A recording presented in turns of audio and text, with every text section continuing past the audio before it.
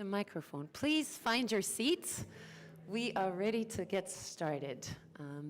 Plenty of good snacks there, I know, but plenty of good stuff here too. So if you could make your way, find your seats, and we'll start in a couple of minutes.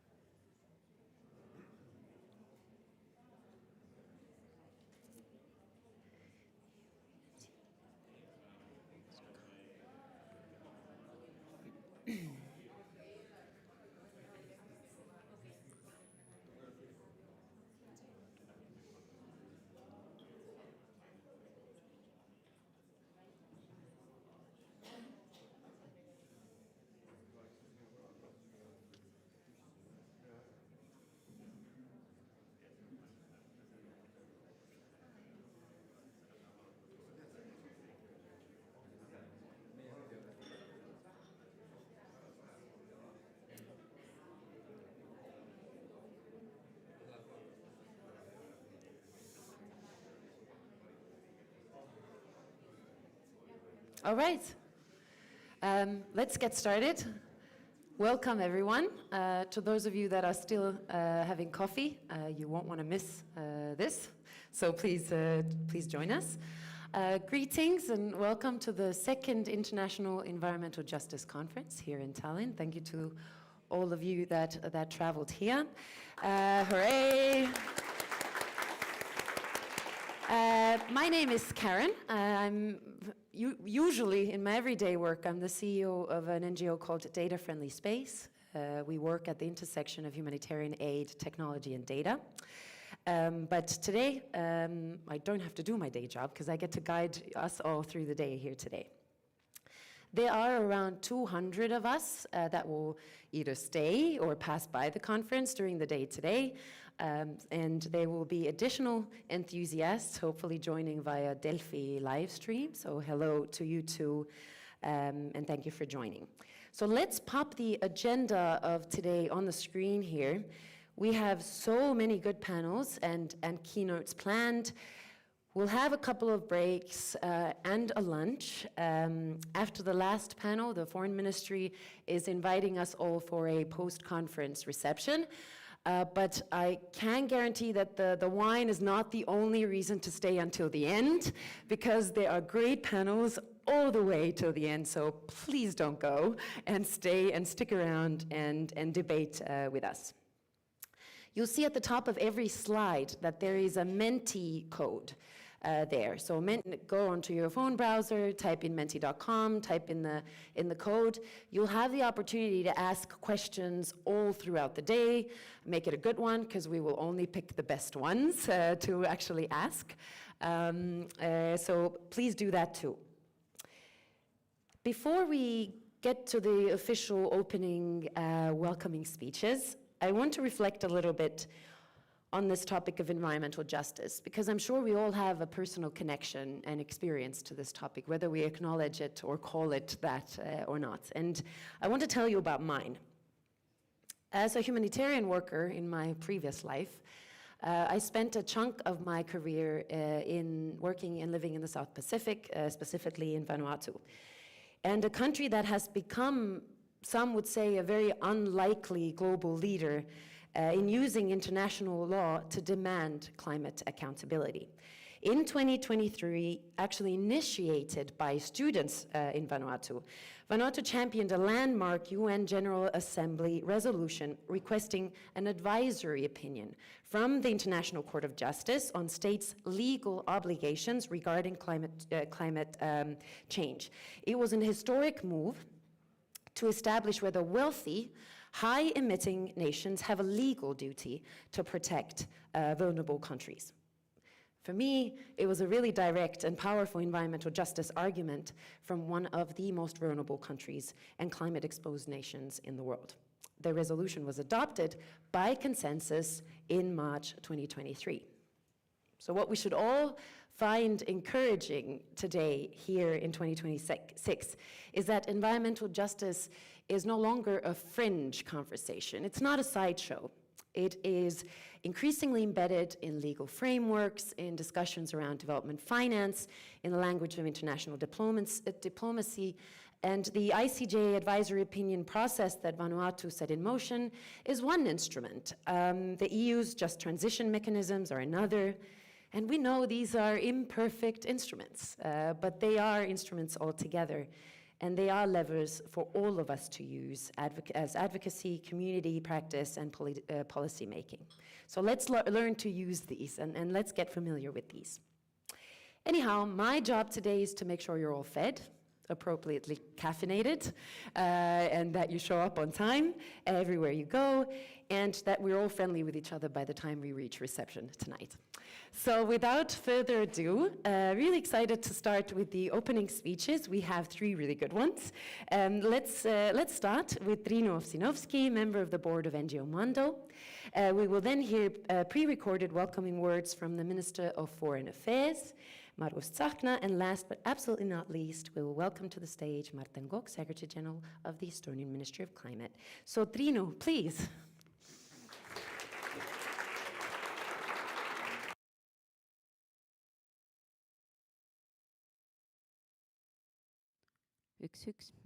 Working. Good morning, everyone, and welcome. Welcome to Tallinn, and welcome to a conversation that is long overdue and more urgent than ever. I have an honor of opening this conference and speaking on behalf of Mondo, an Estonian organization that has spent almost 2 decades working at the intersection of human dignity and global development. We work in places where climate change is not a future scenario. It is today's reality. It is the drought that empties the farmer's field in Uganda. It is the flood that displaces a family in Kenya or Georgia. The heat that keeps a child out of school in Lebanon. The deforestation that strips a community in the Congo Basin of its livelihood and its identity. We called this conference Environmental Justice, Responsibility and Resilience in a Changing Climate. And every one of those concepts, those words, was chosen with care. Justice, because climate change is not neutral. It falls hardest on those who contribute least to it.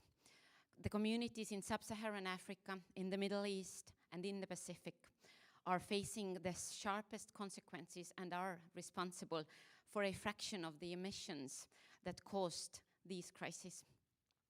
This is not a natural disaster. It is a moral failure, and it demands a moral response. Resilience, because the people we work alongside are not passive victims of force beyond their control. They are innovators, advocates, farmers, activists, and community leaders who are already adapting, resisting, and rebuilding, often with very little support from the international system that created this crisis. True resilience is not just about surviving the next shock. It is about building systems, political, economic, social, that make the next shock less devastating and less unjust.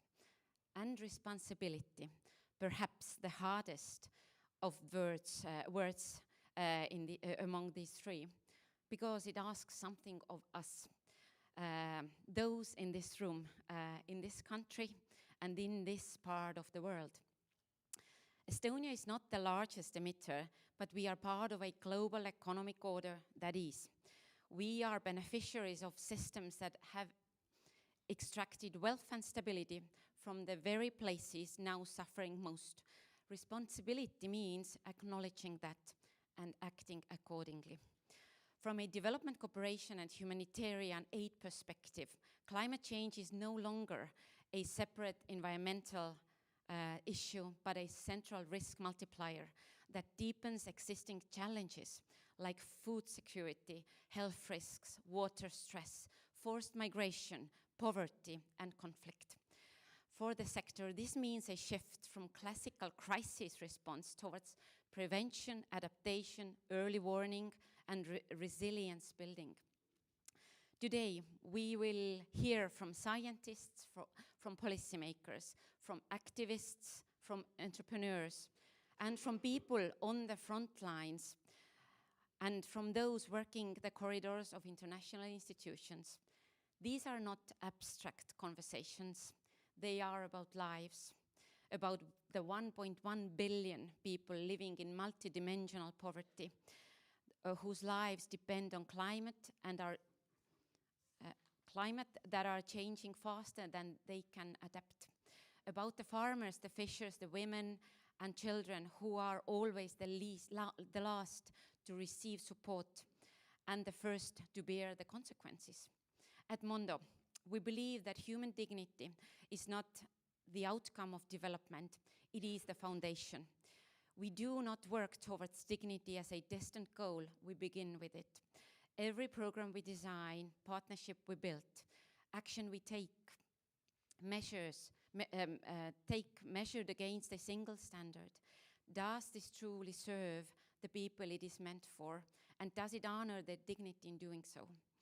Today, I would like to ask all of us to carry the same question through every panel, every conversation, and every commitment made in this room. We have an extraordinary group of people here today, so let us use the day well and wisely. Thank you.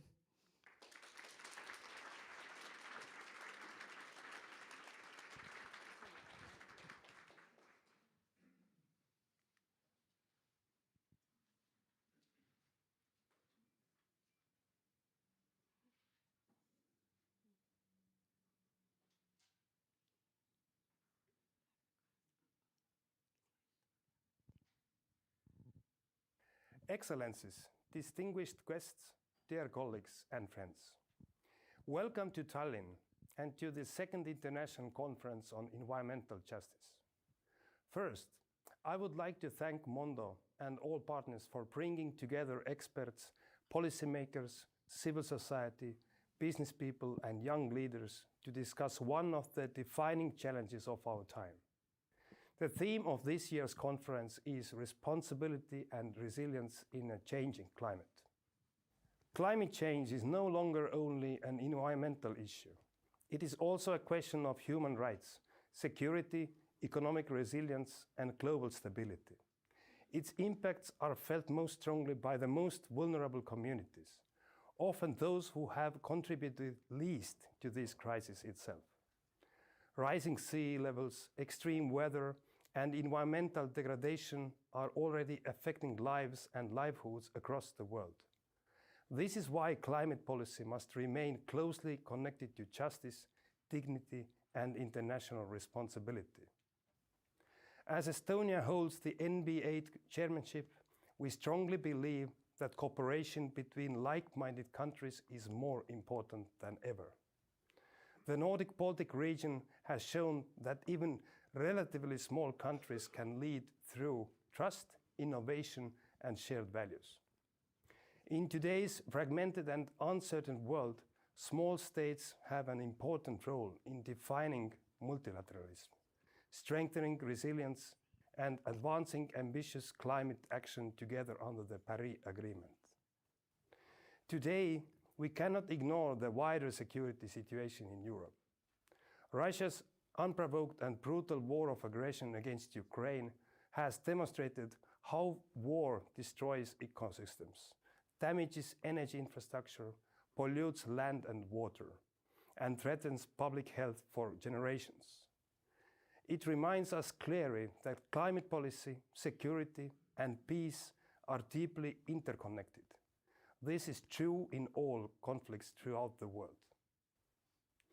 As a small country, Estonia understands that leadership is not measured by size. It is measured by the ability to bring people together, to support rule-based cooperation, and to contribute ideas and solutions that help build a more resilient future.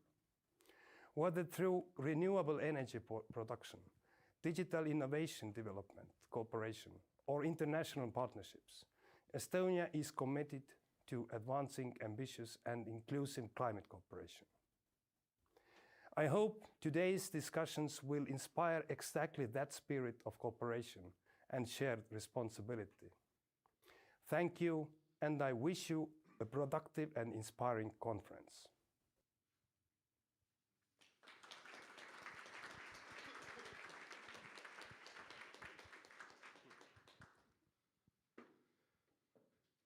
Yes, hello, and very good morning from my side as well. And I am Martin Kokk, I'm coming from the Estonian Ministry of Climate. And before I start, I need to say a few words about the Estonian Ministry of Climate, because let's say the name of the ministry can be a little bit misleading, because it's a new ministry. It's been there for 3 years, but the Estonian Ministry of Climate deals with almost half what the Estonian government does. So we do everything from building the high-speed rail, building highways, keeping the energy system working, also deal with the forest management, with the nature protection. So basically everything, let's say, which can be decarbonized is under the umbrella of the Ministry of Climate. And I do have two ministers. One is the Minister of Infrastructure, and the other one is Minister for Environment and Energy. And just to give you, let's say, the idea of the size of the ministry, that of course the Minister of Infrastructure has the 87% of the budget. So it's there where the money goes. But we are building the high-speed rail, which is electrified, and we hope that there will be more electric cars on the normal roads as well. And it is changing gradually in Estonia. It's very slow. It's not like in Norway or somewhere where you have 97% of the cars already, new cars bought are electric, but it's going up. And I think especially this crisis in Iran inspires this kind of movement. But now I have a very well-prepared speech, because I have to read it, otherwise I'll say something bad about our partners across the Atlantic or something. So to avoid any confusion, I will read it, and I hope you don't mind it too much. But of course, let's say it's a great honor to have all of you here in Tallinn, and big welcome. And I think this conference, Responsibility and Resilience in a Changing Climate, is exactly what we need to discuss also in the context of how we go forward from where we are in fighting climate change. And this gathering, of course, brings together policymakers, scientists, civil society leaders, and community voices across the world. And this is exactly the diversity that reflects both the complexity of the climate crisis and the shared responsibility we carry in addressing it. And environmental justice, as somebody already mentioned before, it's not a niche topic anymore. It's in the heart of how we understand fairness, responsibility, resilience, and rapidly changing world. And the climate crisis does not impact everyone equally.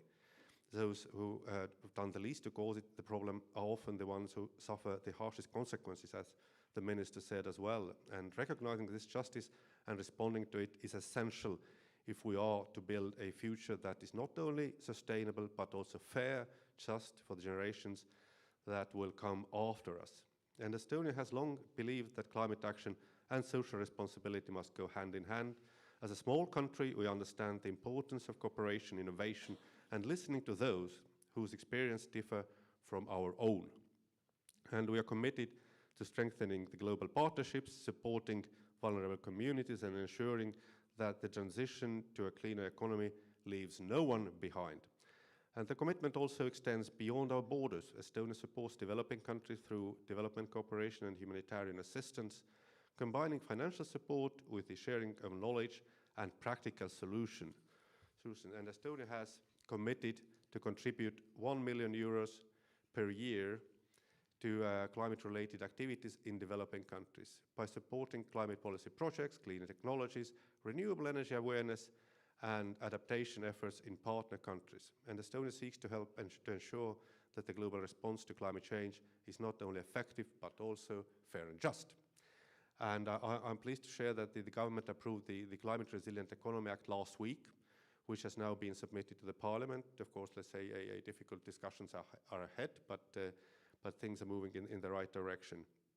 And together with the sectoral roadmaps, the law gives a clear direction for reducing the use of fossil fuels, strengthening energy security through domestic clean energy, and supporting the transition of industry. And as you probably very well know, that Estonia has already reduced its greenhouse gas emissions by 66.5% compared to 1990. And in parallel, the state and businesses have signed a clean industry cooperation agreement to advance the development of clean technologies and a broader value chain for their production in Estonia. And it's an important step in making our economy more resilient and our state more secure in the future. And to strengthen our state security, we're also focused on increasing the share of domestic electricity generation capacity, improving the resilience of critical infrastructure, and diversifying our energy mix. And this reduces dependence on imported fossil fuels and lowers our exposure to external pressure and supply shocks. And today's program, of course, brings together inspiring leaders and experts who will help us explore how responsibility is shared, how resilience is built, and how justice can guide our decisions. And I encourage you, of course, to engage boldly, challenge assumptions, and learn from each other. And conferences like this are important because they turn ideas into commitments, and commitments, hopefully, into actions. So with that little introduction, I really wish you the very best, and anytime you want to ask anything about the Estonian Ministry of Climate, please, we are at your disposal to discuss anything what can be done in order to move that cause forward. Thank you very much.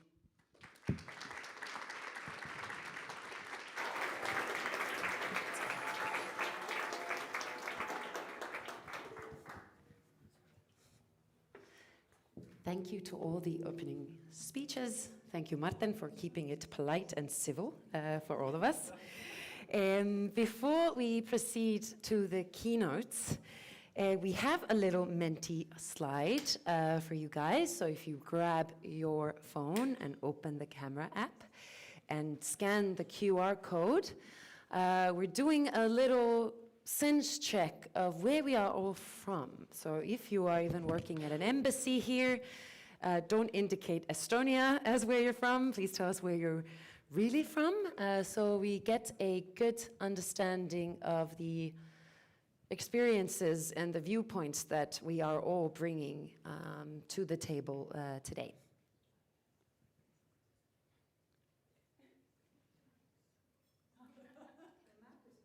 Yeah.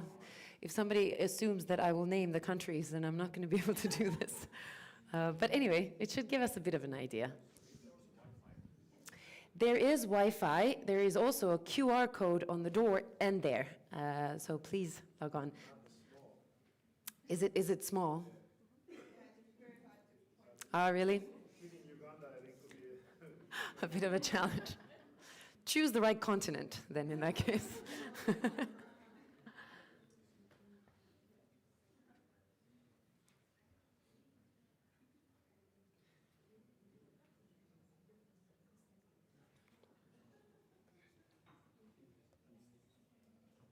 All right.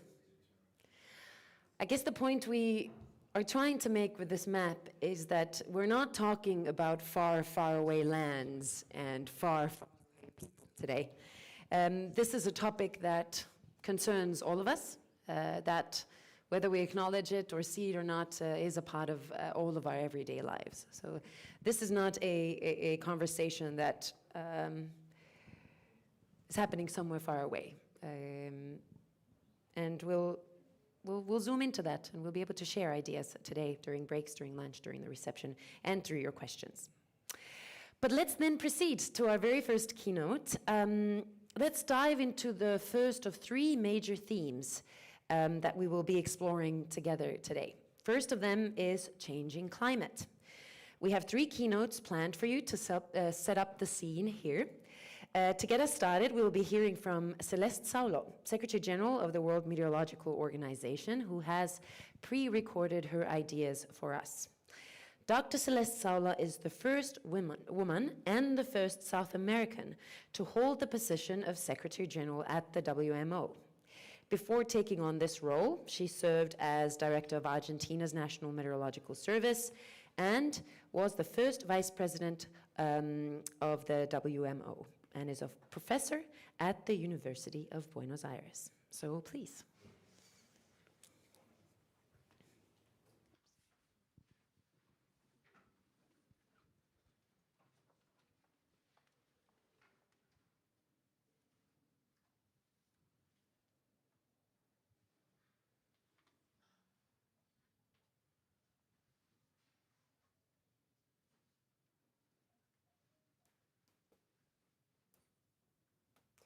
Your Excellencies, distinguished colleagues, dear guests, it is a great pleasure to address you today at the International Environmental Justice Conference.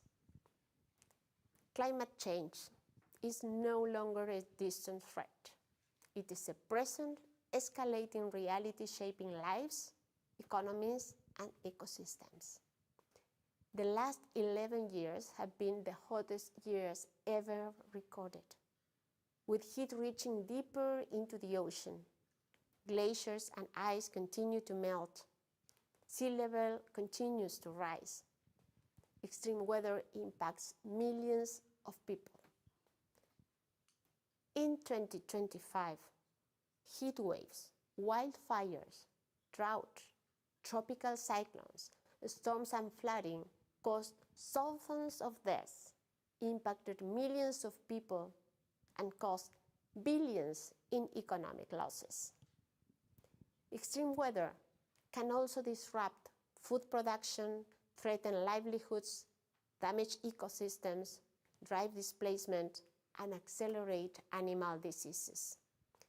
Early warnings and climate services are vital to help us adapt to the new reality. Early warnings are about people. They are about ensuring that the farmer receives timely information before the flood, that the family can evacuate safely before a landslide, that emergency services are prepared before a storm strikes. They are about turning knowledge into protection. Dear colleagues, the science is clear. Climate risks do not stop at national borders. This is why international cooperation is not only necessary, it is indispensable. Shared river basins and interconnected ecosystems mean that coordinated approaches to climate adaptation, early warning systems, and preparedness are essential for protecting lives and livelihoods. By strengthening international cooperation and investing in early warning systems and climate services, we can build a safer, more resilient future. The World Meteorological Organization stands ready to continue supporting its members in strengthening hydrometeorological services and ensuring that warnings lead to action. Because in a world of increasing climate risks, early warnings are not a luxury, they are a necessity. Thank you.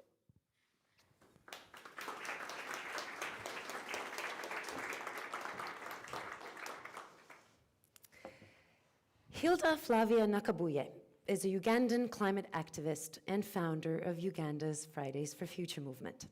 She focuses on gender equality and racial diversity in climate activism, has spoken at COP28 and the UN General Assembly, and contributed to Greta Thunberg's The Climate Book. We are very excited to welcome Hilda here today to tell us more about the impact of a changing climate on communities. Hilda, welcome.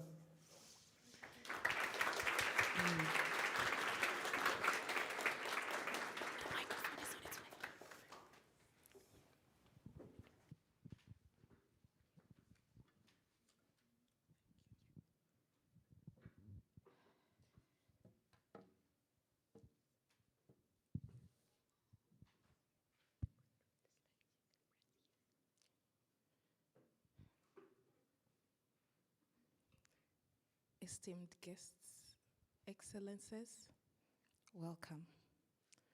Mwebale kuja. That's a phrase in my language meaning you're welcome. Well, I'm standing here today. My armpits are sweating, my pants are shivering, I have butterflies in my stomach. Am I in love? No? Well, it's a good morning because most of you are smiling.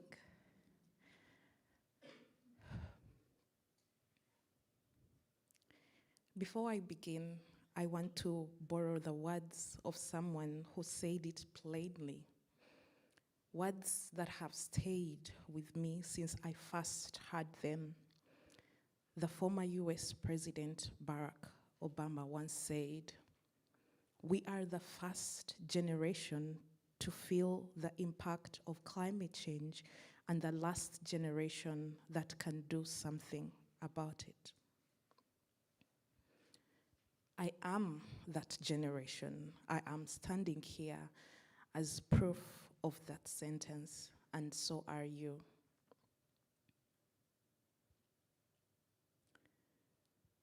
Imagine you are 8 years old.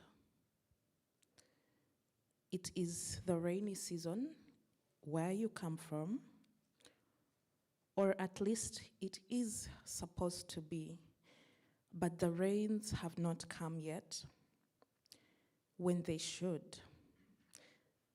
The maize in your garden, planted, is withering in cracked earth. Your mother is worried. Your father is silent in the way that men are silent when they have no answers. We've all seen that, right? You do not yet have words for what you are witnessing. You only know that something is broken. The sky, the seasons, the earth beneath your feet, unreliable now, unpredictable, cruel.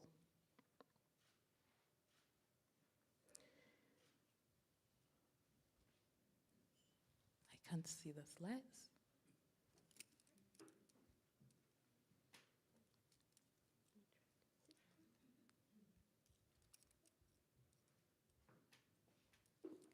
Okay.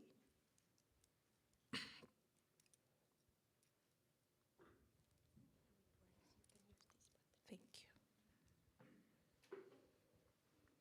Well, that child was me, and I grew up besides Lake Victoria, the largest freshwater lake in Africa, the second largest in the world, covering 68,800 square kilometers.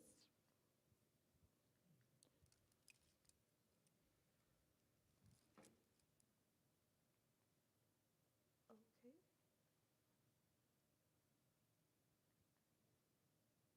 Yep. It's shared across Uganda, Kenya, and Tanzania. More than 40 million people depend on this lake for water, for food, for income, for survival. Over 200,000 fishermen work its waters. It's not just a lake, it is a lifeline.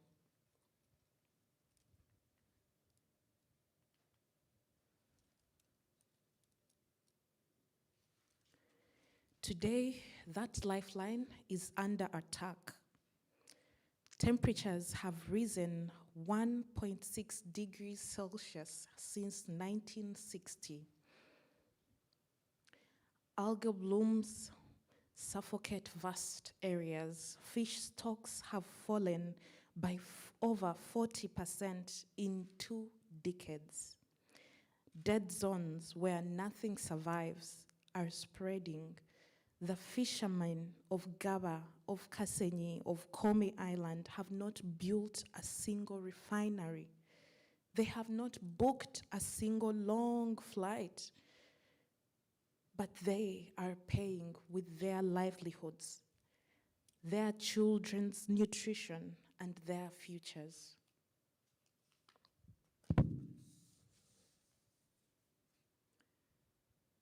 When I think about what is happening to this lake, to our forests, to our lives, I keep coming back to something Dalai Lama has said. A truth so simple, it should not need to be explained. We must treat nature with respect. If we destroy our environment, we destroy ourselves. His Holiness, the Dalai Lama. We are destroying it. And we, the people of the global south, are being destroyed fast. Let me show you the numbers.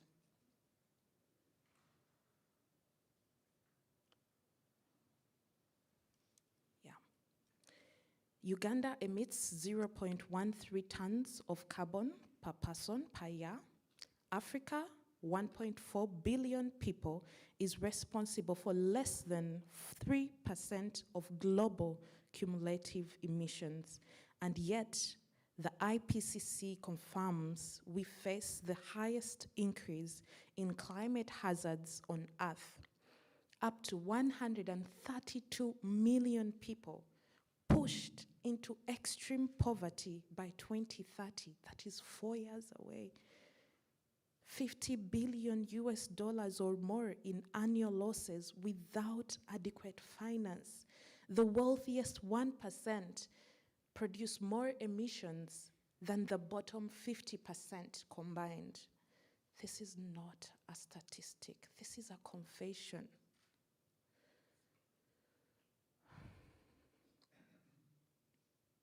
And into this injustice, into this already burning house, someone decided to build a pipeline.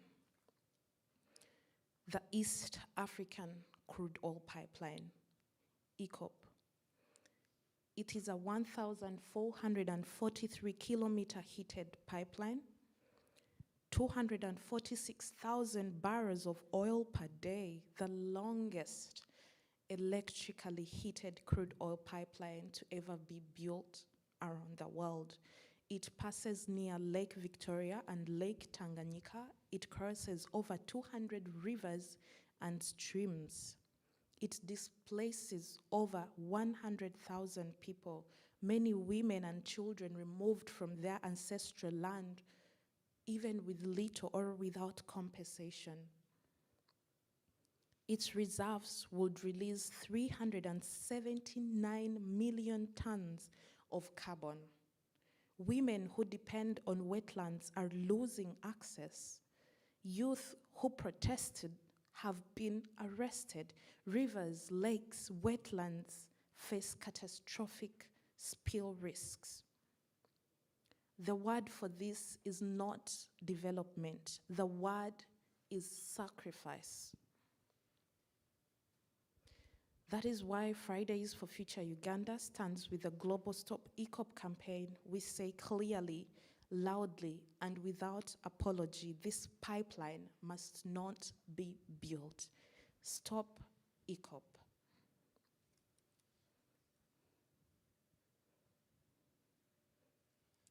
This is a skit by Fridays for Future that was made to help us understand the reality on the ground.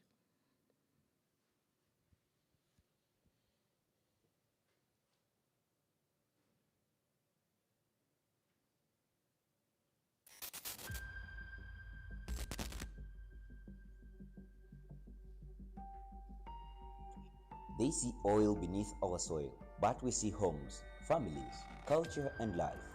Projects like EACOP and corporations like Total are threatening our communities, our water, our forests, and our future, all for profit. They call it development, but everywhere fossil fuel projects enter, communities disappear. Beaches become extraction zones, fishermen lose their waters, children lose their future. And while corporations count profits, our people count losses. This is not progress. This is destruction disguised as opportunity. But we refuse to watch our homes be taken away in silence.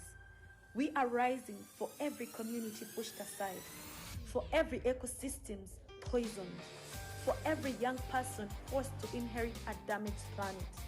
Through our voices, through our movements, through our resistance, we demand climate justice. Because our land is not a sacrifice zone, our communities are non-disposable, and our future will never be worthless than oil. This global week of action against fossil fuels, we stand together, we resist together, and together we fight for a livable future. This is our land, this is our future, and together we must rise to kick polluters out of Africa.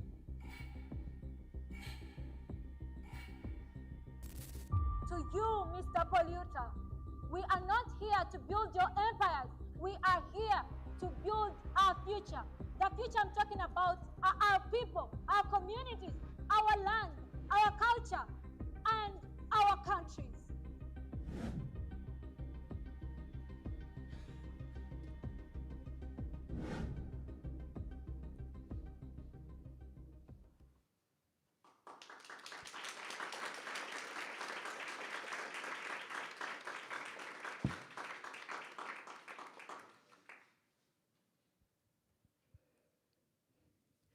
I must name what rarely makes it into conference programs. What happens to those of us who speak up? Across East Africa, activists face arrest, intimidation, legal harassment, and violence.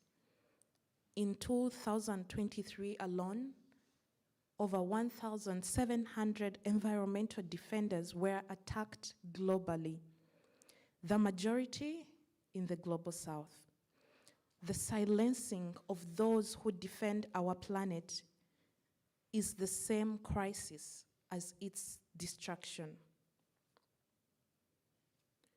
But we are not waiting to be saved. Fridays for Future Uganda, 60 plus climate strikes, 15 plus districts, over 10,000 young people mobilized, 54,000 young students and youth reached, 72 communities visited, and beyond the strikes, here is what we are building on the ground.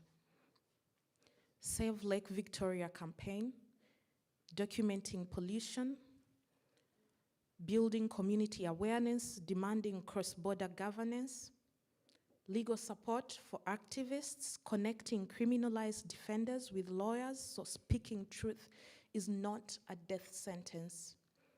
Shelter and safe spaces, a protection network for youth defenders facing threats or retaliation, climate resilient farming, agroforestry with smallholder farmers, especially women, to adapt to erratic rains, climate education in schools, 5,000 plus students reached because the next generation must understand what is at stake before they inherit the seat. We are part of 14 million strikers across 7,500 plus cities, carrying one demand: act as if the science is real, because for us it already is. This is a reality that we are living.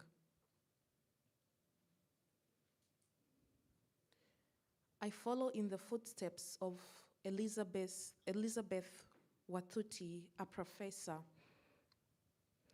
and Professor Joyita Gupta, women who refused to be polite about injustice on European stages. I will not be polite today either. To policymakers, honor loss and damage, make finance reach communities, withdraw support from the East African crude oil pipeline, protect climate defenders, legally, diplomatically, and loudly. To civil society present here today, fund locally led adaptation. Stop speaking for us. Decolonize your partnerships. If African communities are the subject, but not the leadership, fix it today. Please, fix it. To everyone, until those who contributed least stop paying the most, we cannot call this justice.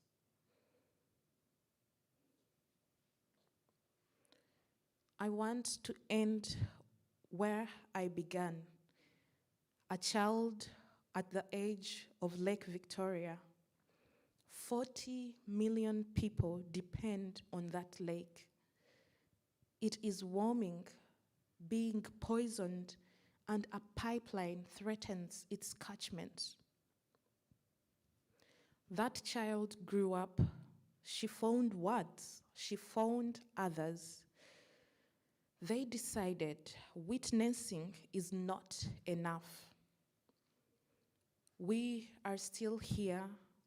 We are not victims. We are not case studies, but resilience without responsibility is just survival. And we deserve more than survival.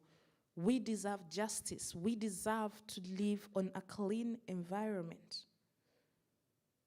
Bare minimum. Bare minimum. There is an African proverb that I carry with me everywhere I go, into every conference room, every parliament, every courtroom, every boardroom that I visit, and it says, until the lions learn how to write, every story will glorify the hunter. For too long, others have written our story. They called our crisis a natural disaster. They called our activism disruption. They called our demands unrealistic. We are learning to write. We are writing now. And this is what our story says. Save Lake Victoria. Stop ECOP. Center frontline voices. Now. Once and for all. Thank you.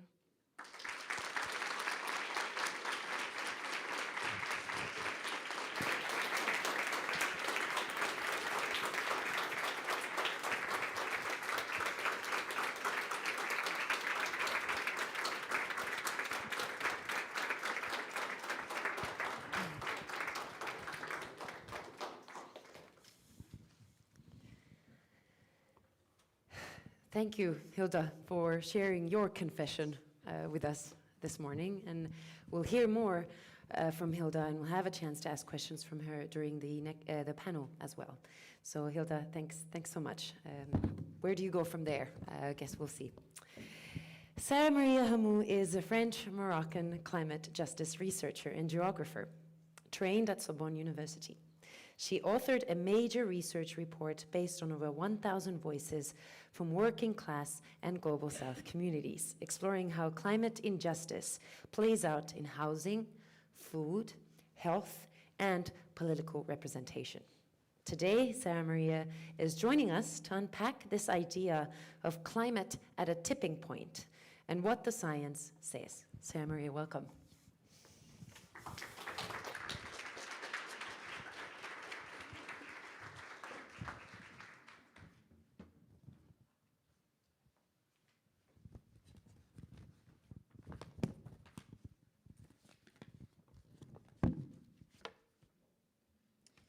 Hello everyone, thank you for having me. My name is Sarah Maria Hamou. As you can hear it by my accent, I'm French and I'm also Moroccan. So when we talk about climate science, we often begin with climate change, we often begin with science, and we should, because climate science gives us the facts, it gives us the trajectories, the warnings, but if we stop here, we miss something really essential. Climate change is also a social and political crisis, right?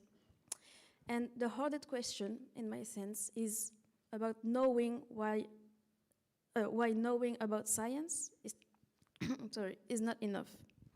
So today I'd like to start from what science says, but also from what the social science can help us to understand. Why some people disengage from environmental movements, why some climate policies do create resistance, and how we can build responses that are both, let's say, ambitious and socially just and fair. So let me start with a few numbers. as you heard, Europe is the fastest warming continent on the planet, warming at roughly twice the global average. 2024 was the warmest year ever recorded. 2025 was the second.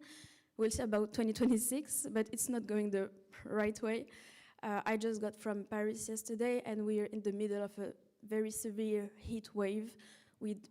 Yesterday it was up to 32 degrees in Paris, and it has severe impacts on, let's say, daily life, because, for example, public transport were just blocked yesterday because railroads are not adapted to such extreme temperatures, be it in the cold or in the heat.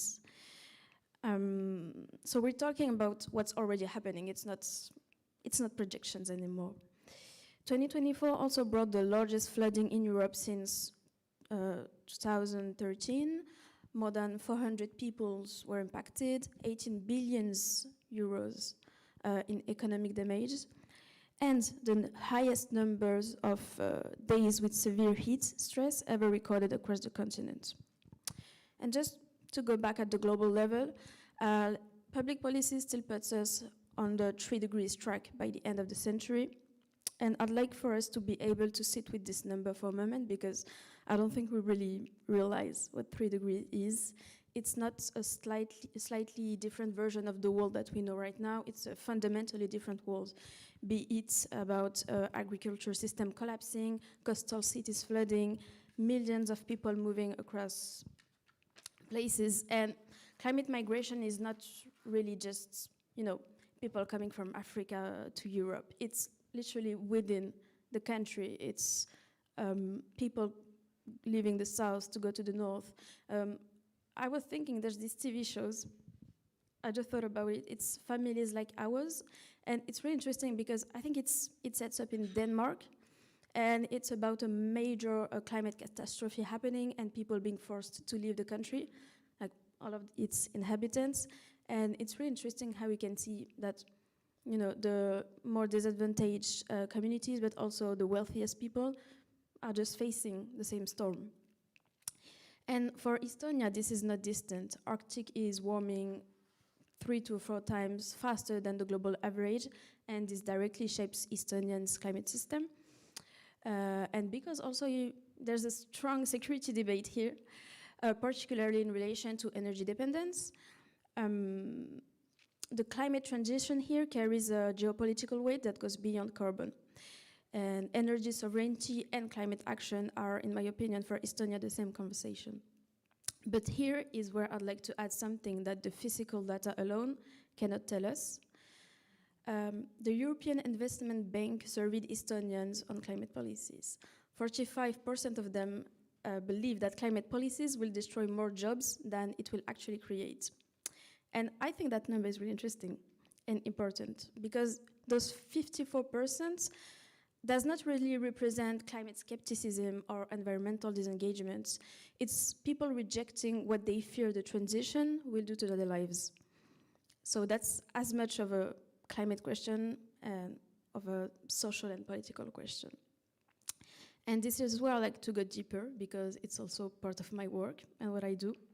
So for the past several years, I led research on climate injustice in France, working class urban neighborhoods, rural areas, overseas territories, and in connection with the Global South. Our main study, Injustice climatique in French, climate injustice in English, was built with the organization GetUp and is based on the voices of more than 1,000 young people we interviewed. So I'd like to share a few findings that I think are relevant here. But just to give context, when I say working class neighborhoods, I'm not using a fixed category. It's a multi-layered reality. It's historical, social, economical, political one.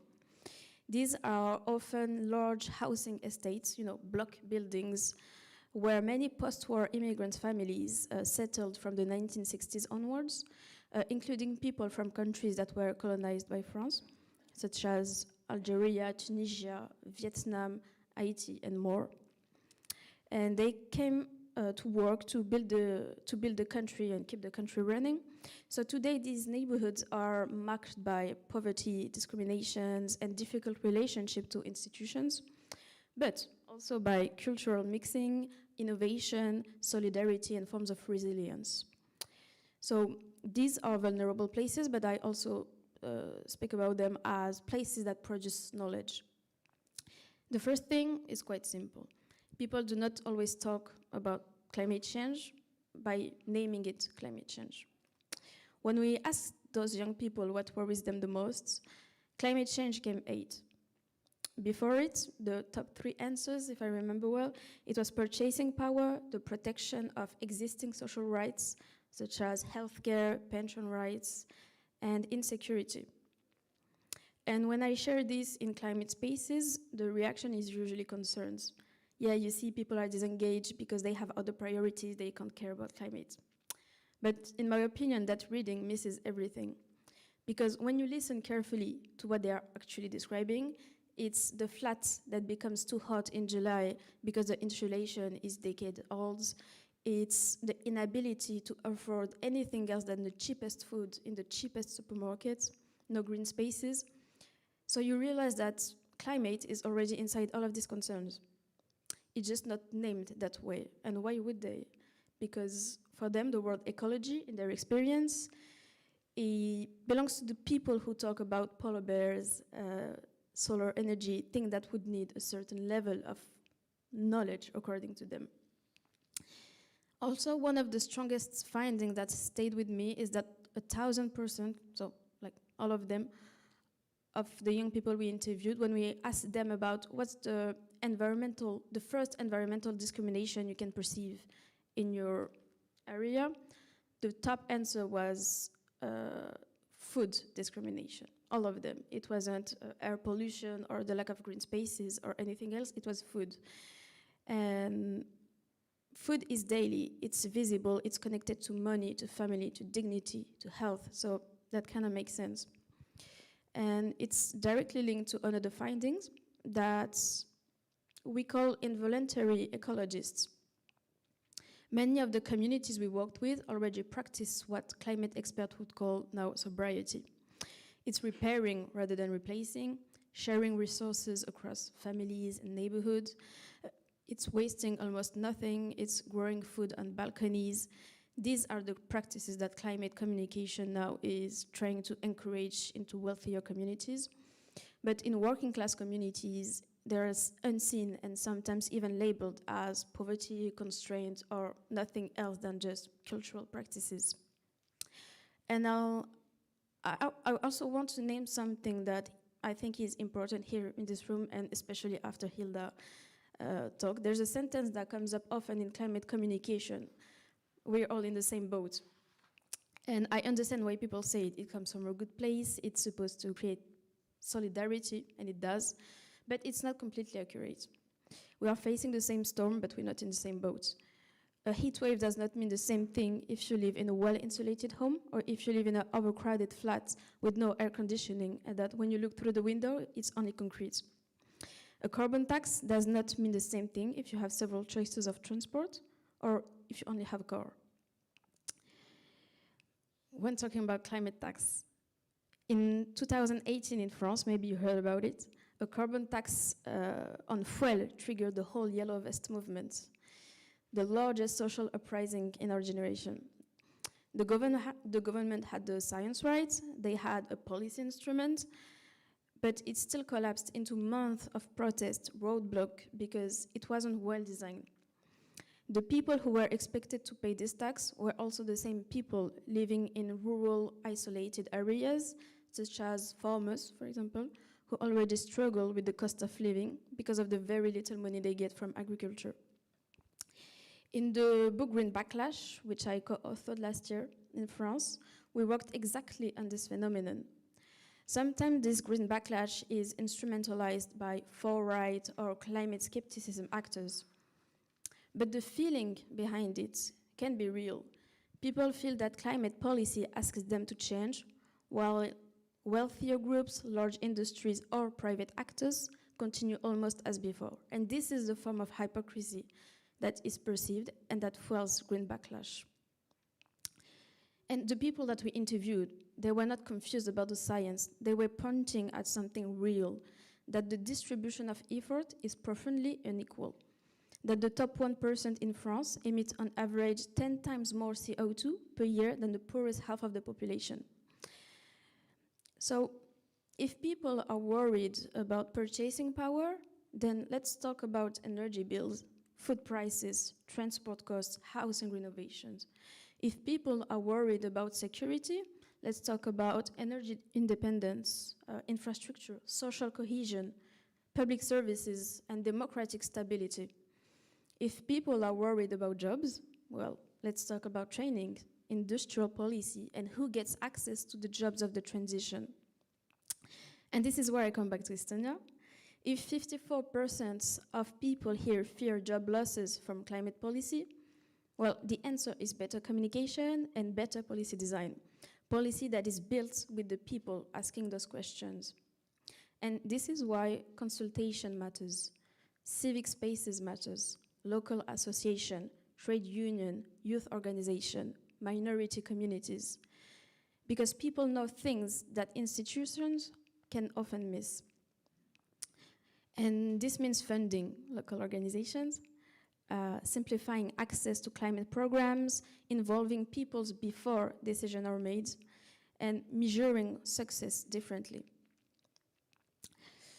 That knowledge is political, is practical, and it's necessary. But what does actually change things? Well, from my research and from the work we do on the ground, I can tell you what consistently opens the conversation where climate change alone does not. Health is the most reliable entry point at all time. Concrete health, so be it from the child who has asthma because of the traffic outside of school, the elderly person who died in the 2003 heat wave in Saint-Saint-Denis in France, for example, where excess mortality reached 160% in the most precarious departments of France, because housing were not insulated and there were almost no doctors. That is a documented death toll, and we'll just see this more and more in the coming years. And so when climate is framed through health, through housing, through what's already happening in people's bodies, the conversation shifts fundamentally and opens itself to new realities that we often miss, and potential solutions also. Language also matters more than people usually acknowledge. In our research, the term climate justice, environment, ecology produced a bit of discomfort, hesitation, people going quiet, the fear of giving the wrong answer. But I do remember one time a young man said, I don't quite understand why you keep talking about climate justice when all I see around me is injustice. I was like, you get a point there. So at this time, the whole room shifted, and that word injustice named something real, something present, something being done to people, and it brought a moral dimension to the question. So we ended up building our entire report around that reframing, and that's why it's called Climate Injustice now. And it came from him, it came from the young people, not from us. Well, I'm still young though, but. And finally, representation. So I COP at the COP30 in Belém, and at the bond negotiation last year, the pattern I observed at international scale was the same at what I see in France. The communities most exposed to climate impacts are the ones least present in the room where decisions are made. The science gets to the table, people do not. And that gap is at the heart of why climate policy keeps failing people it's supposedly designed to help. And through the years, I've met many people that are described as coming from vulnerable communities, people presented as vulnerable.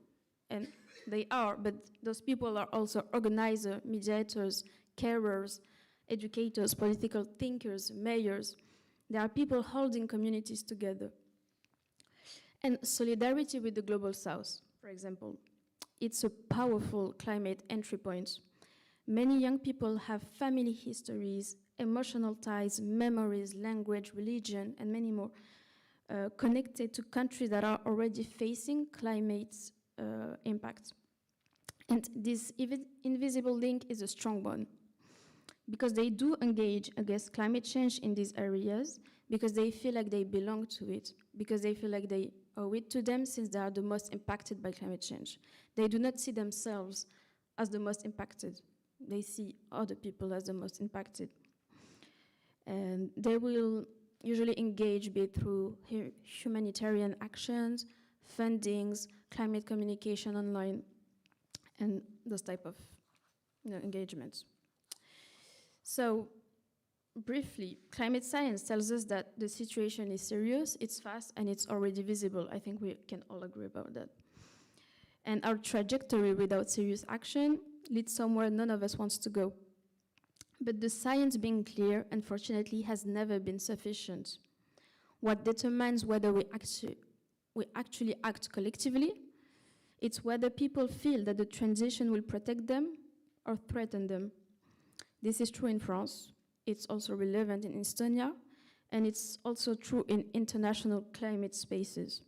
So for this year, Turkey has described it as a cup of implementation.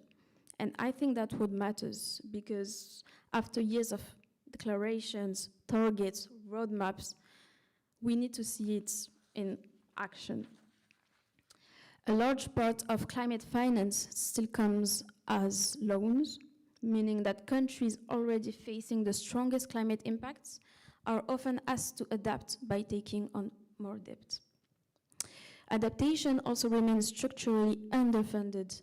According to the OECD, who published a report last week, adaptation finance has increased, good, but too slowly, around $1 billion more per year since 2022.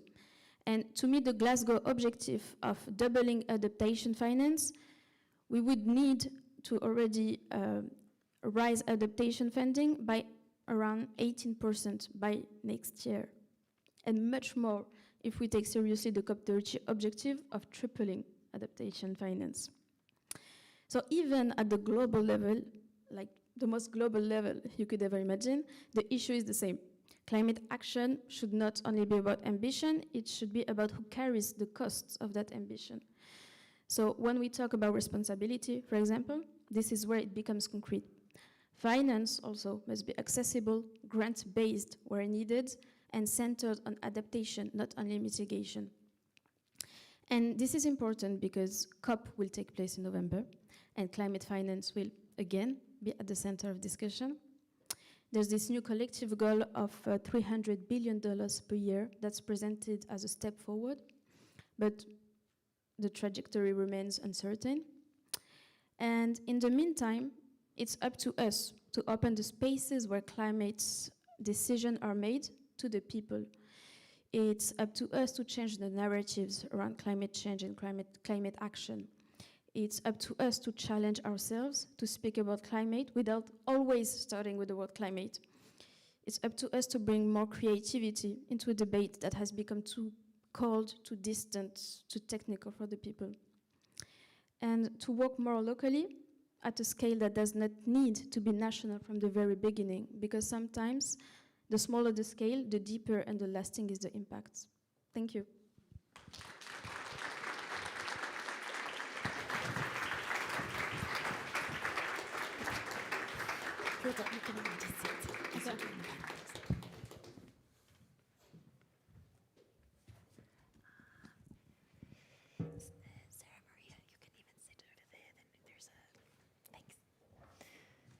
Thank you, Sarah Maria. I think if there are still any listeners suffering from the not in my backyard syndrome, then you helped to turn that around, because it's really clear that what Hilda was telling us about Lake Victoria and the communities around that area, it's in the end not so different from the communities around Lake Babesy and around the communities in Europe. So in so many ways, Hilda's call for action should be a call for action of all of us. We are moving on to the first panel of today. Climate change is not a universal experience. It strikes hardest at those already living on the margins. Our first panel discussion explores how gender-based discrimination, poverty, and racial inequality shape Who bears the heaviest burden of a collapsing climate? From communities displaced by infrastructure projects and forced migration in Uganda, to working class and racialized neighborhoods in the global south and across Europe.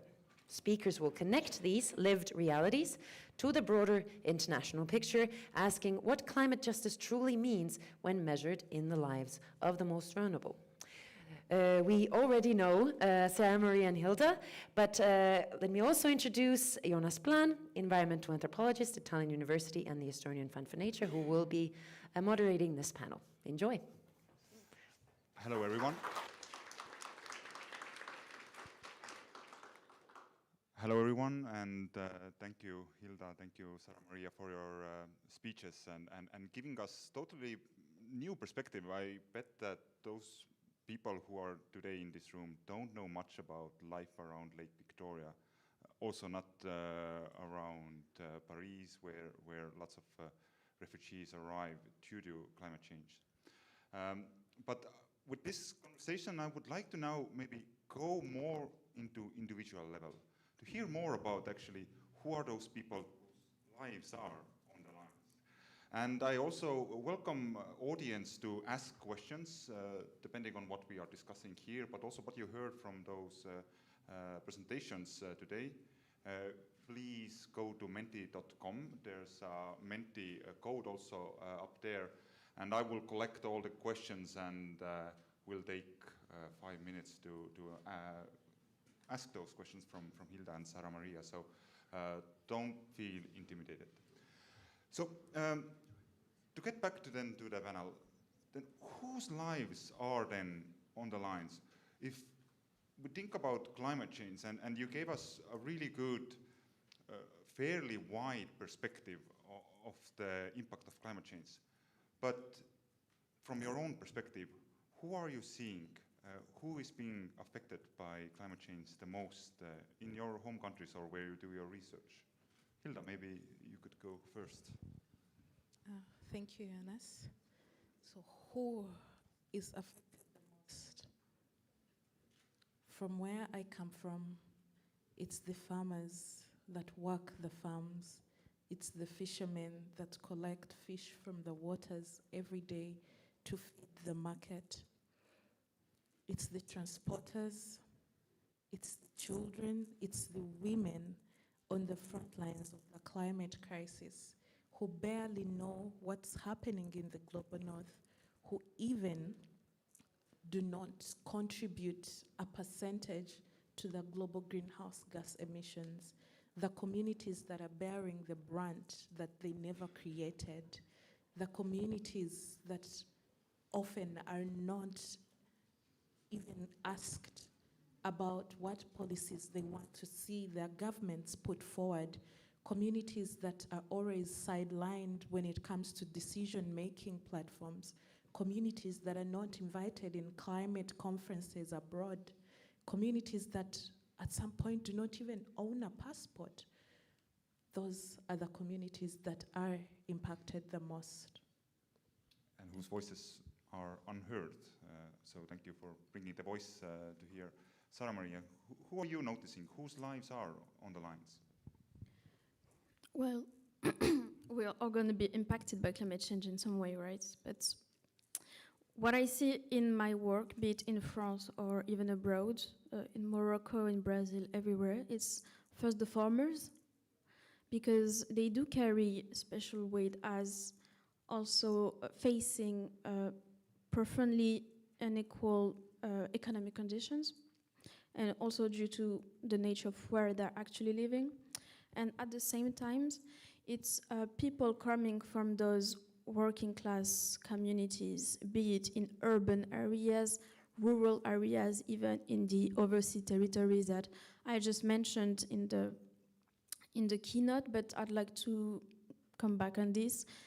People like the overseas territories such as Guadeloupe, Haiti, those considered islands, they bring a lot of economic power to France. But at the same time, they're highly disadvantaged because we do not care about them as we care about what's happening in mainland France, which means that when they have extreme climate crisis or even happening, the way we handle it, it's almost military. And so those people, they do not have what we need, what they would need to adapt, but also to protect themselves. So this is who I really see the lives are on the line. Can you bring maybe more specific example of how really climate change affect the lives of those people, women and children? What is sort of like happening with their lives because of the climate change? Because yes, we have all kind of like heard about climate change, how it's affecting all of us, as you said. But yet, when like I have done my research among fishers and asked from them about climate change, even in areas where climate change is like visible under their nose, species are changing, some ecosystem is collapsing, they say, well, here's no climate change. They don't see it, they don't perceive it. But how do you see from your homes, from your field sites, how is really climate change affecting, say, children, women? Well, I come from a farmers' community in the basin of Lake Victoria, and growing up there, we had a huge plantation. My grandmother was responsible for the farm, and we, the children, were responsible for gardening it.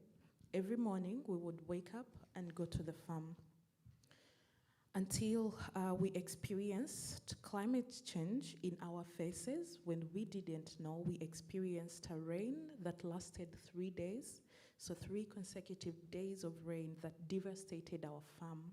Our plantation was bent and broken. Roads were submerged, mud everywhere, trees were bent and broken, and for that season we didn't harvest a thing. That was when the reality hit us that this is devastation. And I remember asking my grandmother what is happening to us, and she told me that we were being cursed by the gods. I didn't believe that the gods would curse someone for no reason. I asked her, what did we do? She couldn't explain. But during that time, a lot happened. What used to be 5 meals a day became 4 to 3 to 2 meals a day to only just fruit. We used to go to school, but because there was no income, agriculture was our backbone and our only source of income. My parents couldn't afford my tuition fees, so I had to sit home for months while other kids went to school. And then when everything became bad, my parents had to move to the city to look for other jobs that could earn them money, that could earn the family a living. And my dad worked at a construction site as a mason. When he raised enough money, I was able to go to university to study. And that is when I learned about climate change. And the first thing I did was to go back to my grandmother to tell her that wasn't the gods, it was something called climate change. I explained to her several times, but even as I speak, she doesn't understand what climate change is, but she does understand the impact on the garden, the streams are drying up, the rising temperatures, why she cannot walk barefooted, and all the effects that they are facing. And this is a reality to many people in Africa.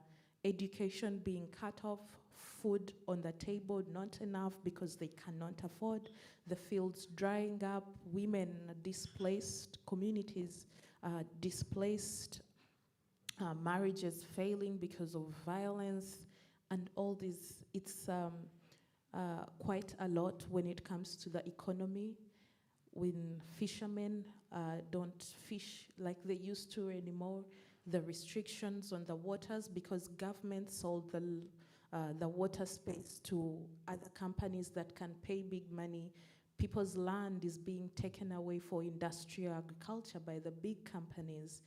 People are being displaced of their communities to create space for the pipeline. It's intense. And then some of those displaced people end up in Europe, facing again the same climate change, same global climate change. What are you seeing during your research? Well, just to come back on what you were saying, there's a lot of time I'm just talking with people that are facing severe impact of climate change, and they will tell you, yeah, I don't know about climate change, but the climate is changing.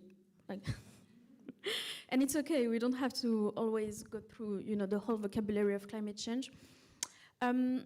Well, regarding Morocco, for example, people do see the change. They really see it, and they're starting more and more to name it as it is, so the impacts of climate change, be it farmers. So for example, Morocco is a highly it's a high agriculture country, so we export a lot of vegetables and fruits, but in the recent year we faced a drought that we never seen before, at a point of where we have to import animals to be able to eat meat, because we do not have enough water in the soil to be able to take care of them. And we still export, but we also have to import vegetables, fruits, because we can't produce to eat here locally in Morocco, and also to export. So that's one of the first impacts, and you can really see it when you go there. There's a whole inflation that's really impacting people's lives, where the gross wage per month is 300 euros. At the same time, people working with bees, for example, so the honey industry, it's a whole cultural thing in Morocco, and now we're facing really severe complication, and it's also part of the culture that's literally evaporating in front of our eyes. So it's not just about saving the planet, it's also saving ourselves and saving our cultures and what brings us together. And if I come back to France, where our context can be more similar, there's also a lot of literal death due to the heat when there's severe heat events, because we do not have what it takes to adapt right now. And also I was talking about health. So the highest number of deaths due to asthma, it's in Saint-Denis, so the most precarious department in France. I was born there. I was born with asthma. I had to grow up in a house with mold all over the house, and it severely impacted my health, but also thousands of other people. And you can only heal if you move out, if you go somewhere else where you do not have this air pollution, the mold, etc. And this is a privilege to be able to move out. I did with my family, but still many people are there. So yeah, there's a multi-layer to what it really is to be impacted by climate change, because sometimes it's just climate change as it is, and sometimes, and so most of the case, it's climate change when it's coupled with other inequalities, such as social, economical, racial inequalities. In your keynote, you also brought out how important it is to notice that those who are most affected are usually poor. Those who don't have other vehicles to drive with, don't have air conditioner at their homes. Does climate change also then add to this poverty? Does it make it harder to, say, escape from poverty, to move up? How do we say millefeuille? Does someone know millefeuille in French? It's like this pastry with a multi-layered cream and stuff. And in France, we have this saying of millefeuille of inequalities, because it adds and it adds up and it adds up. And so, yeah, the impact of climate change makes it harder to, escape this reality and to climb the social level, because you're facing stronger impacts than your parents had and than society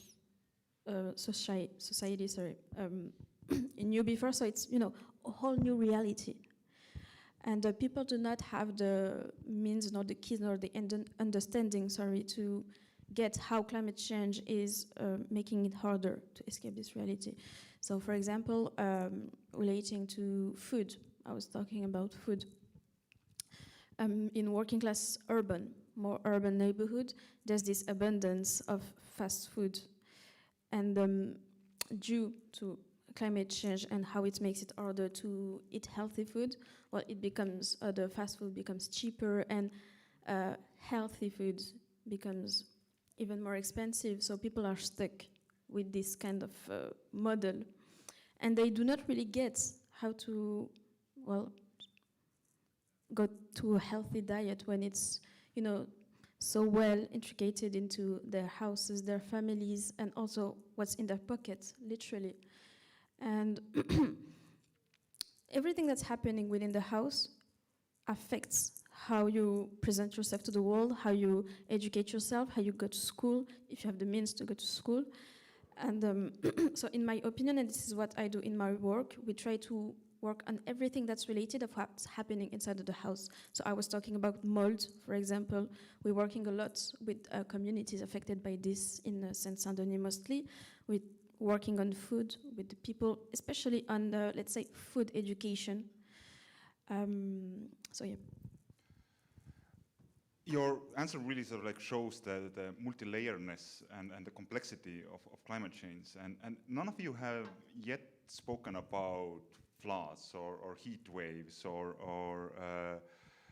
how rains, well, you brought also the rains, but sort of like, what are sort of the real impact from climate change that is affecting local people? So like you brought out in Uganda, there's rains much more. But then biodiversity is decreasing in Lake Victoria. Is it also affected or related with climate change? Yes, climate change is intersectional. It affects very many things. It affects the land, it affects the waters, it affects the economy, it affects a lot of things. So when the temperatures rise, it affects the waters, it affects the water levels decrease, it affects the aquatic life, the species in the water and on the land. When we experience heavy rains, they sometimes turn into floods in some places. Sometimes they lead to landslides, which claim people's lives. Sometimes the heavy rains lead to flooding or increasing of the water levels, which then submerge people's communities or plantations, houses, destroying property, killing livestock, and other species or other biodiversity that does not belong to the water. And during the dry season, also a lot is affected. We experience droughts that wither the crops in the plantations. It's very hard for animals to move during the drought. Some of the animals move border to border. So with the tarmac roads and the heat, it even makes them not able to cross from one side to another for hibernation or even reproduction. So it makes it hard, it reduces the number of animals, it interferes with their living cycle. Streams, which are many people's source of water for domestic use, dry up. Wells, so they have to walk long distances to reach like bigger water bodies like lakes or even rivers. So it really makes life hard. By the time the girl child, which are the most people who fetch water at home, most of the chores in our homesteads are done by the girls and the women. So if a girl child of say 12 years has to fetch like 5 jerrycans of water for a family to be fine, and they have to move a distance of about 16 kilometers with these jerrycans, it makes their health even more at risk, and it makes it affects all many other things. It affects their education because the time spent fetching water, they have to miss school, they have to miss all the other activities lined up for the day. They have to move long distances. So climate change is viewed as something big, something intersectional. It not only affects those on the front lines of climate change, it affects us as well. It affects the rich just because that they have a curtain of maybe resources or money that they can pay more to get better health. But it affects every one of us, some more than the others, but it does affect us. If it affects the economy of a country, then surely it affects you as a taxpayer. It affects you as a citizen. Yeah. Do then those people also have safety net? Is there organizations, institutions, state that helps them when catastrophe arrives? And I'm asking this because lots of anthropological studies and sociological studies from Western societies show that why we haven't yet acted as we should have acted is that we have a strong safety net. Always when there is a catastrophe related with climate change or not, state will help. And people have become a bit sleepy, not concerned about climate change, especially here in Estonia, where kind of like climate change seems as something so distant, something far away, not affecting me. Maybe bringing a really nice beachy summer, but not really making my life hard. We have strong safety net, and most wealthy Western societies have this state support. How about in Uganda, or maybe also in Morocco and France? Who's helping? Well, it's very different from what the Global North has and what the Global South has. We in the Global South have resources that continue to finance Global North countries, while our people are left dying, our people are left suffering. We don't really have that safety net, because every other day you see the news on our TV, people are dying, communities are submerged, economies are plundering, our plantations are cut down to create space for big companies that have the money, for investors. They call it development. We call it suffering, because our bare minimum is being taken away from us. We don't have that safety net, because every time a catastrophe hits, the economy is hurt. We don't have funds for loss and damage. We cry out to our government for support, but that support doesn't even reach the people on the ground. And even the people that get that loss and damage finance, it doesn't reach the communities on the ground. So communities resort to civil society organizations that can get support from outside. But this support is very limited. You find civil society organizations partnering with organizations in the north, and for it, they get like $30,000 in a grant that is supposed to be implemented in a project. By the time the project gets done, the money is done, but the people still need more support. And if they are even lucky to get that fund, because also government has put so many restrictions now with the Ugandan Protection of Sovereignty Bill, there's a lot that is happening, but finance or funding or resources need to come down to the people that are experiencing the impacts of the climate crisis. The frontline communities, they organize themselves. They know the solutions that they have to take because they know the problems they face. So they can draw on their experiences to offer solutions. But most of the support that comes to them is through projects that are being designed in the Global North for the Global South. So the projects brought on the ground do not support the people. They are not a solution, because that is not their priority. That is not the solution in their communities. So they end up with projects that have no impact on the communities. Is it better for working class communities in French? Well, I don't know about this safety net. It makes me think, last year we pressed charges against the state with the organization I was working with, so Get Up, alongside Greenpeace and Oxfam. And it was for the lack of protection of the most vulnerable citizens in France. So we had more than 20 different individuals coming from different places in France.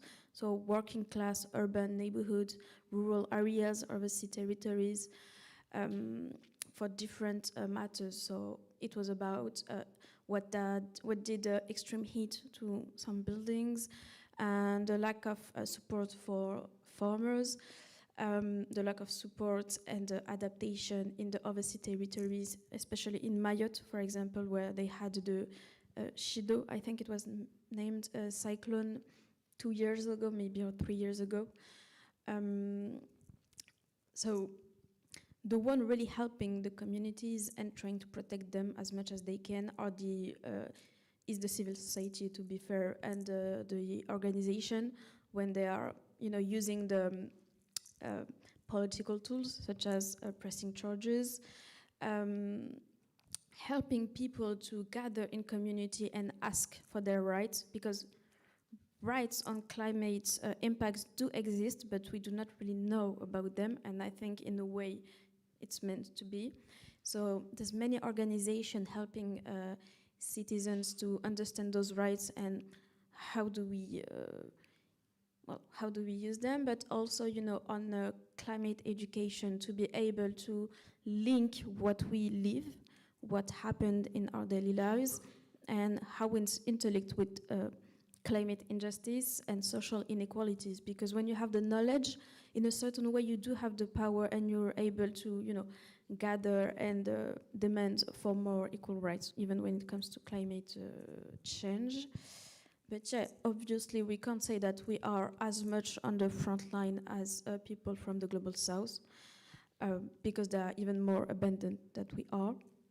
But yeah, we should be careful about this, because when we talk about, climate impacts, we also love to see it, through the global south lens, because we do not want to acknowledge that it's already happening here and that we are already having like some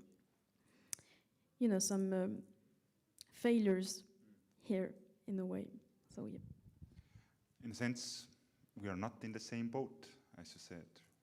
And climate change, despite the fact that it is changing everything, it is affecting us all globally, the impact will definitely be felt very differently. Even here in Estonia, people living in East Virumaa, eastern part of Estonia, where we have biggest shale oil mines, are probably affected more from climate change and fossil fuel industry than rest of Estonians.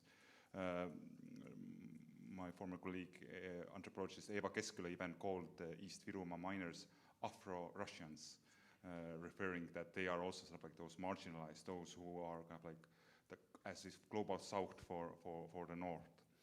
But I ask you to a little bit envision, say then those lions have learned to write, and they have the power to write new policies, new climate policies. What would those new climate policies look like if we give voices to marginalized, to global north, to those whose voices have not been heard so far?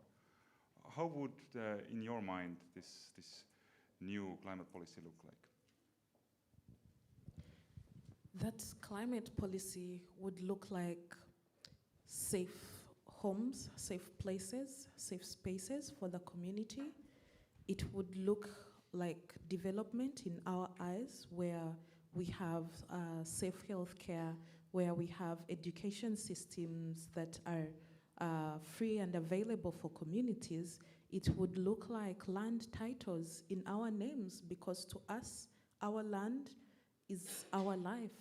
It would look like rights where women and men can sit on the table and draft policies for the communities, where women's voices are respected, where children's rights are respected, where our forests, our rivers, our lakes are protected from big corporations that cut our trees for timber, that cut our plantations for sugarcane growing.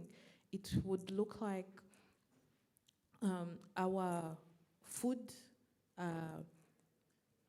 free from chemicals, Our food available for the people, small-scale, smallholder farmers, having market for their food in or outside the country. It would look like clean water for all, good,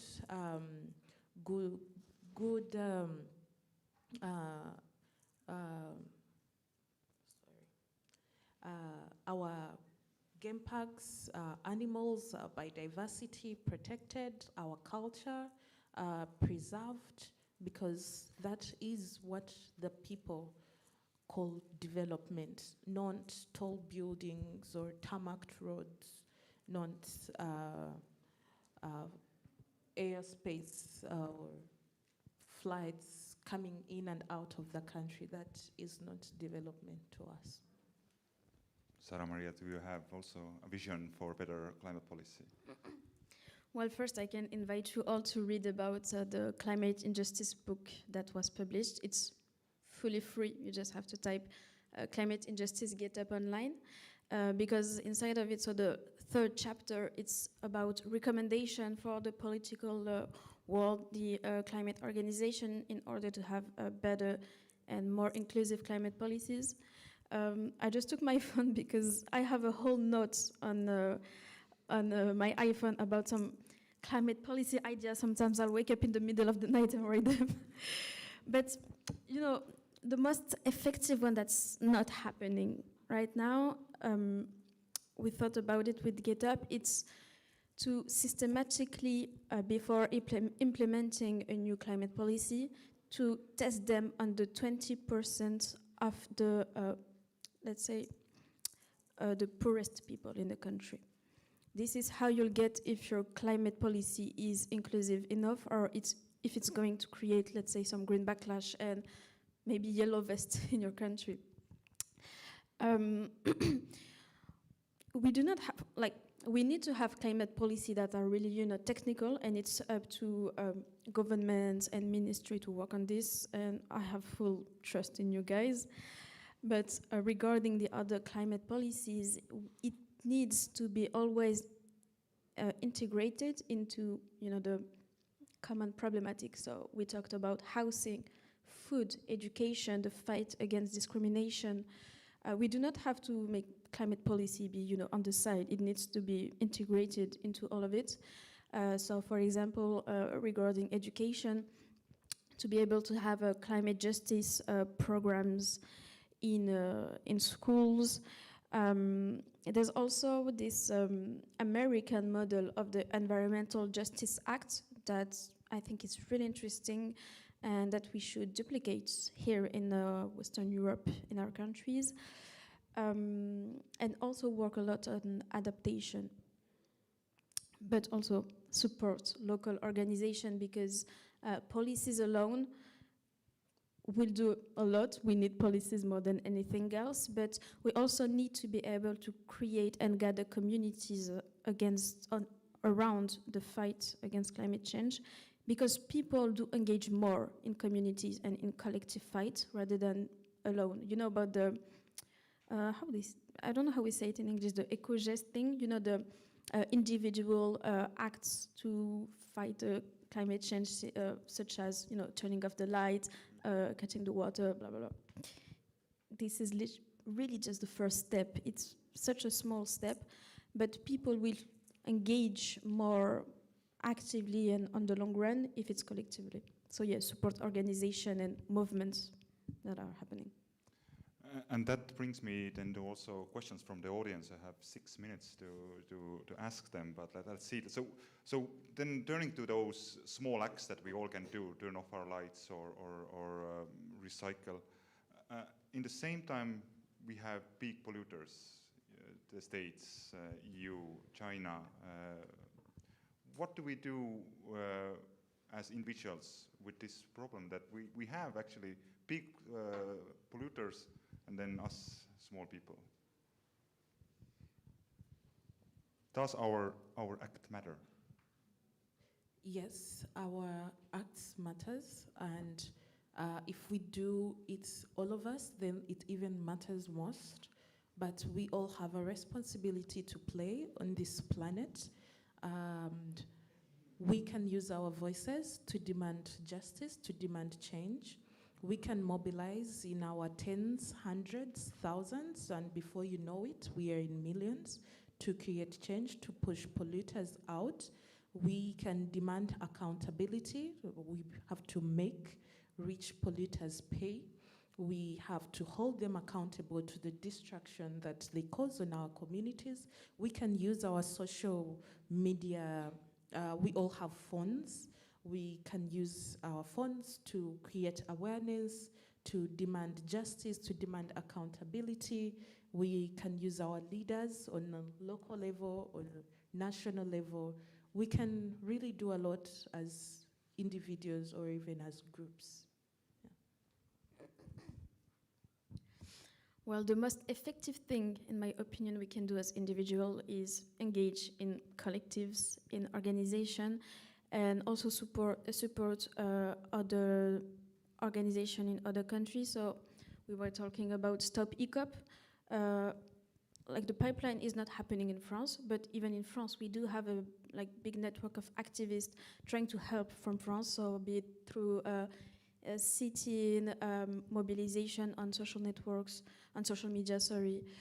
So this is a way of helping, and well, the most effective thing we can do is just demand for it to stop from the politicians and to gather in collective. And for example, when you go to COP, when you go to bond negotiations, being able to bring these topics on the table, using your voices for what matters really, and always thinking about the most affected people and trying to take on their voices.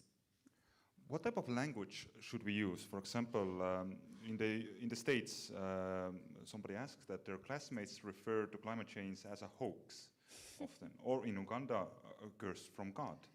How should we speak about something that is so complex, so difficult to understand for a normal farmer? Well, in my line of work, creating climate awareness, when we are talking to students, for example, or to communities that have not a big background of school, we usually talk to them to something that they understand, something that they are seeing in their communities. For example, if we are in a flood-affected community, we will start by speaking about this flood and how it has affected them, what they think caused the flood, and so on. And then that's how we build the conversation from something that they see, that they understand, something that they might not call climate change, but is. But I believe that these phrases, these terms, climate change, are there on a global level, but they are other words that people can relate to.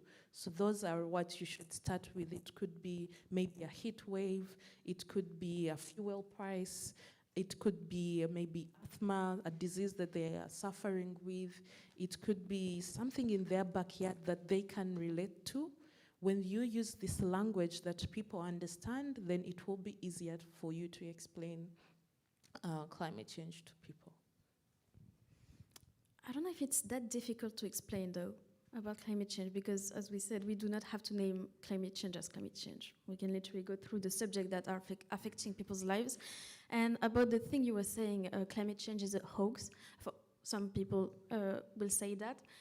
When you go deeper with them, the issue they have is not with climate change. It's with how it's presented to the world. So you'll ask them and they'll say, yeah, it's just a way for politicians and governments to implement policies on us and make us pay when they keep using their private jets, etc. So the issue is not with climate change. It's with how it's presented and how we act upon it. And at the same time, climate disinformation or misinformation is a rising issue. But we can fight against it by using the same tools that they are using. So social medias, social medias, and explaining this in school, and also, going apart from the very technical and scientific aspect of climate change and how it's directly affecting their lives. And also, it's really important from the beginning to mention that it's not your fault. You're not responsible for this. Because from the beginning, it will take off the individual responsibility, and people will tend to listen more. And to add to that, I totally agree with you that we kind of like need to go to this root level. We need to understand people, we need to hear them, listen to them, what is actually really mattering for them, and speak to that. If we speak about CO2 emissions and the increased precipitation, then it may mislead them. We need to speak about their worries. I have a few more questions, but I will later share with you. I don't have much time, only 10 seconds. Last thing, one sentence maybe for the audience. What should they do differently after today? One sentence. I'll just say change the way we talk about climate change and going through people's real matters and priorities, and also supporting local organization and people trying to implement changes, even when they're not talking about climate change. It's really important to change the way we view KPI and what's success on improving how we face climate change impacts. So yeah, just 2 sentences then.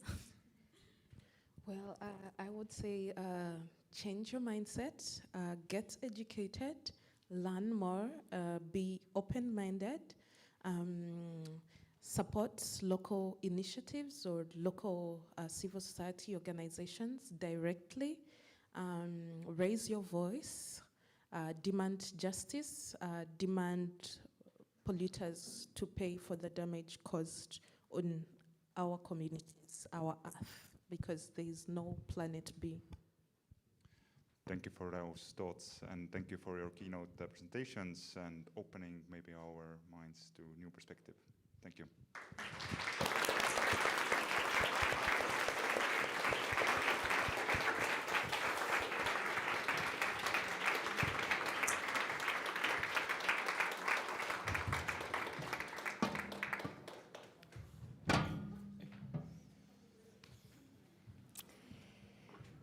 Thank you to Hilda, to Sarah Maria, to Jonas for taking us through to the end of today's first theme, which was changing climate. Before I let you get to coffee and the break, one of the first questions that Jonas asked of our panelists is, who in your lives and in your reality bears the greatest cost of a climate crisis? I'm going to throw that question back to you before you go on the break. Think about your everyday life. Think about the discussions you have with your loved ones. Is it on a Saturday night in the sauna, or on Monday morning over coffee at your work kitchens? People around you, who are they that most often tend to talk about climate and how its changes have had a toll on their lives somehow? So not something you've read in a book, or apparently they are impacted, but who close to you tends to be the most vocal? Are they teachers? Are they farmers? Are they students? Are there teenagers in your household that have climate anxiety? Who are they in your life? The young. My children, I love that. Future generations, our children. My boyfriend.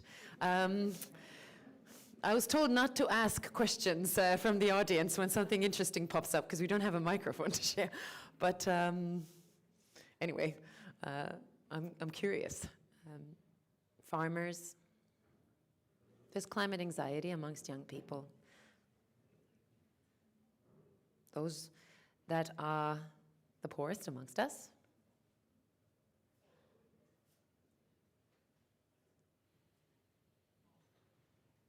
Parents. So this topic isn't so far from us, after all, is it? It's such a strong part of our everyday life, and it impacts all our loved ones. Interesting point, less people talk about it now than before.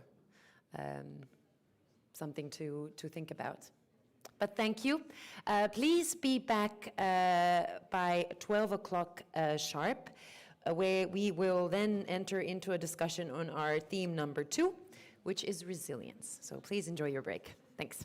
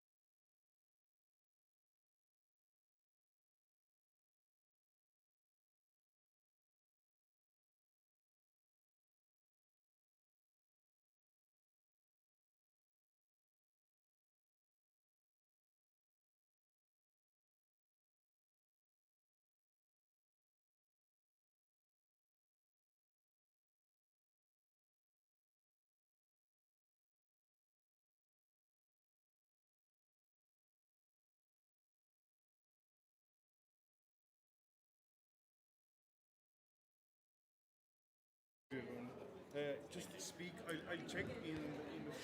Okay. So, when you're finished, I might ask you a couple of questions Okay. before letting you off stage.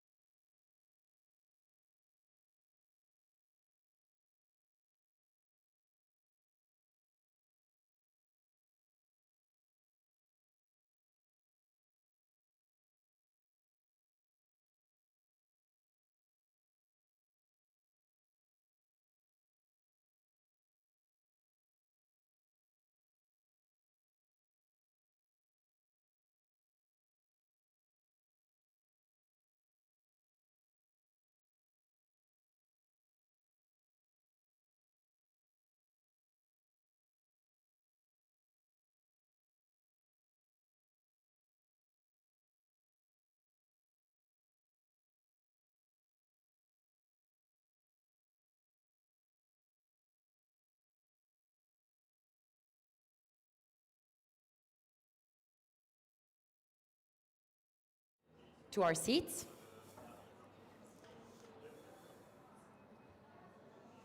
Welcome back, everyone.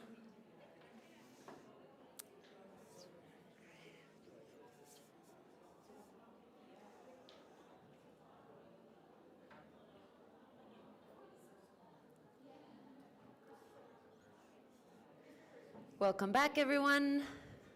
Last bites.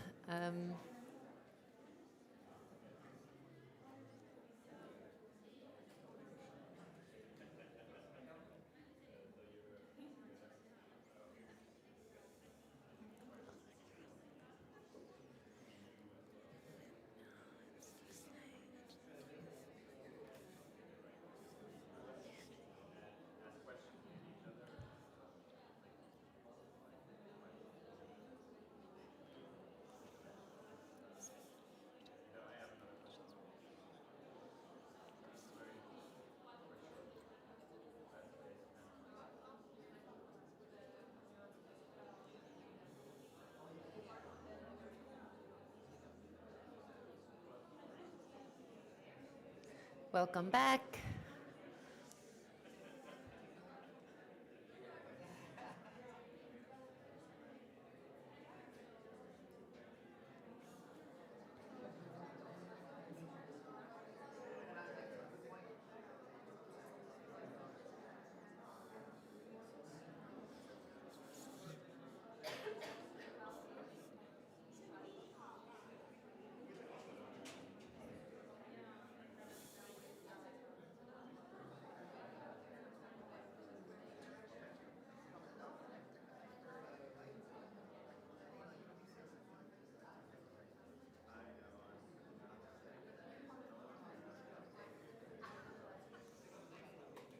Welcome back, everyone. Let's get started.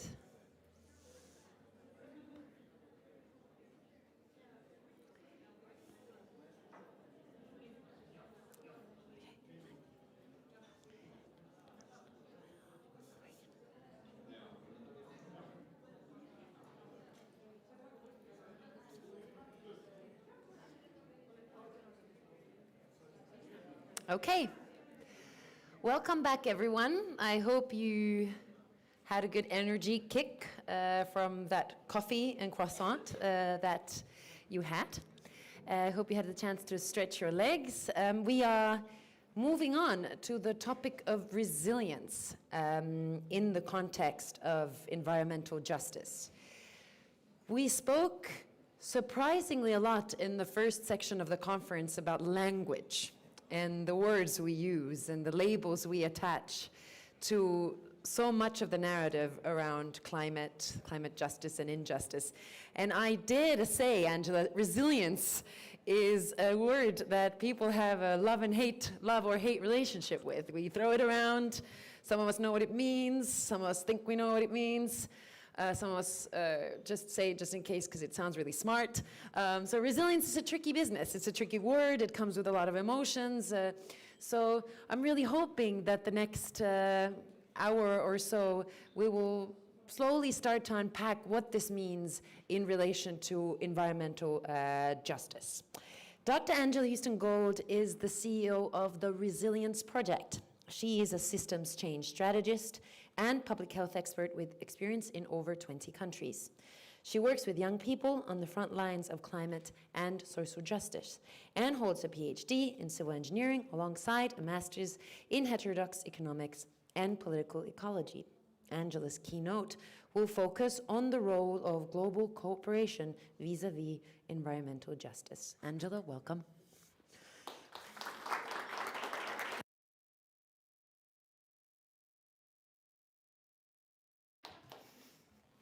Thank you very much.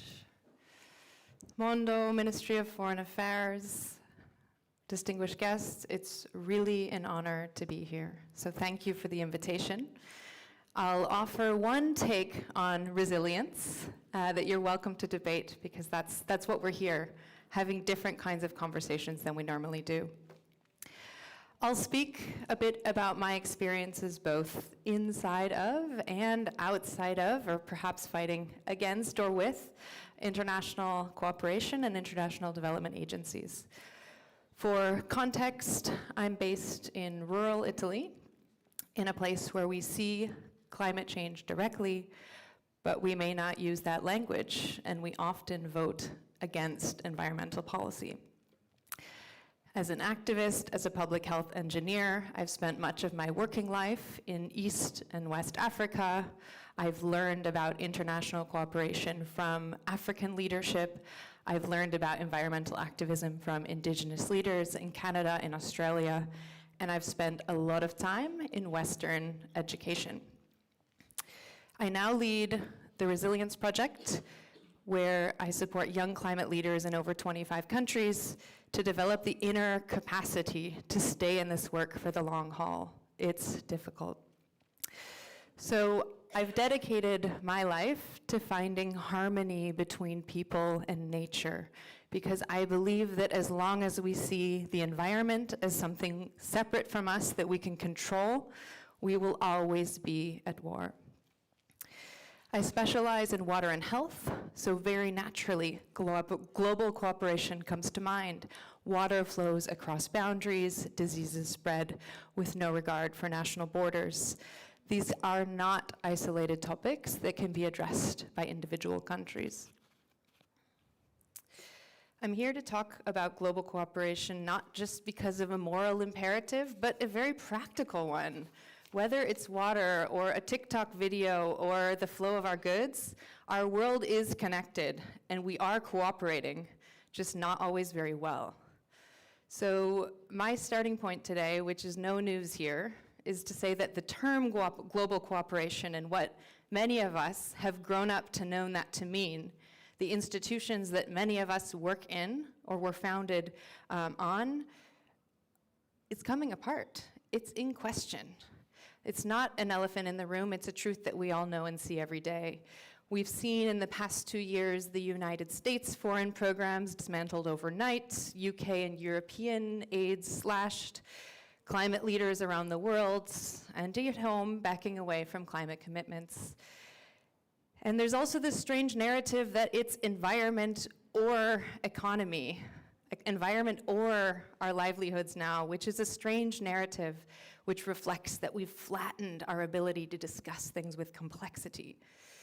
Economic crisis, an AI-saturated information environment, climate change, authoritarianism, closing civil space. This is the polycrisis that is our new normal, and these are not separate stories. The institutions we have long known and trusted are losing their legitimacy, and scientific knowledge is now up for debate. The relationships between truth and fiction, the relationships between experts and the public, communities and leadership have been broken. But you know this, Estonia's Foreign Policy Strategy 2030, I did my homework, written 6 years ago, says that the rules-based order is weakening and that a small open country is best protected by that rules-based cooperation. So while the policy is very strong on Estonia's moral obligations as a high-income country, it also acknowledges that the systems that keep Estonia together itself are failing, are weakening. And that puts leaders in this room in a tough situation. So the question isn't whether to cooperate or to choose between this false binary of environment or security, but really to figure out what this cooperation looks like in this moment.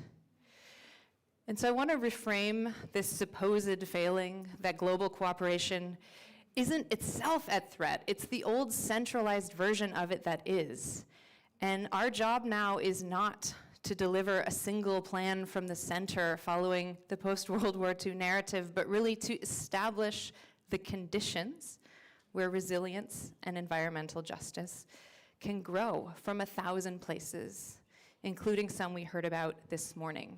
Places that are sites of both vulnerability and, as Sarah Maria said, knowledge, production, innovation, as you heard, communities rising. So it's time to get honest with ourselves. We love to fight for a 0.1% increase in global aid spending, and this matters. A 0.2% increase matters.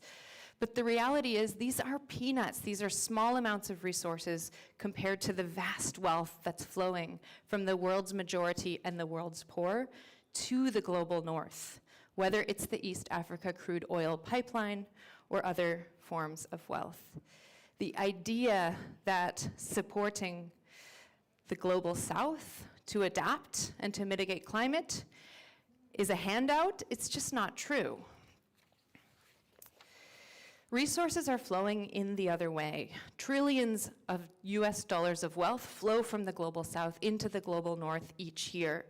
Costed accurately, according to this unequal exchange, it means estimates range from 24 to 30 US dollars flow out of the global south for every single dollar that flows in the form of aid. This is resources. It can be through unfair pricing, it can be through tax evasion, it can be through various leaks which benefit those who have the most profits. And this enables us to get our minerals, our coffee, our laptops, and it's very often done legally.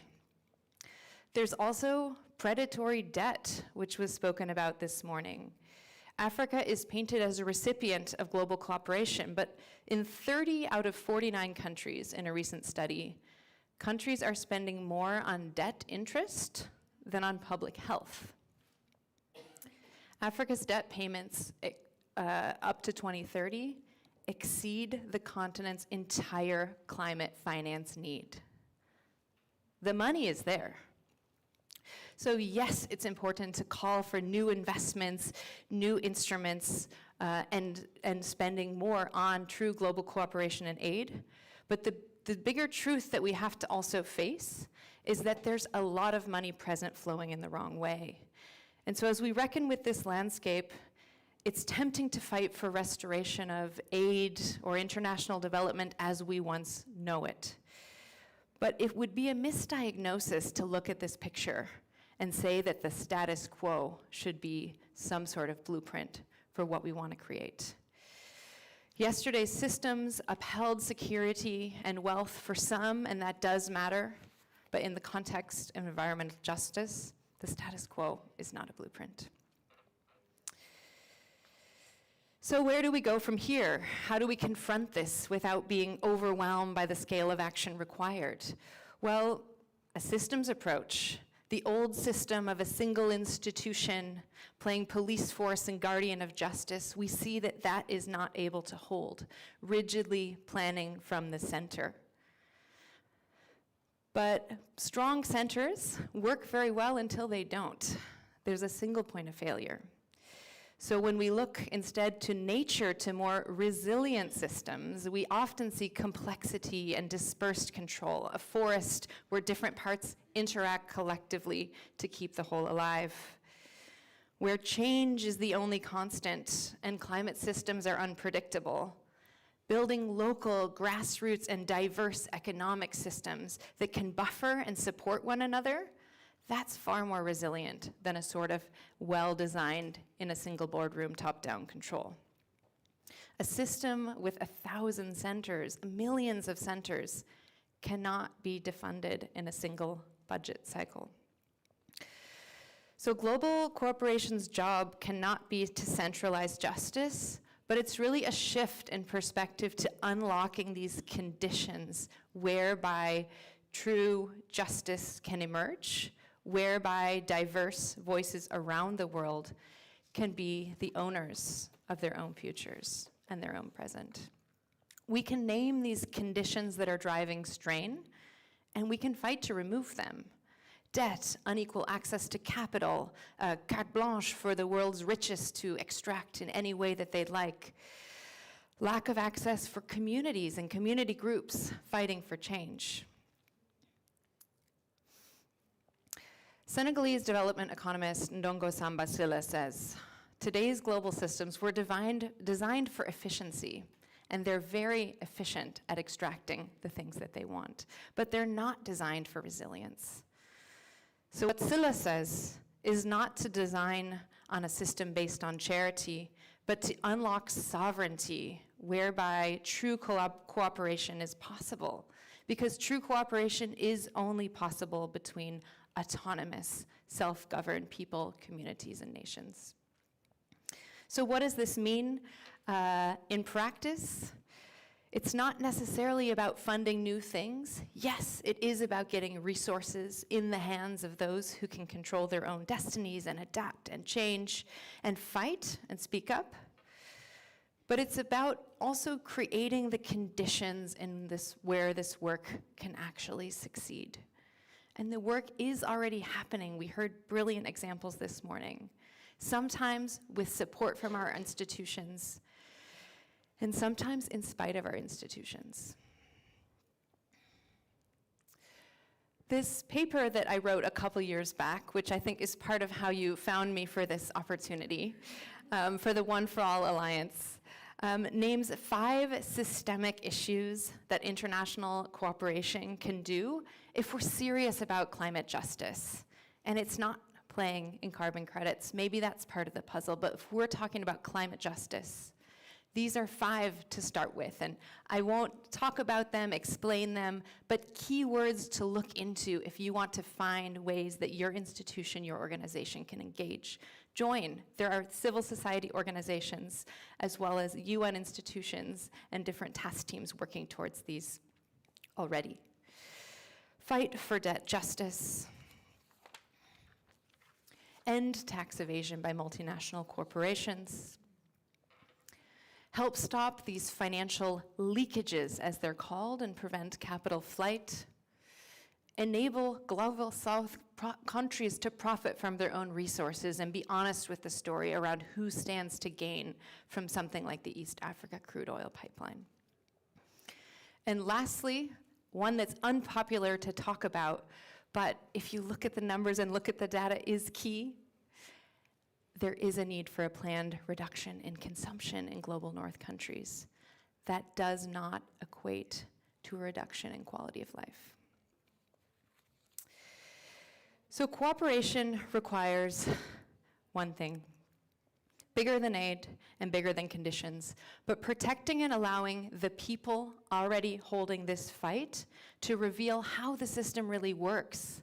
I got very far in international development and environmentalism until I understood how much these finance flows were gaping holes in this bucket that I was working to fill. But there are journalists exposing this, there are activists speaking out about this, defenders who refuse mines and document extraction. There are educators, I think some in this room, standing up to teach honest economic history around where wealth comes from.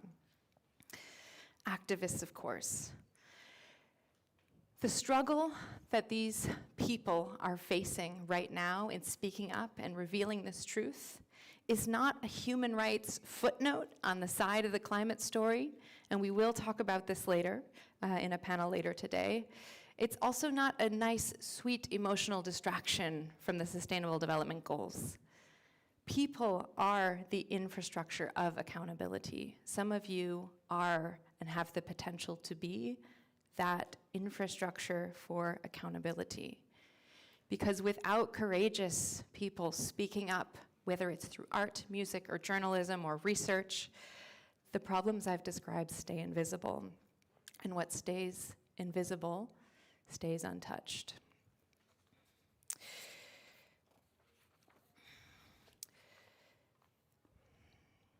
At the Resilience Project, we support young leaders doing this work, as I mentioned. And what they tell us consistently is they're not short on courage. They show us this. The courage that it takes to stage a protest, the courage that it takes to go back to your village time and time again and explain to your grandmother what's going on that we heard about this morning. We've got incredible strength. But we're not providing the conditions to keep going. And where I hear critiques of resilience, that's coming out, I'm going off script, it's often this idea that youth communities are so resilient, so let's just get them on, going on with it. They've got it. They're so strong. It's amazing. I'm inspired. I'm touched. But we have the responsibility to create the conditions in which that courage isn't so necessary. Finance directly, community investment, changing the policies and the finance flows that keep fishermen facing changing yields every single year. This is precisely what international cooperation exists to provide. Not nice projects and nice delivery, but really cultivating and creating the conditions for change.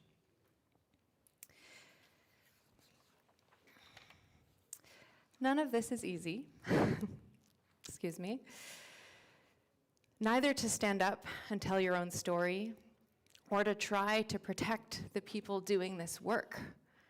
To get the delicate balance right, most people in this room are Europeans. How do we stand up for Africa without speaking for Africa? I'm gonna get it wrong. I don't know how to be an ally and do this right. It is hard work. And not to pity the work of those in this room, but it's hard work for everyone involved, whether they're seeing the farm they spent generations building destroyed, or whether they're seeing the institutions that they believed in and studied to become a part of, questioned, or called illegitimate by activists that they're inspired by. It's frightening, even for the most seasoned leaders. It comes with a psychological toll that we often don't have the language to describe, existential anxiety, climate anxiety. These are not weaknesses to hide, they're rational responses to the crisis that we're in, and that growing anxiety sometimes comes with understanding the scale of what we're up against. So a new internationalism, a new cooperation can work if those championing this fight can survive and have the resources to survive. People, institutions, activists, community, politicians trying to create change and seeing how hard it is from the inside.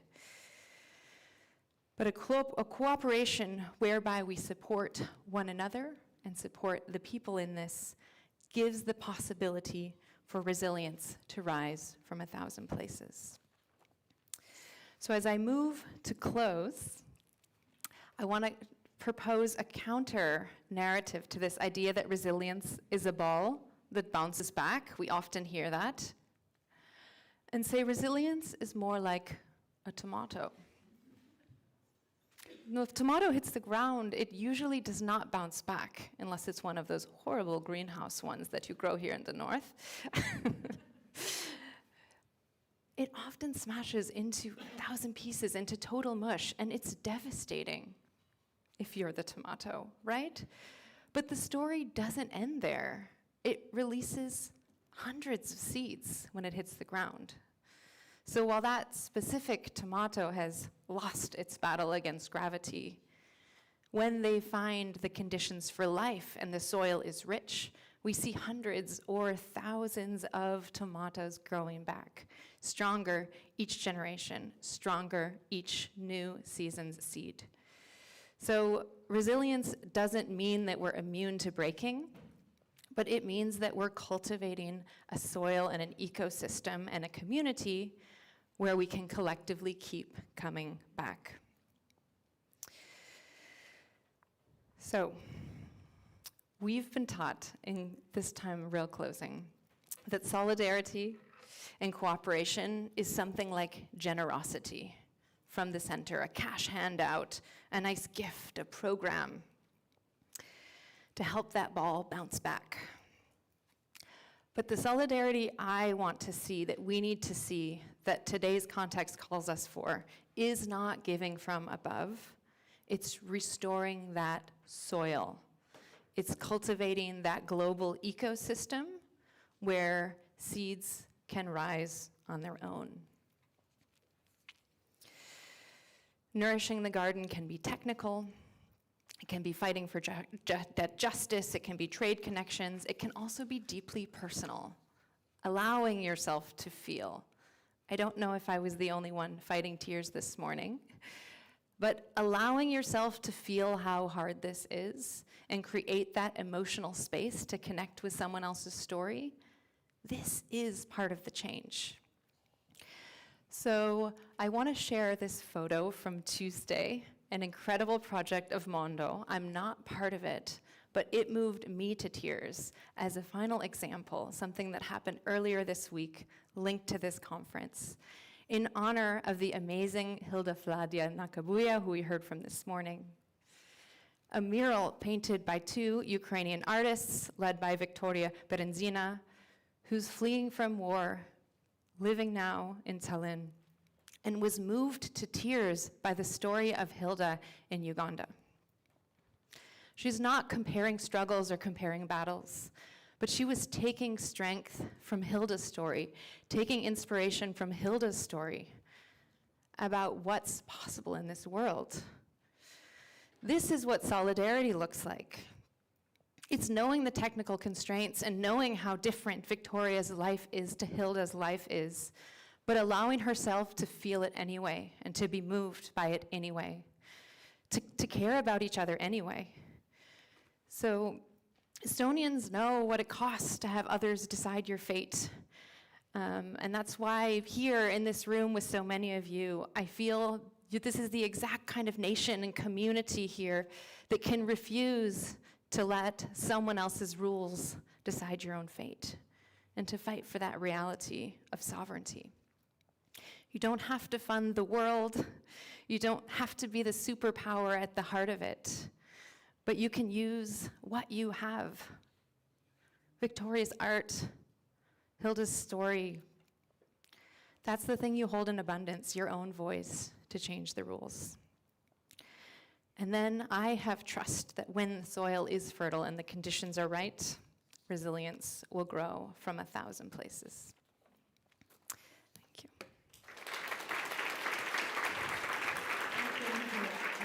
Quick question. Don't go away yet. We want to hear more from you.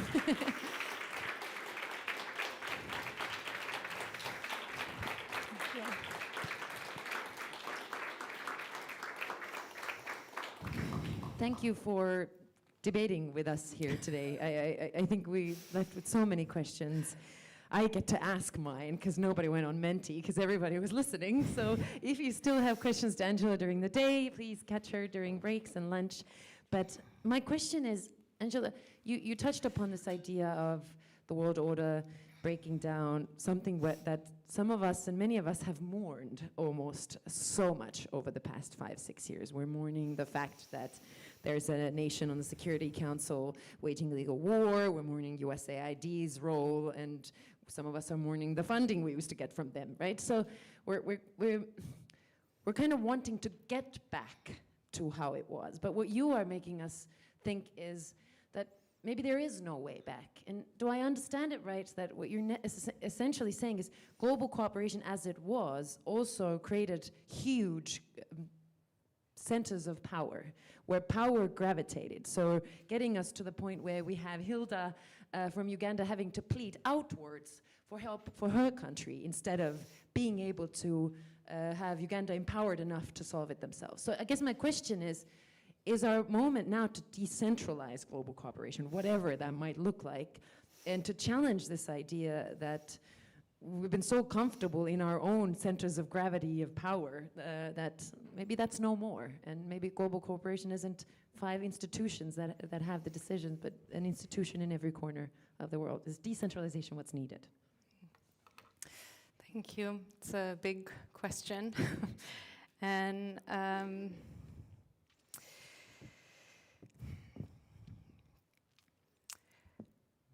decentralization is not the same as detachment and isolationism.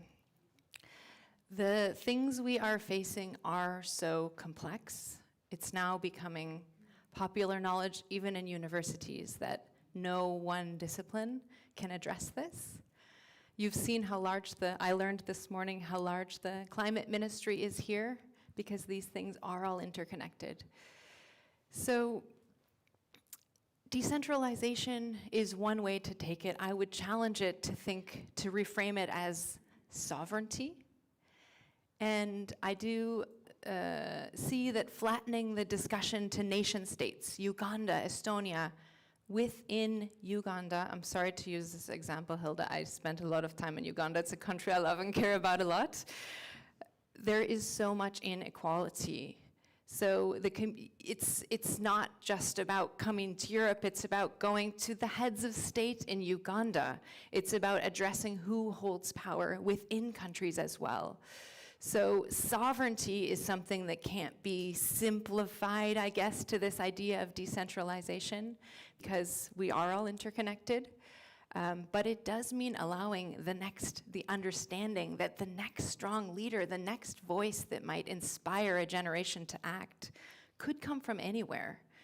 And I am part of the climate justice movement and youth movements in Europe, as well as working in Africa. And one of the things I've noticed from collaboration of European and East African activists over the last couple of years is how much there stands to gain in exchange. So while I've seen the European movement gaining fatigue, I've seen energy in the stories and the power from East Africa, and also the reality of how Gen Z is adapting so creatively to answer authoritarian crackdown. I've seen British saying, oh wow, we could use tic-tac in that way, like they did in Kenya in elections. I'm in. So there is something to gain by working together, but I think this idea that 1, 2, 3, 4, 5 institutions have the power to figure that out on their own, it's a bygone. And we're glad it is. Yes. Thank you, Angela.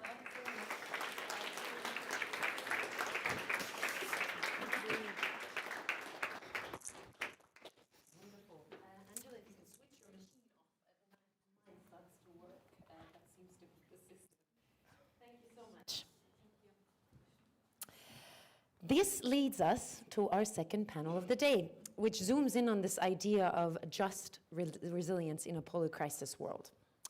War, political instability, and environmental collapse do not happen in isolation. They enforce each other in ways that makes resilience ever harder to build. This panel untangles the web of interconnected crises facing the world today, from the direct and long-term environmental consequences of armed conflict to the political pressures that push environmental issues off the agenda. Our speakers will bring perspectives from the front lines of these overlapping emergencies, exploring what ecological and societal resilience can look like in practice, and why long-term thinking is essential when the impacts of environmental damage may take decades to fully emerge. The panel will be moderated by Dr. Benjamin Klasche, Associate Professor at Tallinn University. Welcome.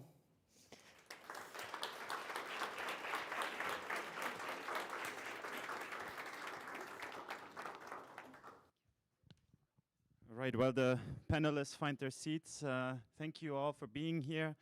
Thank you for Mondo and Ministry of Foreign Affairs organizing this conference. The second time now.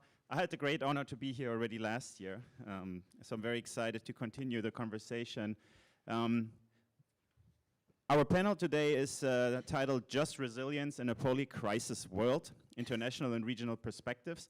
So we will talk about what is this polycrisis, about resilience. Before we start, I will just introduce the panelists very briefly. So first we have Irina Stavchuk, Interim Director of the Central and Eastern European Ukraine programs from the European Climate Foundation, also from Ukraine, which I think is very important to mention.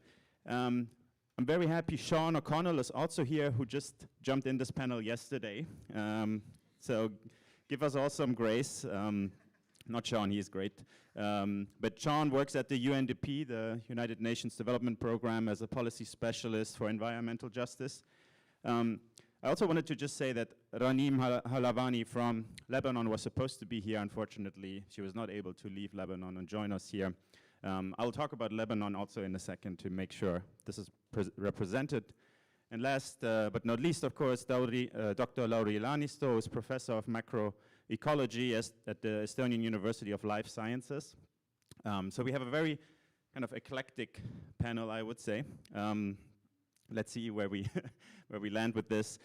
I want to make this more of a conversation. I have some questions planned for the panelists to introduce their work, to give us insights, but then I would really like to pass it on to you, so I will check Menti, make sure to go there and bring your questions in. But to start us off a bit, I thought I'd talk about the polycrisis. So we live in this, what Mondo called polycrisis. Many different versions of this exist. I would maybe describe it as a world where many global crises are overlapping. So we of course have the climate crisis, though maybe it might be better to call it an environmental crisis, which is overlapping with the crisis of global inequality, with the crisis of a fading world order, as we just heard. A crisis where war becomes diplomatic method much more frequently, and all of this at the background of the climate crisis, which often gets forgotten when we discuss these matters. Even worse, though, the climate crisis, I would say, is overlapping with other environmental crises, and we often lose focus of this. We have these climate blinders on. It's all about CO2 emissions. So we also have the UN talks about biodiversity loss as a huge crisis, pollution of soil and air as the other one. We have many scientists who talk about planetary boundaries, 8 or 9 of them, depending on which study. So all of this is the complex environmental crisis that we're actually dealing with. It's not just about emissions, which matter a lot too, but all of these things are connected. We also already heard this morning that mostly the ones that do not carry the responsibility for these crises are suffering the burden of all of this. I would argue this is by design. This is through all the violent structures, societal structures that this crisis is built upon. So we have a system of racial capitalism, of climate coloniality, of patriarchy, militarism, and all of these things exacerbating all these global crises that we have. So on today's panel, we can manage, of course, to look at them all. We want to look especially at the connection of the climate or the environmental crisis, which I invite you to say, and war and destruction of the environment within all of this complex. Why I'm also wanted to highlight that we have panelists from Ukraine, from Estonia, well, from Ireland, that's a little, now you're throwing me off, but we used to have a panelist also from the Middle East, from Lebanon, and I think these regions are also very much connected when we think about this crisis. They're connected economically, but also politically. Rise of emissions in the war that is happening in Lebanon now, but also the emissions that are emitted in the war in Ukraine, of course, affecting each other. But there are even more intricate connections here, where we have Israeli weapons used in Lebanon and in Palestine, bought in Estonia to protect Estonia from Russia, to support, of course, also Ukraine. So there are much, much more complicated connections between all of these things. And last thing from me, as Ranim could not be here, I still wanted to talk a little bit about Lebanon. Just a few sentences. So as of yesterday, Israel has killed over 3,500 people in Lebanon. This is just in the last 3 months. 1 million people have been internally displaced. Next to this ground invasion and the daily bombing, also the practice of occupation has started in South Lebanon. This means destruction of civilian infrastructure and of the environment. If we look to Palestine, for example, there's a well-established pattern of environmental destruction, flattening villages, uprooting olive trees, desertifying strips of land, and this is happening also now in Lebanon. We have seen pictures of solar farms being purposely destroyed, farmland, 25% of Lebanon's farmland destroyed, 2 million farm animals killed, and all of this while also white phosphorus attacks happen on Lebanon that burn down forests and now pollute the soil. So what we are looking at there is what I would call an ecocide. So another part of a global crisis, all of this together. So just trying to set the stage with this huge, complicated situation at our hands. But now coming to our panelists, and please think about Menti as well. So the first question I was hoping to put to Sean. So my first question is, thinking now about also resilience in the times of these global crises, of the security crisis that we are facing, what are international organizations able to do at the moment? So I was hoping you could tell us a little bit more about the environmental justice program, but in particular, how are you holding people, I assume people, or the ones that are accountable for standing in the way of resilience? No, accountable. How do you hold him accountable? You understood what I Thank you. I do very well. Thank you, Ed. And again, you know, I do apologize for mixing up the balance here, but I hope to speak on behalf of the 50+ countries over the last 3 years that have been in a really privileged position to support on environmental justice journeys, including justice actors, lawyers, civil society, and governments. So I think before starting, I just wanted to congratulate you for getting the framing right. So, you know, before we even move towards solutions, you've really hit the nail on the head. This is by design, because I think sometimes we talk about polycrisis, sometimes it's sold to us, oh, we never knew this was going to happen. Things like the climate crisis, biodiversity crisis, you know, the systems of mass consumption, of CO2, of resource-dependent development, or intensive development, this is exactly what we could come to expect from these. So yes, the consequences are crises, but what caused this is something of an intentional design. I think that's a very important point to make, because someone has crafted the situation we're in, and someone's benefiting from it. I think that's an important starting point. I think you've also framed it quite well in terms of climate crisis. Actually, in the UN, my colleagues in the UN Environment Programme, they don't allow us to call it the triple planetary crisis anymore, because they say it ignores issues like zoonotic diseases, soil degradation. So we all, you know, the polycrisis is very important, but I also think that you've hit the nail on the head when it comes to climate crisis, and a climate focus only is leading to terrible consequences, for example, for biodiversity. When it comes to the scramble for renewable energy, we're pulling everything we need out of the ground, and we're creating another massive environmental pollution crisis and biodiversity loss crisis. So we have to be careful, and we have to recognize the connection here. And it's interesting that climate crisis takes up a huge part of our conscience, because it tends to be the issue in the global north that we feel is going to affect us. Not the loss of species, not the loss of biodiversity somewhere far away, or not the pollution coming from a mine that we don't have to live near. So I think that's a very important framing. And maybe the final kind of important place to start is the security issue. And I think Estonia is a great place to have this discussion, because if someone is telling you it's security or development or environment, they're 100% misleading you. You know, we're in a country that has invested in security and development. And in fact, the development is part of this country's security. So we actually are experiencing this very worrying trend of everything being sold now as a security crisis. And you are naive to think that you can have development while there are security risks and crises. That's not the case. You disinvest in sustainable development at the cost of your security in the future.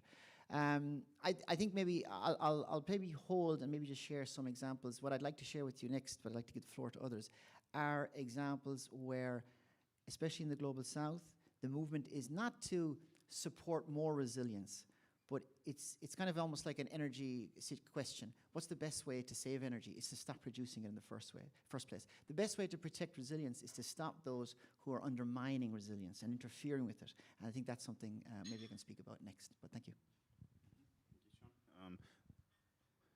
Okay, I'll come back to you with the actors, how they are undermine resilience.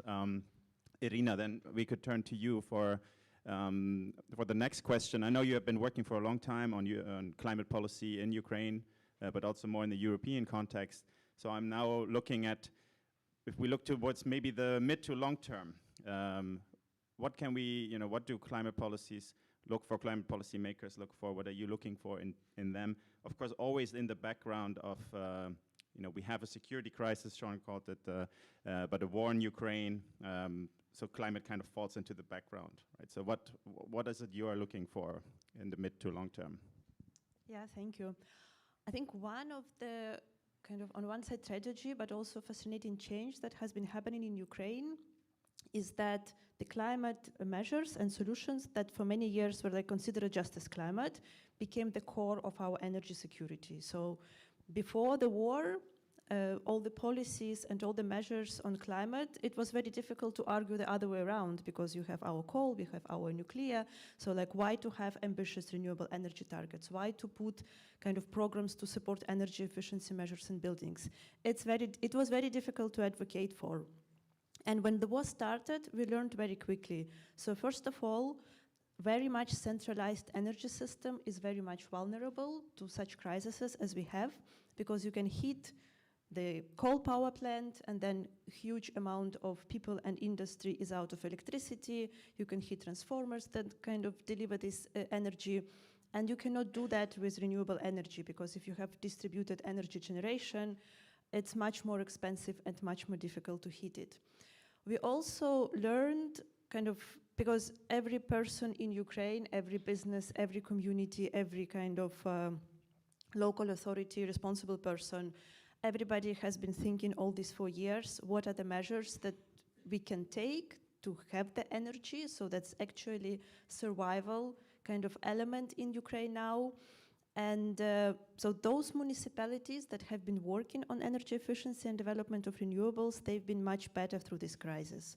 Businesses very quickly learned all the opportunities, and there is a massive scale of development of solar energy, of storages, of heat pumps. And what is important is that these technologies, not all of them, but solar and batteries, they are already competitive on the market. And that's also kind of something new, that new reality in Ukraine at least, that it's not anymore considered as elite technologies that only rich can allow themselves, and then we still have our traditional energy sources. Everybody understands that actually the technology is working. They're providing energy security, and there is kind of a lot of support for it.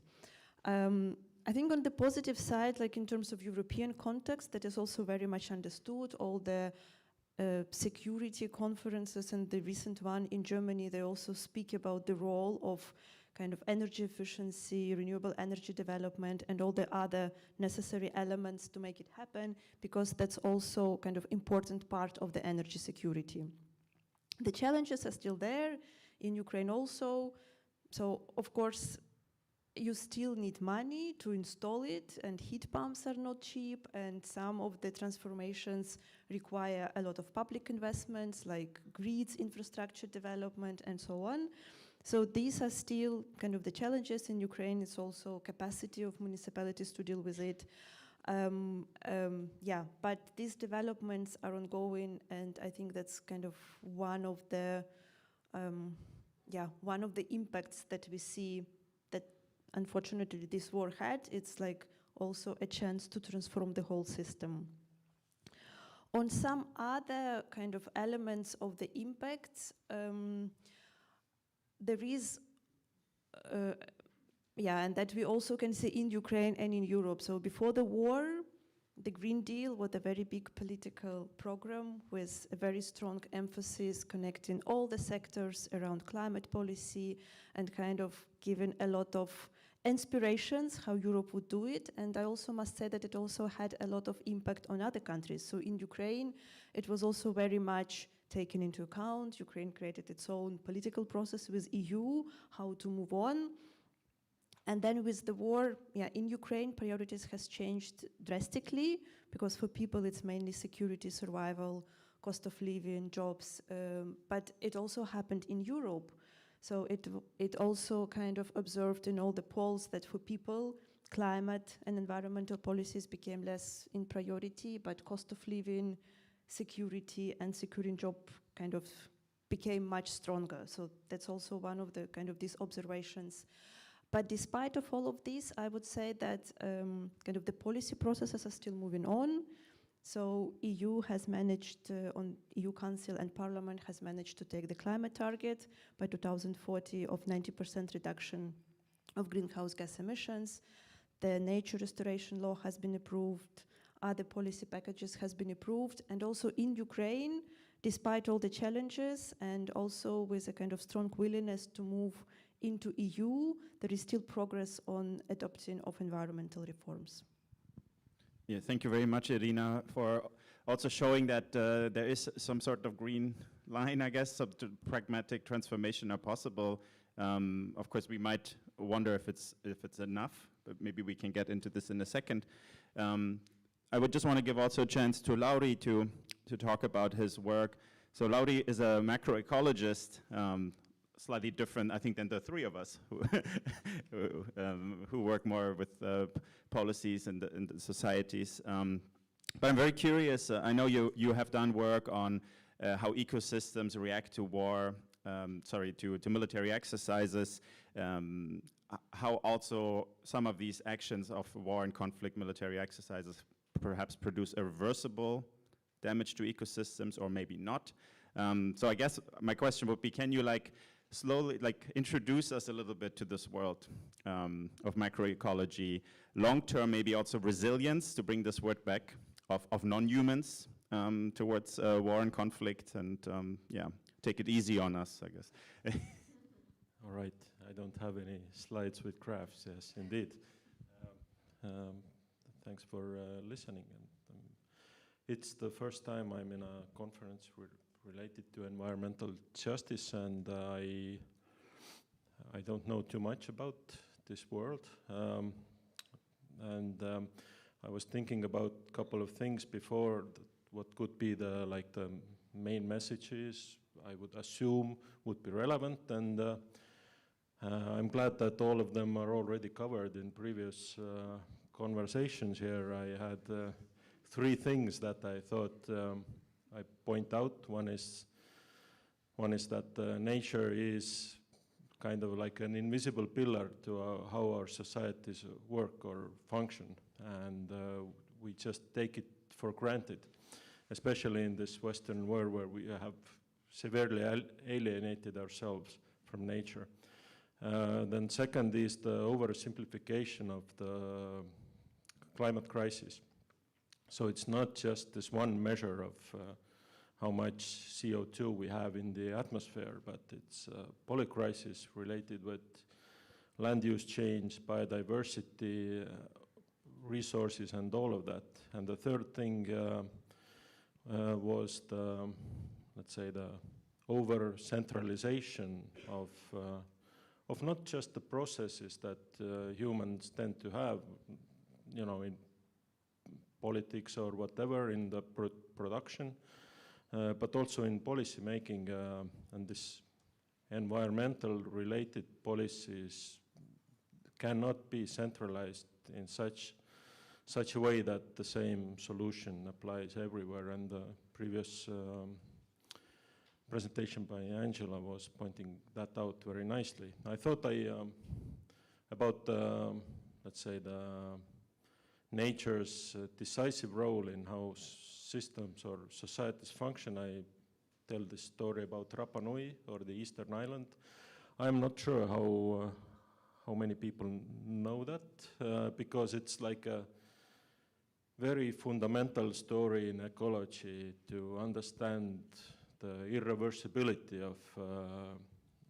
of using nature's resources. So Rapa Nui is this very isolated tiny island in Pacific Ocean. It belongs to Chile at the moment. But about 300 years ago, there were living about 20,000 people, and they were actively erecting those magnificent statues that we know Rapa Nui, you know, for. And this was like this religious type of thing.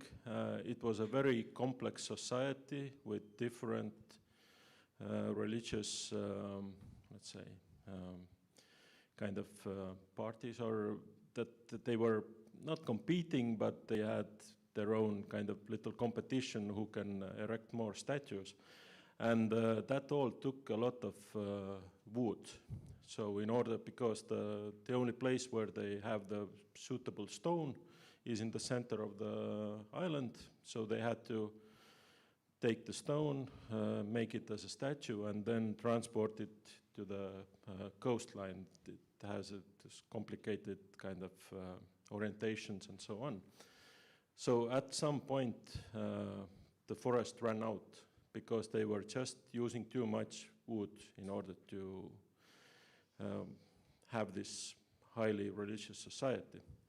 And then about 100 years later, the society had collapsed because of this cutting down all the forest, so that they were basically back on a Stone Age, and they did not know the people where those statues were coming from, or why were they erected in the first place, which is why all those myths about maybe UFOs came or whatever. And this is the whole society kind of completely collapsed because they just got out this resource that was giving them this capability of living the standard that they have. And when we go to Rapa Nui nowadays, there is still no forest because this change was irreversible, or at least in our timeline. Because when you cut down a forest, especially if it's a tiny island in the middle of the ocean, there are a lot of winds, soil erosion was very big, hydrological properties were changed, and there has been dozens of very complicated attempts to regrow forest there, but nothing. It's just, you have to wait until the tectonic plates are shifting so that Rapa Nui will be in a better climate for forest growth in order for the forest to come back. And as an ecologist, I think I heard this story first like in the mid-90s. I see this every day. We are doing it on a planetary scale, and nothing is changing. So it's a very, we were discussing yesterday who has the bleakest world view from their scientific discipline, and you know, we are all winners in that perspective. Today Hilda was talking about Lake Victoria, and this is exactly the same scenario playing out.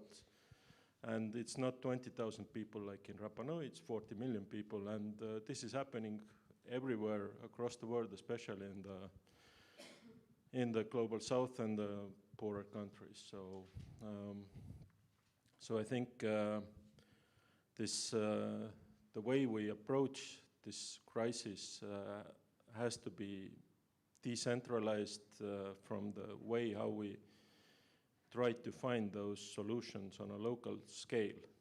So, for example, what Irina described as a kind of decentralization of Ukraine energy system, this is exactly what nature does for resilience. So every system is non-centralized. But the problem is that in order for this non-centralized world to function, whether it's human world or natural communities, it has to have a network of communities close by enough. And this is the way this one spot in this network can be autonomous or sovereign or whatever. But if we destroy the other points around it, it will not survive, even if it's very autonomous. It's not a long-term strategy. So this is kind of, now I'm trying to get to this point of military thing. There was also a question in Menti already, if you could, what do ecologists look, when they look at Estonia, where do you see climate change? So maybe you can keep those in mind already. So regarding this ecological resilience, I think, so one of the last parts of Europe that are really more or less natural, in addition to nature, let's say national parks, are military training grounds because people cannot live there. They usually don't go there too much. It's possible in most of the countries to use it seasonally or whatever, but the human influence there is very low. So this is kind of this, let's say, the hidden network of nature that we have in Europe, actually, that we could use so much better for building this resilience network of nature. But of course, it needs a lot of, let's say, mind changing in the defense people who don't really, well, they don't consider nature as an enemy or as a alliance, even though it is also a very good kind of alliance point, but also it provides, if they kind of change their mind little bit, this military ground thing could be a very good part of this network of nature. But how do we see climate change in Estonia is, I think, we have all witnessed that in some summers that our grass is in the cities already brown before the midsummer day. And this is it. It's not just the climate change, but this is the overexploitation of the things that those Husqvarnas are selling us, you know. The oversimplification of climate crisis, I think one important point is that this 2 or 1.5 degrees change of temperature does not feel like, you know, something bad, especially if a politician is talking about it in the winter. And but it means that there is so much more energy in the atmosphere, and that brings along all those extreme environmental or weather conditions that we cannot really predict too well, and those extreme events are the ones that are really destroying the nature and our economy as well. But thanks. Yes, thank you, Lauri. Also, thank you for explaining better to us how these different, systems, components in the Earth system kind of work together. And I liked how your simple explanation is the grass is brown, but then you say, well, it's not simple though. So this is the kind of line we have to thread, right? I would maybe go back to Irina. There's a lot of questions about both Ukraine and your work. So maybe I'll combine two of them. One question is like, can you already see the environmental consequences after the war, when it ends? What all has to be done? And then there was a connected question about this energy transition. The question asker is assuming there is a lot more money needed. Is there already like work towards getting these funds? Are there concrete plans? Yes, please tell us some more. Yeah, so I'll start with environmental consequences. It's not only after the war, it's already happening because it's been 4 years of devastating kind of military activities on a very huge territory, 1,000 kilometers front line, but also missiles and drones flying kind of every day, every night, all over Ukraine, no safe space, and then hitting different facilities which have impacts on soil contamination, water contamination, air contamination, huge territories are mined, and that also impacts kind of biodiversity. There is a new challenge with the new optical drones, which kind of when they fly, they also produce a very kind of small fiber wire. And on the front line, you can see the pictures when the whole kind of fields are full in these fibers. And of course, animals also get stuck in it. And also it's extremely challenging to demine and to do something with it. So these impacts, they are huge. They are for many, many years. And it's a huge territory.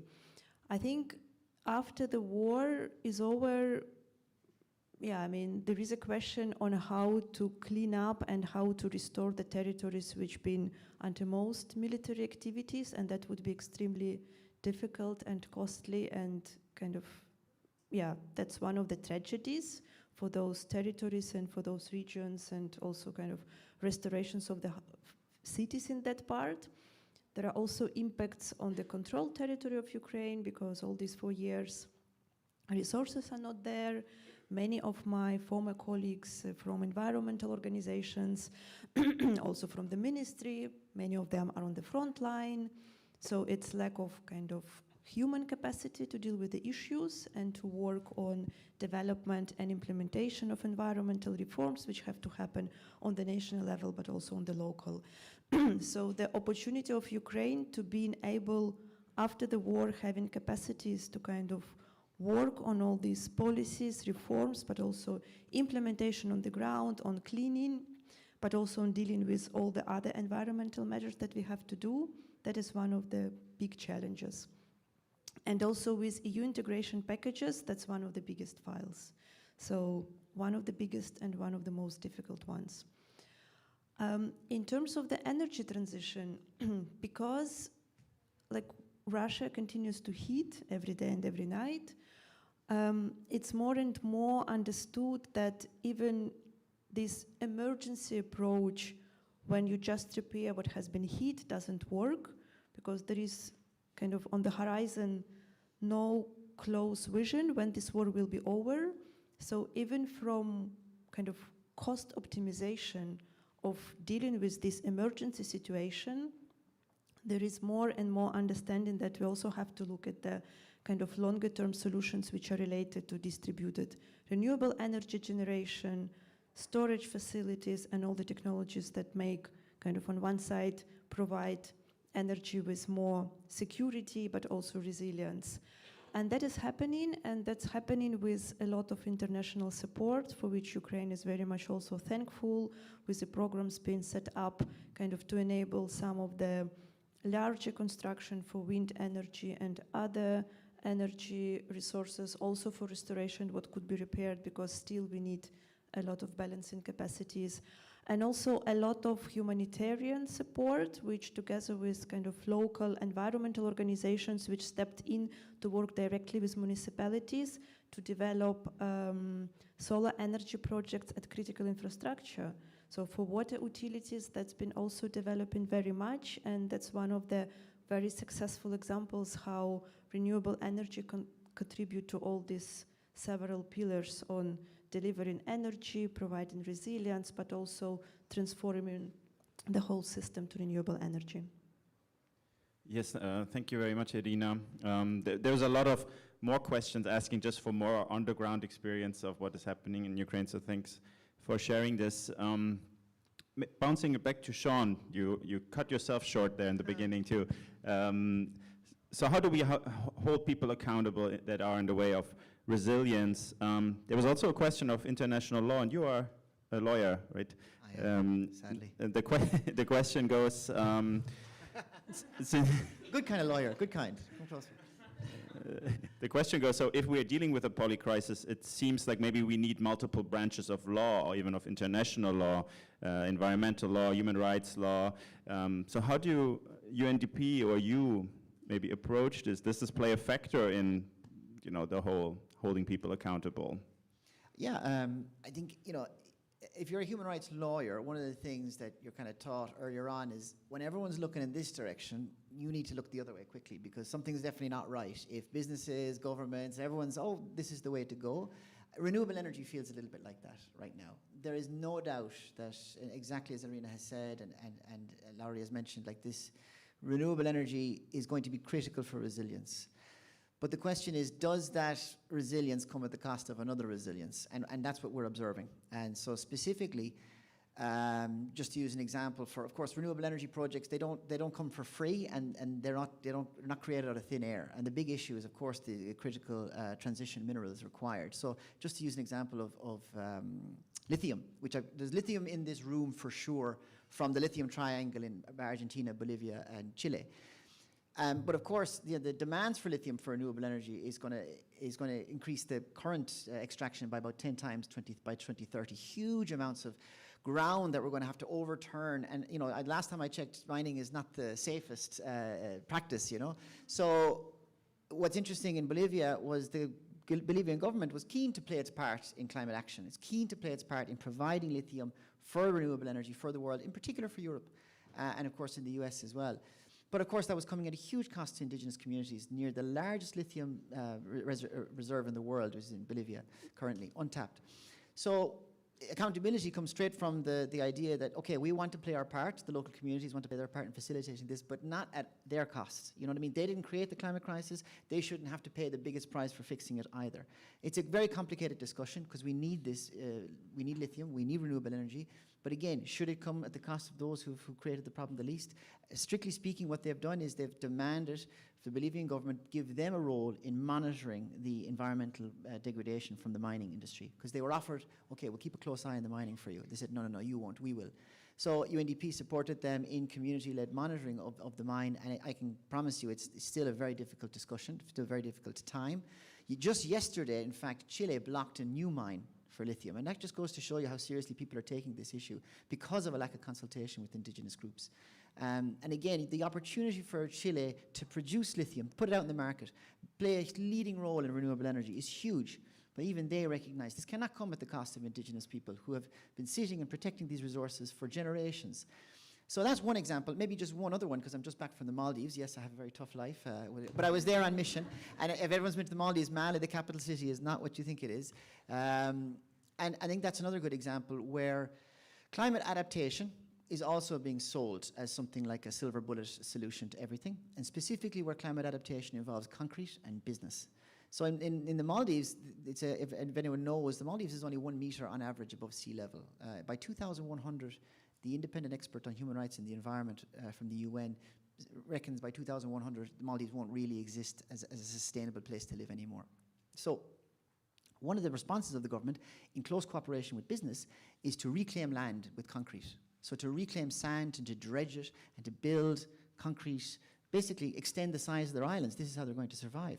But of course, this completely undermines the island's natural resilience to rising sea levels and tsunami.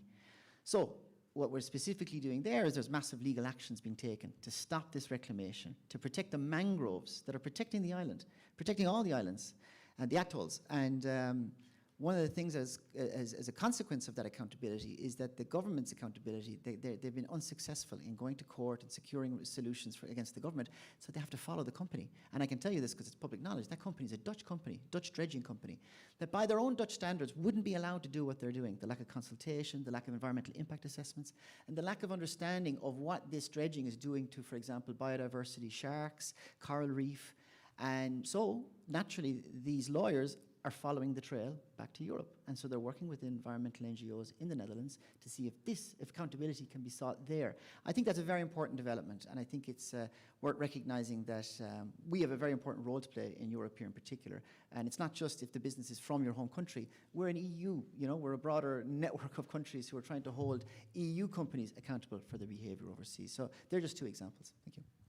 Did I understand correctly then that the people in the way of resilience are often companies? Or what is in the way are international companies?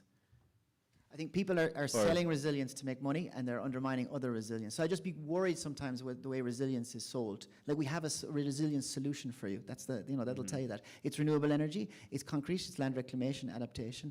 And I think we have to be asking, who is the resilience for and what is the resilience? Because resilience is absolutely coming at the cost of other people's resilience. And as always is the case, it's coming at the cost of those who have contributed the least to these problems. Yeah, thank you. This, of course, also reminds me of the keynote we just had, whether we should be even thinking about it. There are some questions about kind of the political framing of the climate crisis, also in contrast to a security crisis, to the wars in Ukraine and in the Middle East. One specific question, I'm just going to pose two or three to all of you. So how can we discern the falsehoods is the question regarding development and security. I think, Sean, you mentioned this earlier. There was also a question about how do we communicate that raising environmental concerns about the military defense industry isn't at the same time undermining state security, right? Because especially, I would think in Estonia, in this region, state security obviously has a high priority, and it's connected with militarization, which we also know is really bad for the environment. So how do we kind of manage these two? Is this a rhetoric? Are these, the question continues, do we need certain rhetorics that lay this betrayal maybe even open? I would pose it to, maybe Irina wants to comment first. You seem to be nodding. Sean and Lauri.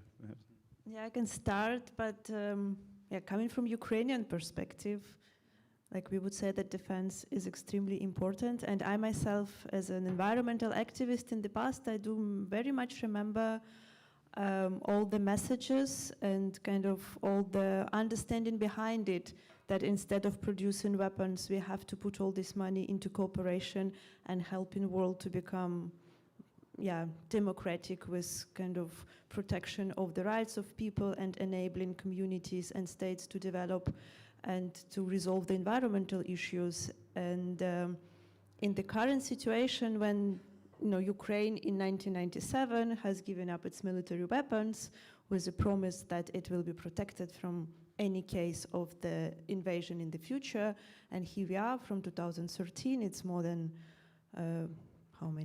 13 years, the war is ongoing with Russia, and the world cannot stop it. So, so in Ukraine, I think you don't find any environmentalist who would be standing against militarization. So everybody is against the war, everybody wants to have the peace, but there is also strong understanding that, like, without weapons, it's kind of impossible. It's extremely important, because then you cannot protect yourself if there is a conflict. So that's kind of the situation from the Ukrainian perspective and from also environmental side. John, do you? Yeah, I mean, it's it's funny because Ukraine often gets used as an example of how important the investments in security are over development, but as you said, Irina, the investments in development have not stopped in the Ukraine. It's not prioritized, but they continue. And I think if that's an example, it's still possible. I think sometimes it gets framed as all or nothing. It has to be everything here, and we don't have any support or we don't have enough resources for development. I think that's a kind of a misnomer, misrepresentative. But I also think that sometimes now this example is getting used more broadly for security, and it's kind of almost the situation we have now where, you know, when all you have is a hammer and this question of security, everything looks like a nail for them now. And this is being brought across the Middle East, North Africa, where we see a lot of important development progress regressing. And I think we often don't think about that. I mean, Estonia, again, is a good example. Human development here has been usually in the top 30 of the Human Development Index, quite high. But Estonia has managed to stabilize, but so many countries have lost many important development milestones and progress over the years. So it's hard, it's a very hard conversation to have. I think our message really isn't that it's not about disinvesting from security, because as you say, Irina, you know, weapons and defense are critical for countries who are really at risk. But we're seeing it come at such a huge cost for broader development discussions. And it's, you know, we even saw there from Angela's slide how little actually goes to development. And you're going to take away even that. It's a very difficult conversation to have, and I just think that sometimes we're not getting the full truth behind why security is being pushed in certain contexts globally. That's all. Thank you. All right. I think that this kind of division between we go either the environmentalist way or the military way is kind of just an illusion in a much sense. Of course, war itself is very devastating for nature, but I think military activities or training, it's not so much destructive to nature if you kind of organize it the way you do. For example, American military has been a great partner for nature conservation in US for like 50, 60 years. They do all of those huge conservation efforts that otherwise there is no funding, but they have a lot of guys who are just, they have to do something in nature. So why not, let's say, pick up some invasive species or something like that? And this type of activities, in addition to what everything else that they're doing, there could be a very good collaboration. Plus, nature itself is kind of the best protection against a big enemy. For example, in Estonia, the forest that we have with the border of Estonia is probably much better than any type of wall that we can build against them. So, I mean, we have to think about nature from that perspective as well. And if we think about it like that, if the defense people think about it like that, then there is, I think, a lot of hope, if I can use this word, for kind of a collaboration of those two seemingly very different or contrasting directions in societal building. I think we should definitely use the word hope as much as we can and whenever we can. I actually also have some thoughts on this topic, if I may. Maybe first, like Lauri, I like what you said, like militarism or environmental protection is not like kind of, there's not just these two options, right? It's somewhere in between. Like I've been following the debate in Estonia, especially about investment into the defense. The defense budget rising, you know, nearly to 6% of the GDP now. And it seemed like, from my perspective, that in Europe, at least, it was this kind of race towards who can pledge the most money to the defense budget without really knowing what to do with this money yet. In Estonia, there's not enough places to buy even ammunition, you know, basically military goods for this type of money that is pledged. Things need to be found, companies need to be invited. So I wonder if, could we have like, maybe a little bit what Lauri was saying, is there a way we can coordinate this so it makes much more sense? Is there still funds for development, for healthcare, for other social initiatives that are also available? So I'm a little bit in between, I think. With the NATO thing, I'm hesitant to say this is good, or the US military, because this sounds a lot like greenwashing to me. So you have an actor that destroys the environment probably the worst way possible. Like the US military, I think I saw this once as if it were a country, it's like in the top 10 emitters in the world. Like there's, there's a lot going on. Aircraft carriers around the world, fighting jets, not even to say, nuclear weapons, etc., testing, the worst kind of things.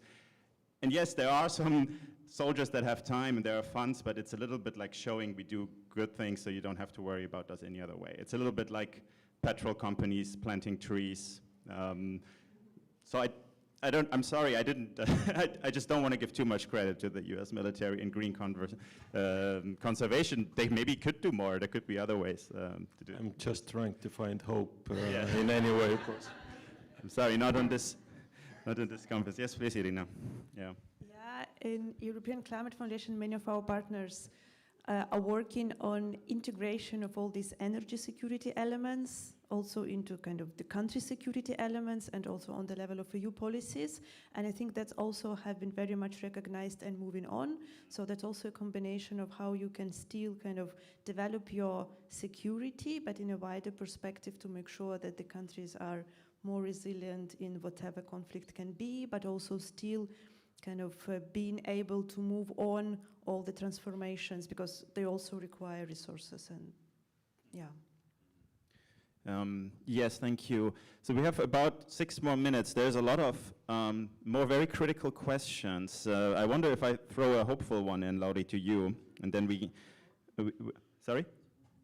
Or do we want to take somebody from the floor? There is actually a question of I think this permaculture, local community gardens, urban projects. Is that something that, from ecological perspective, does anything, or what does it do? If we be hopeful now. I am very hopeful in a sense that if you are a kid and you touch plants and soil every day for or most of the days when you are growing up until, let's say, you're 4 years old, sorry. I'm thinking about afternoon already. Then there is a very high chance that you will not have chronic autoimmune diseases. So, and this type of chronic autoimmune diseases, like let's say allergies, they make the life of the person relatively difficult, and it takes a lot of funding from our healthcare system. So having like a hands-on approach with nature as a kid, this is very beneficial from the economic perspective as well. So I mean, there's all of those basic understandings that we can use nature in order to benefit ourselves without really later have to pay every month for it, for some kind of bills or whatever. So yes, yes, a lot of hope. Yes, very good, thank you. But then let's raise a very problematic question, perhaps. So the perspective we have been showing on this panel is one of the global north. So there were some questions about also, we've been talking a lot about the global south is carrying the burden, though it's our responsibility. So how do we assess also, there's a certain neo-colonial angle from having this conversation from this place, and I tend to agree with the person that asked the question. So even also this question of polycrisis in general, isn't this very sort of colonial Western, where the rest of the world always is in this crisis, and now finally we are noticing it, and now we are calling it something else, calling it this polycrisis, but everybody else has been experiencing it for a long time. So how do we get out of this? And if we agree to this colonial thinking of talking about climate change as well. I think it's a good question for a UNDP. So that's a very good question. It was interesting when we went to the government of Zambia and we were saying, look, I know you have prioritized these critical transition minerals, which are, lithium and a few others. And they said, what do you mean critical? I said, well, critical for the renewable. Yeah, critical for you, not for us. All minerals are critical for us. We need this for our economic development more broadly. So I think, there's definitely a big issue in decolonizing the discussion around climate change. What I would say is, just look to what's happening in the global south in terms of how they're describing it. I say them, like they're a collective group. They're not. But there is an emerging movement which discusses these things, not as please help us, we need your help. It's around justice, which I think is a very important topic for this topic. You know, it's about actual legal responsibilities that the global north has vis-a-vis the global south. Businesses for sure, because it isn't businesses from the global south who are exacerbating a lot of these environmental issues. Hilda mentioned public knowledge. Total are heavily involved in the East Africa pipeline. So I think listening to what's coming from, at least from our work on the environmental justice side, it's justice, accountability, and rights. It's not help us if you have the resources because we need the help, you know, send funding because we're in need. It's be accountable for the damage you've done, and that means you have to be held accountable, you have to be held responsible, and the remedies need to flow from that, which is exactly what was mentioned, this loss and damage fund, very important. Loss and damage is not a charity. Loss and damage is recognition that this damage is already happening, and those who are responsible should pay for this. That's very important. And the ICJ opinion that was mentioned earlier on today, the ICJ advisory opinion, is trying to point to the fact that these are obligations of the global north. This is why it's a justice discussion. It's not a moral obligation, it's a legal obligation. So I think that shifts the discussion completely around decolonizing it slightly, if you ask me, moves it away from a charity model of climate change. If we have the money, we'll give it to you to help you on your way, and moves it much more towards justice, obligations, and the rights of those who are most affected. Yes, thank you, Sean. So we have 1 more minute left. I'm just looking, maybe Irina, do you have another message you felt like you weren't able to bring in? Is there something you wanted to stress before we close? No, maybe the one that kind of this poly crisis and all the wars that we have that actually kind of impacted a lot the global cooperation, and the intervention that we had before was about like how important it is, and I've been thinking a lot myself about it, like with all these conflicts and countries taking sides, it's really like everybody wants to step back and kind of think about their own security and be more closed and look about their own interest. But if we think about climate change and kind of global issues, and this planet still has to move on and to kind of go through, there is no other way as to still cooperate, to find the ways to find partners, and if not on this very centralized level, but maybe on this kind of more bilateral, decentralized, but still we need to talk to each other, we need to help each other, and we need to resolve the issues we have. Perfect. I think this was a great place to end. Thank you so much, Irina. Thank all of you.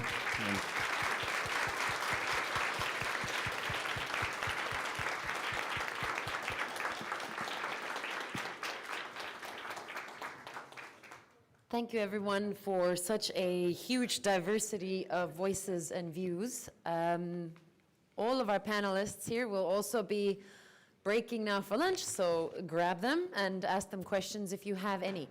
We are running 15 minutes behind everyone, so we're breaking for lunch now. We're going to try catch up with lunch, so we're giving you 45 minutes.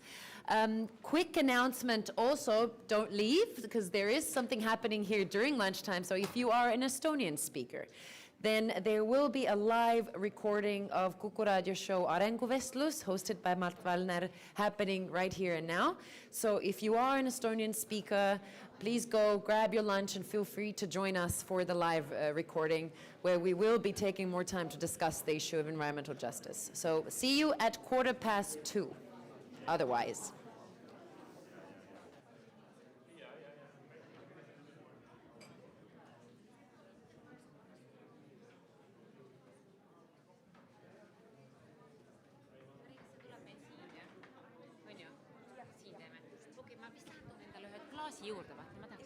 Tegelikult peaks olema Kristi klaasidega tegelemas.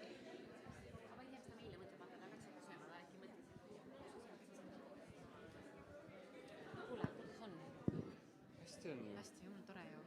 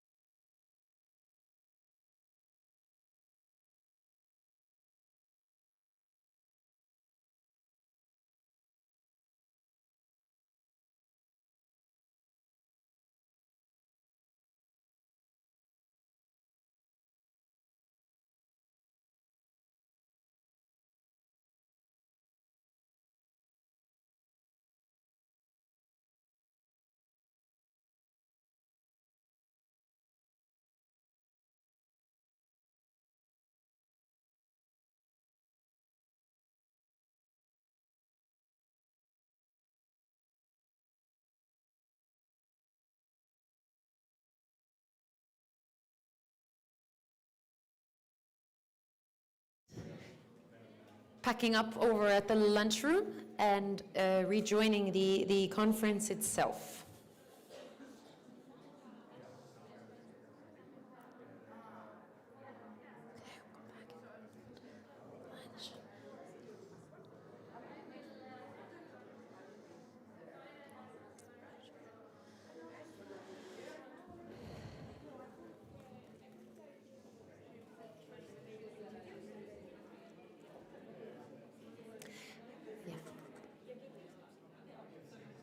Aga tegelikult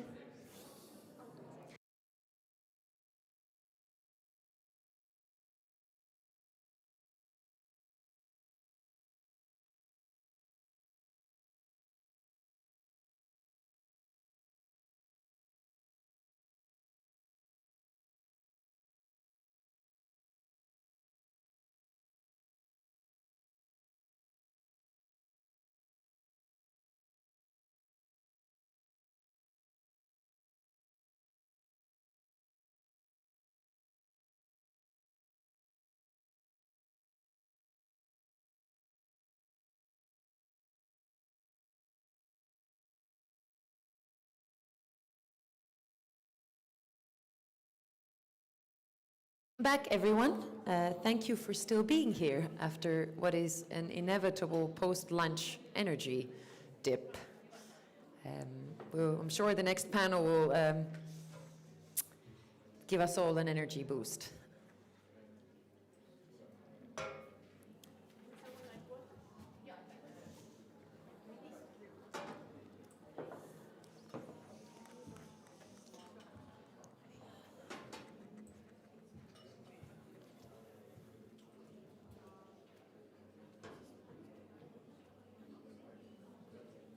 Welcome back, everyone. Hope you enjoyed lunch.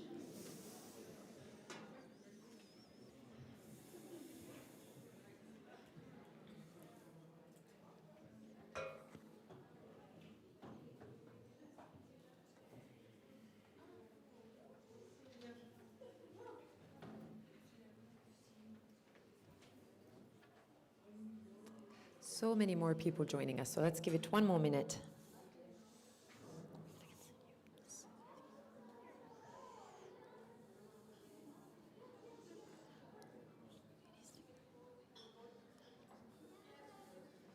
Okay. Welcome back, everyone. For a bit more time, we will focus on this theme of resilience. Defending the environment increasingly means putting yourself at risk. The next panel brings together human rights practitioners and activists to examine the growing threats facing environmental defenders. From the rise of strategic lawsuits against public participation, used by corporations and authoritarian regimes to silence dissent, to the shrinking space for civil society globally. Our speakers in this panel will draw on personal experiences across different regions of the world to discuss the mental health toll on young activists, the intersection of labor rights and environmental protection, and what protective mechanisms exist or urgently need to exist for those who dare to speak up. The panel will be moderated by Kelly Krostal, Head of Litigation from the Estonian Human Rights Center. Ladies, take it.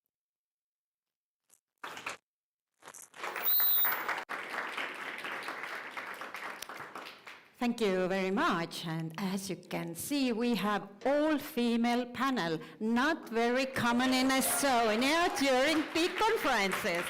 So that's a success story in itself already. And I'm very, very happy to moderate this panel because this panel will be about people. We have talked a lot about environment, climate, really important topics.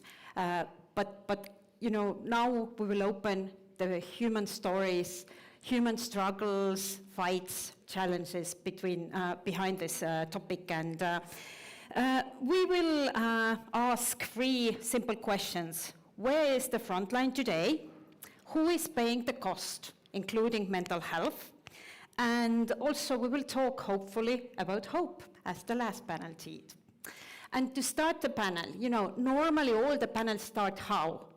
The moderator will read out the long story about where somebody studied, where she or he works now, and what is the experience. I would like to do it a bit differently this time, and to hear your story. I mean, Angela was a bit introduced already, but still, I'm quite sure there's something more we could know about you, Angela Houston Gold. So, who are you? 2 minutes.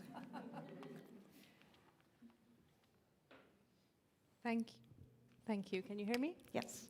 Great. Well, I'm humbled to be on the stage again, and I think you've gotten to know a little bit of my optimism and rage from hearing me speak earlier today. These are two emotions that I hold in balance often, and I see my rage, my passion for change as an act of love. So I have been involved in environmentalism and fighting against unethical foreign policy since I was a kid, seeing the problems that it caused.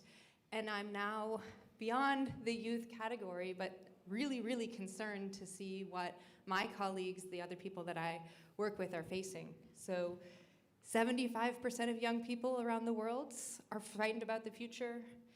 50% feel humanity is doomed, and 60% of activists in social movements of all ages burn out. And those are not just European or Estonian or Italian or UK figures. That's from studies around the world in diverse contexts. So we're here because we care. And I want to just end with a quote from Joanna Macy, if you know her, who says, "The greatest threat we face is not the climate crisis, it's the deadening of our response to it." And I think it's a really good time to move to Katrin Kivi, who is Ambassador at Large for Human Rights and Migration, Minister of Foreign Affairs, Estonia. But I'm sure there's something more to you, so please. Thank you. Yes, my name is Katrin Kivi, and currently I'm the Estonian Ambassador at Large for Human Rights and Migration. But I want to keep my stories for later on, but they will be certainly impacted through my previous postings, diplomatic postings across the globe. So I will bring examples from my stay in Denmark, where I started as ambassador in 2011. Later on, I moved from Copenhagen to Strasbourg, Council of Europe, European capital of human rights, where the Human Rights Court is also situated. And from Strasbourg, I moved to India and covered around 5 countries from India too, in Southeast Asia. And now back from India, I took the current responsibilities, which means I'm civil servant, diplomat. I feel that I'm working for the government of Estonia, but as human rights ambassador, I'm feeling also very close to the activists, human rights defenders. So I try to balance. And well, I gave maybe a few examples also where migration comes from, but finally all is related. Thank you. Thank you. And Heidi Solba from Let's Do It World Estonia. Thank you so much. Is it working? If it's green, it should be working, yeah. Now it's green. Thank you so much. I'm Estonian, representing Let's Do It World, an organization behind the World Cleanup Day, which is one and only one organization in Estonia who has its own United Nations Day calendar marked and what we are celebrating on 20th of September. I started to work on this journey as an environmentalist already more than 10 years back, and I had a task to establish a worldwide biggest network, which is spanning right now into 164 countries. As a head of a global network, I didn't have any how can I say, one-pagers, toolkits, how to do it, just simply not giving up, having the hope and working with a lot of people around the world. And this is how we are spanning right now, nowadays, doing different kind of big campaigns and activities. My background has been working with the humans and people in all sectors, as a private banking person in one of the biggest Estonian banks, also in the governmental sector in 7 years as a strategist of human resources, and now a most challenging job, which is NGO leading in worldwide level. I have been serving this organization like past 10 years. It has been changing me a lot. When I started with a challenge, is it possible to build up the biggest network in this world, which is spanning around everywhere and making the changes and creating the impact, then actually I think I have been ending up right now in the same situation and position that I'm humanitarian and a philosophist. It gives me an opportunity to see the world from the length of cartoneras who are picking up the waste and living in their big slums around different kind of Latin America slums, for example, and ending up with a meeting with national presidents. So you have like a scope of the world, how it is, knowing how diverse it is, how big, how challenging, and yet having the same small, sharing the same air and water and resources. Working with humans is changing you as a human, and I'm grateful for that. So this is who I am. Thank you. Very well said. Working with humans is changing you as a human. And Anahit Simonian from Armenia, Director and Executive Editor, Human Rights Research Center, please.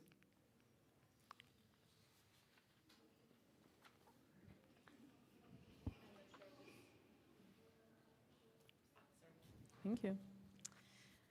Hi, everyone, and thank you for being present and for taking the interest in today's conference and the theme, and also in the panel, because I believe that this panel will be a lot about the things happening in reality and taking different shapes and forms.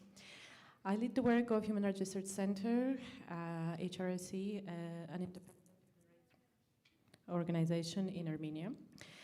Our work sits at the intersection of research, advocacy, and public communication. So day to day, this means documenting human rights violations, analyzing legislation and policy, supporting civic activism, and very often bringing forward the most under-researched, under-addressed, and investigated human rights issues. Social justice is at the core of the work of HR. Past 8 years, we have worked extensively on different issues related to labor rights protection, housing, homelessness, gender inequality, poverty, and overall rights-based approaches to policy making in different sectors. And environment is one of the sectors that really needs very robust rights-based approaches when we talk about legal, policy, and overall environments within the societies and the states in terms of the both protection and justice/injustice, as one of our panelists was talking about earlier. Environmental protection being in the focus of the work of HRSC is a primary research and advocacy area for us, and for the past 3 years, HRSC has also extensively contributed in the work of Extractive Industries Transparency Initiative, EATI, in Armenia. For me, this topic, but rather, I think, ideology that has to do with environmental justice and the fight for environmental justice is both professional but also deeply personal as a researcher and as a human rights and feminist practitioner. And apart from my role at Human Rights Research Center, I'm also tightly related to academia, and I think the role of academia and the role of research communities is also the one on the front line, maybe not that much realized. So I also work at the Co-organised Environmental Center of the American University of Armenia.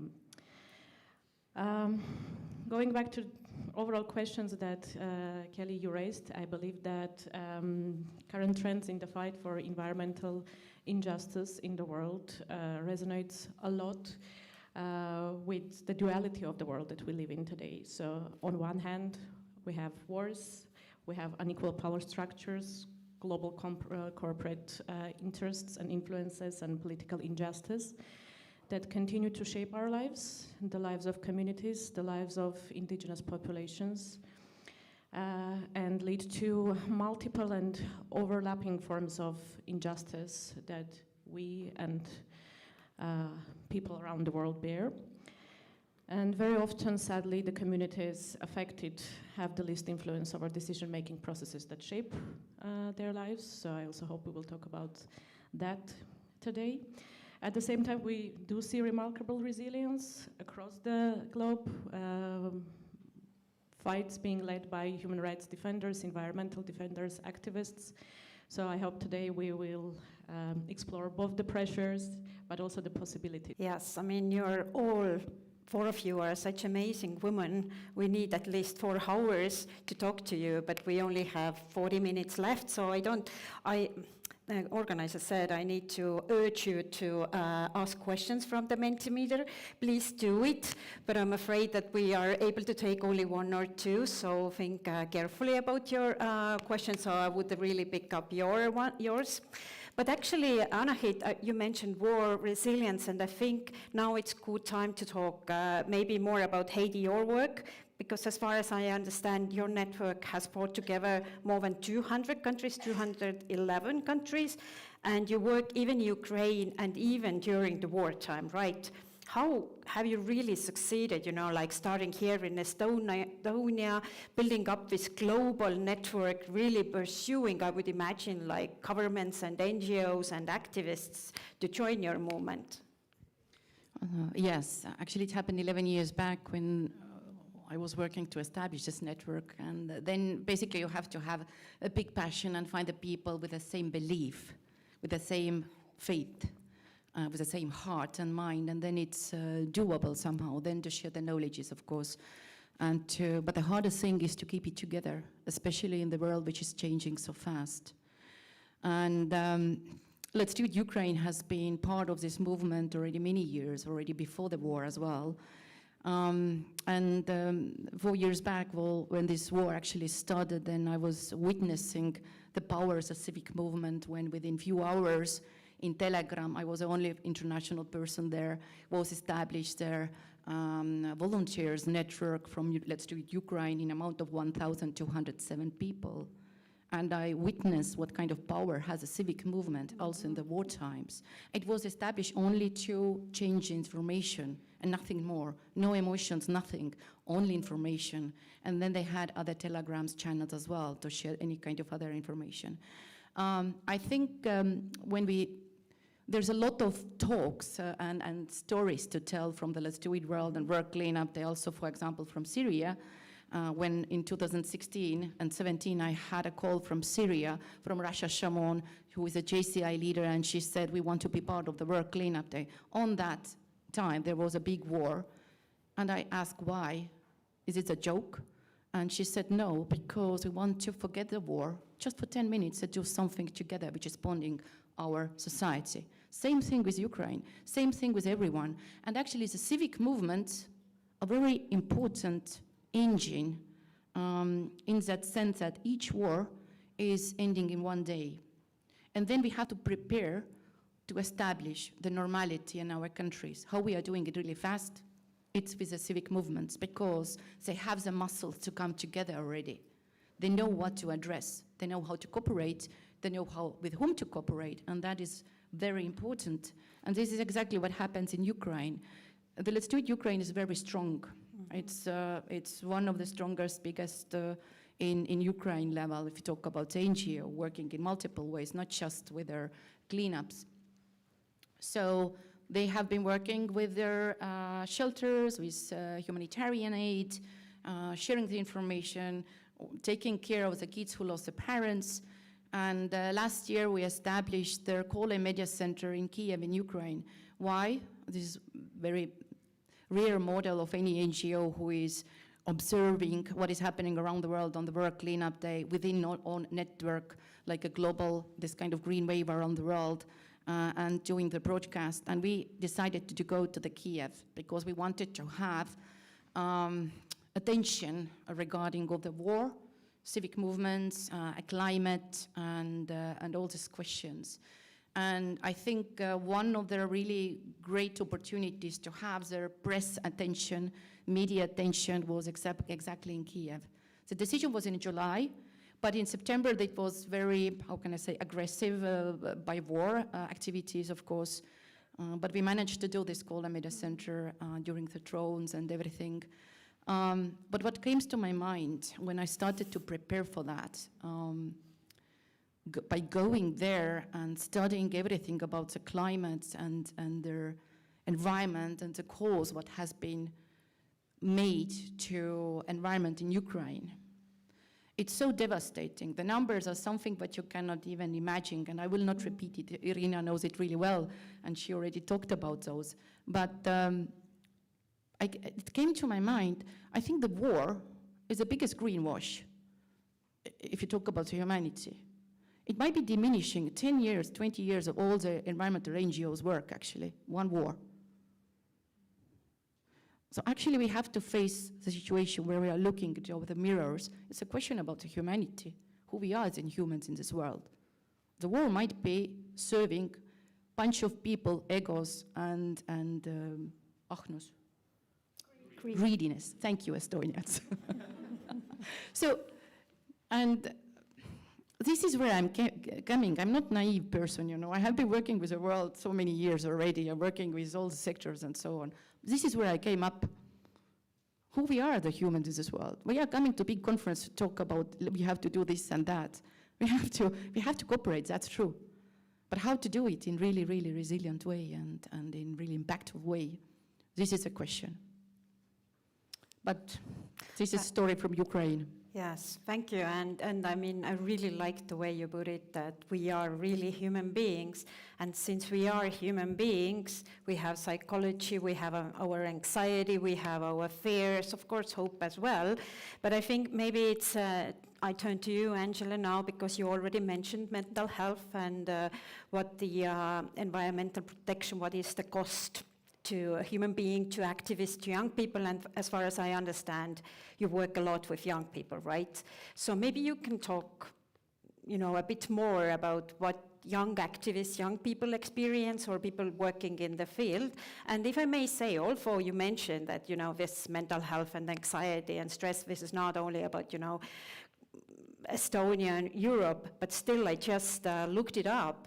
One of the last studies said that 30% of Estonian young people face some sort of fear, anxiety, depression every week. It's quite a high number, so I hope you have better numbers from your country and, or other countries.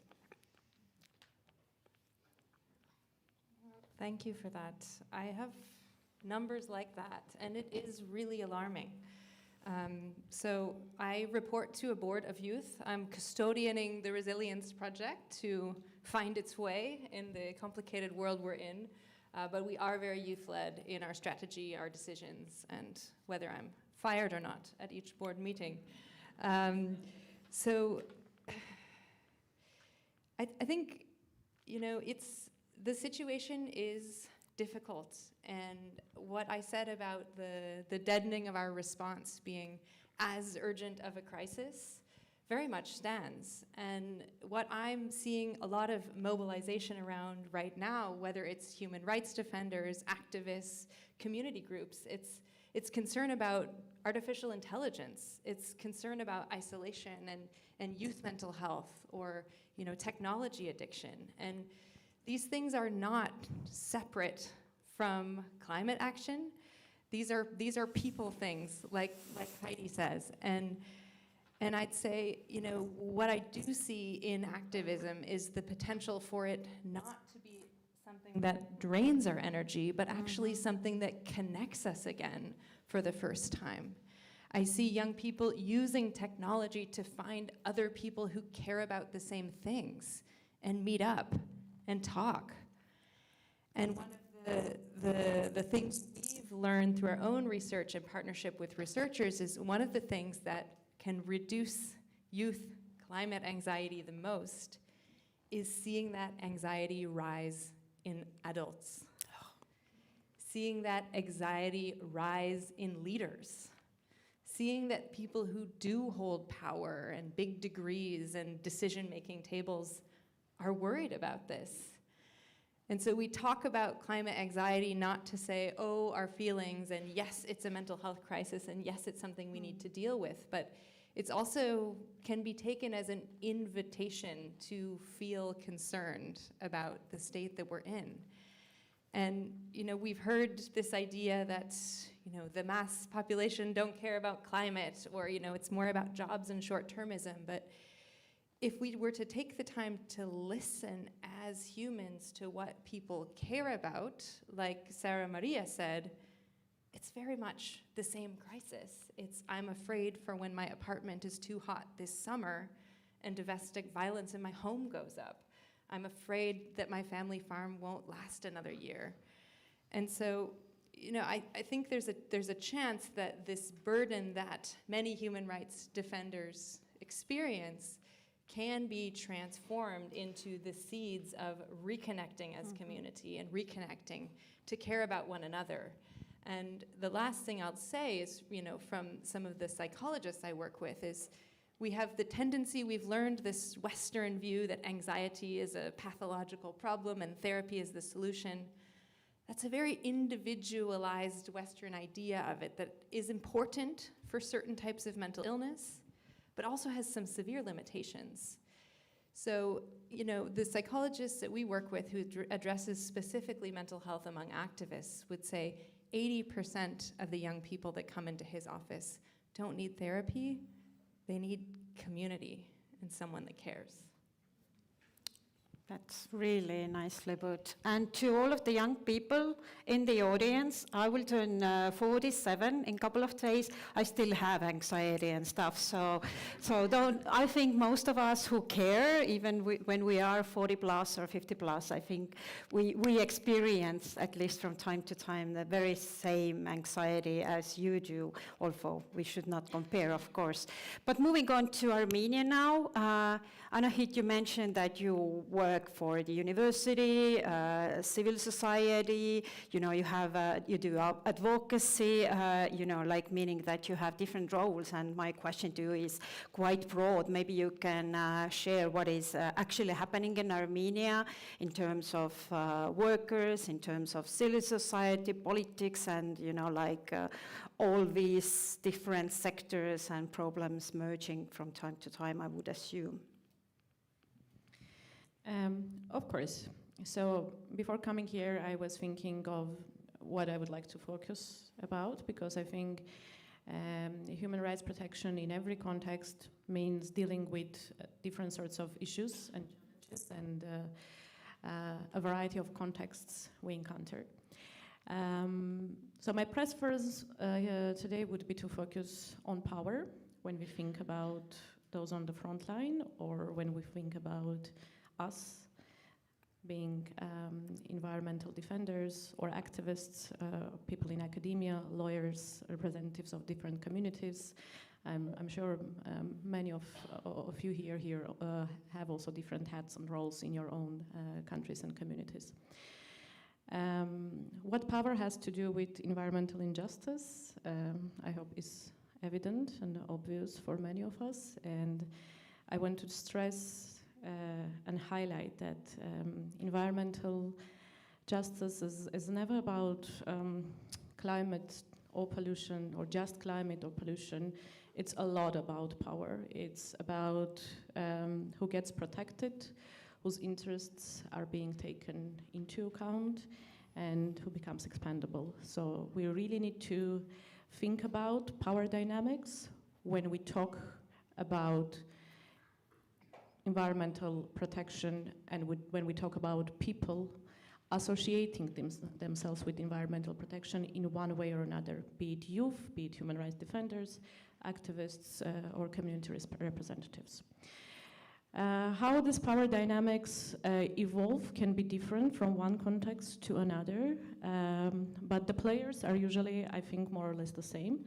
And among those players today, I would like to focus on corporations as an important, let's call them stakeholders, to use the more common word, but really the players in the field.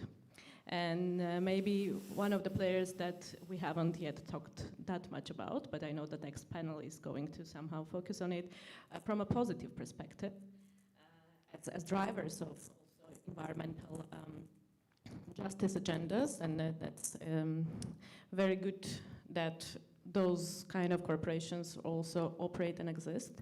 But sadly enough, global dynamics show that we consistently, in all countries and contexts, have two major sides of the coins. So we have corporations with limitless financial resources, often, on one hand, and on the other hand, we have activists, human rights defenders, communities, trying to address environmental and social costs of different corporate activities with extremely limited resources. And if we focus on country contexts, and in my case, the context of Armenia, one of the major causes in environmental conflicts and in the fights for environmental justice have to do with extractive industries and mining in particular. One of the particular tools that corporations have recently started using in the attempt and with the clear aim of silencing the resistance of groups and communities against environmental and social costs of mining are so-called SLAPs, or strategic lawsuits against public participation, which some of you might be familiar.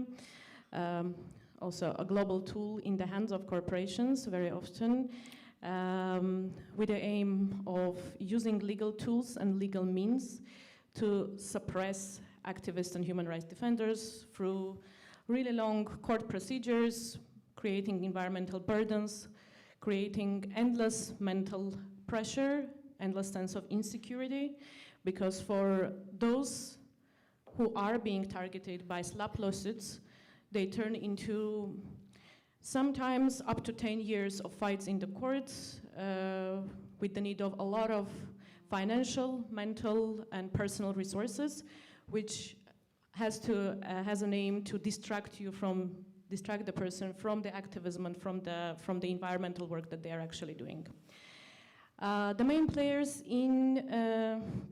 or the main drivers of SLAP lawsuits in Armenia currently have to do with a controversial Amursar gold mining project. I don't know whether you heard or not, but this is one of the key environmental conflicts that we have, or corporation that represents the mining project, Lydian Armenia, has so far proceeded with around 15 SLAP lawsuits against different environmental defenders, yes. And before coming here, I was speaking to some of them because I believe in an utmost importance of having their voice here through my speech and presentation. So to bring the example of two women environmental defenders who are facing SLAP lawsuits at the moment. One is Tehmine Yenokian and the other is Nazeli Vartanyan, both prominent Armenian environmental defenders. Nazeli is also a lawyer and academic. So in first case with Tehmine, I would like to focus on the aspects that have to do with the cost that you bear as an environmental defender, even if you win the case, because SLAPs are not about very often winning or losing. The corporations are not that much concerned what will be the outcome. They are concerned by the process and making this process as exhausting for the human rights defender as possible. So in the words of Tehmine, who recently won one of 3 lawsuits that she is facing at the moment, she said, even if you win, you get exhausted in the court proceedings for years. Corporations play with your name and dignity, and the law often does not provide adequate protection, including compensation for moral damages. On the other hand, in the words of Nazeli Vartanyan, communities stop speaking up as an impact of SLAP. They think if this is how lawyers and professionals are treated, what will happen to us if we speak up? So you no longer feel safe at all. So this means that SLAPs are not simply a legal problem, it's a democracy problem. And the impact of this kind of litigation is enormous and goes beyond even those who are directly targeted. It has really a silencing impact and needs to be addressed with the full seriousness by communities and groups and organizations internationally. So this will be, in short, I think, one of the few emphases that I would like to make primarily, but we'll be happy to explore it further. Thank you.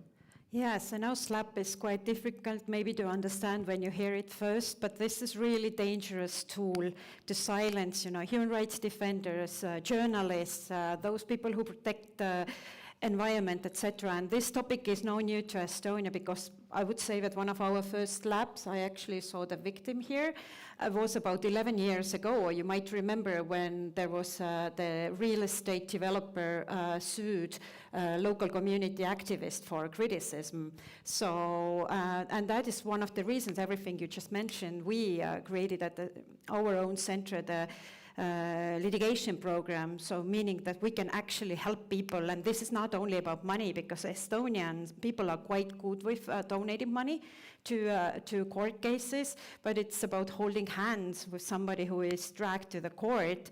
And for example, one case that we have about sexual harassment, I think it's the 6th year it is going on, and this young person, as soon as she turned 18, the trainer dragged her to the court, and she's been never adult without going to court for 6 years. So SLAP is a serious thing, but luckily European Union has adopted a directive.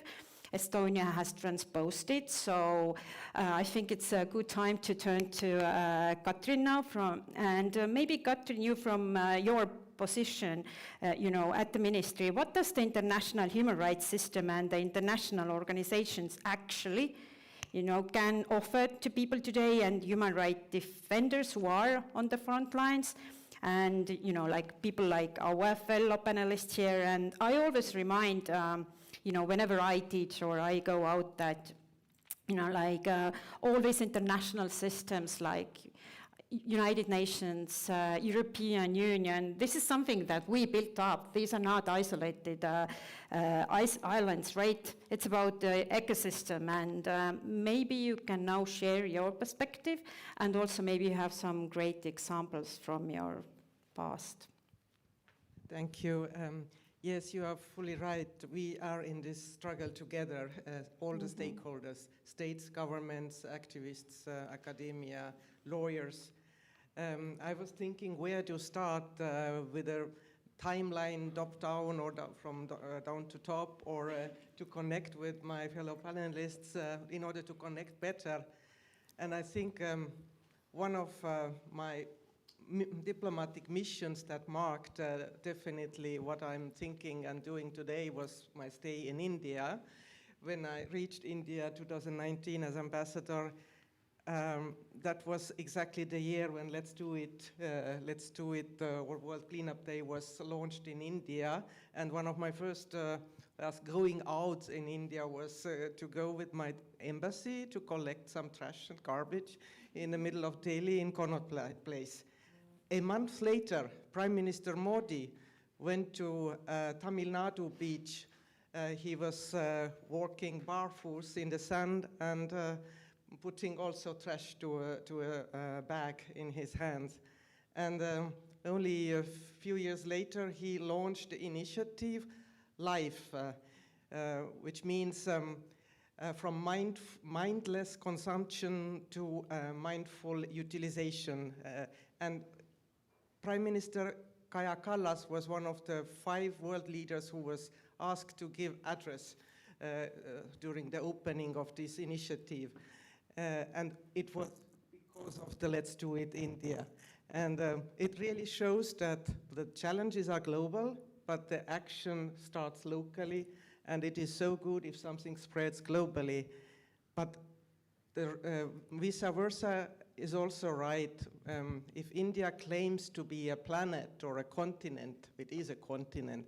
And if India is polluting in a continental or planetarian level, then we all have a problem because these challenges are crossing borders. I was born in Hiiumaa. I mean, this is one of the cleanest places in the world, I would say. The air is clean, the food is clean, everything is so clean.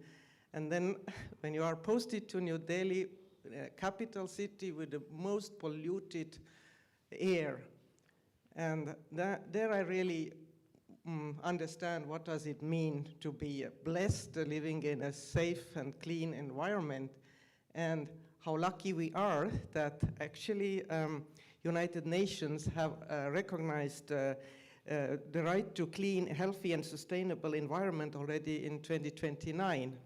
Maybe the right already is not right here, but it all started earlier, of course. One of my first postings was in Denmark, and there I understood and I saw locally how Danish or Nordic governments are caring about the environment. And this is no wonder that the first meaningful declarations and joint statements have Nordic capital names or Nordic city names. From 1972, we have the Stockholm Declaration. From 98, we have the Aarhus Convention. This is the first convention, or landslide convention, which actually recognizes, I would read properly, access to information, public participation in decision-making, and access to justice in environmental matters. So this was, I think, the beginning where the citizens, states, government have started to understand that they might be held accountable if they are not doing enough. And so the developments within the international human rights system, of course, developed further. But I would still bring more examples about Estonia or to connect better. When Estonia started the campaign for United Nations Security Council, we were member there in 2020 to 21. One of our focus areas was also to make people understand that there is a link between climate change and peace and security.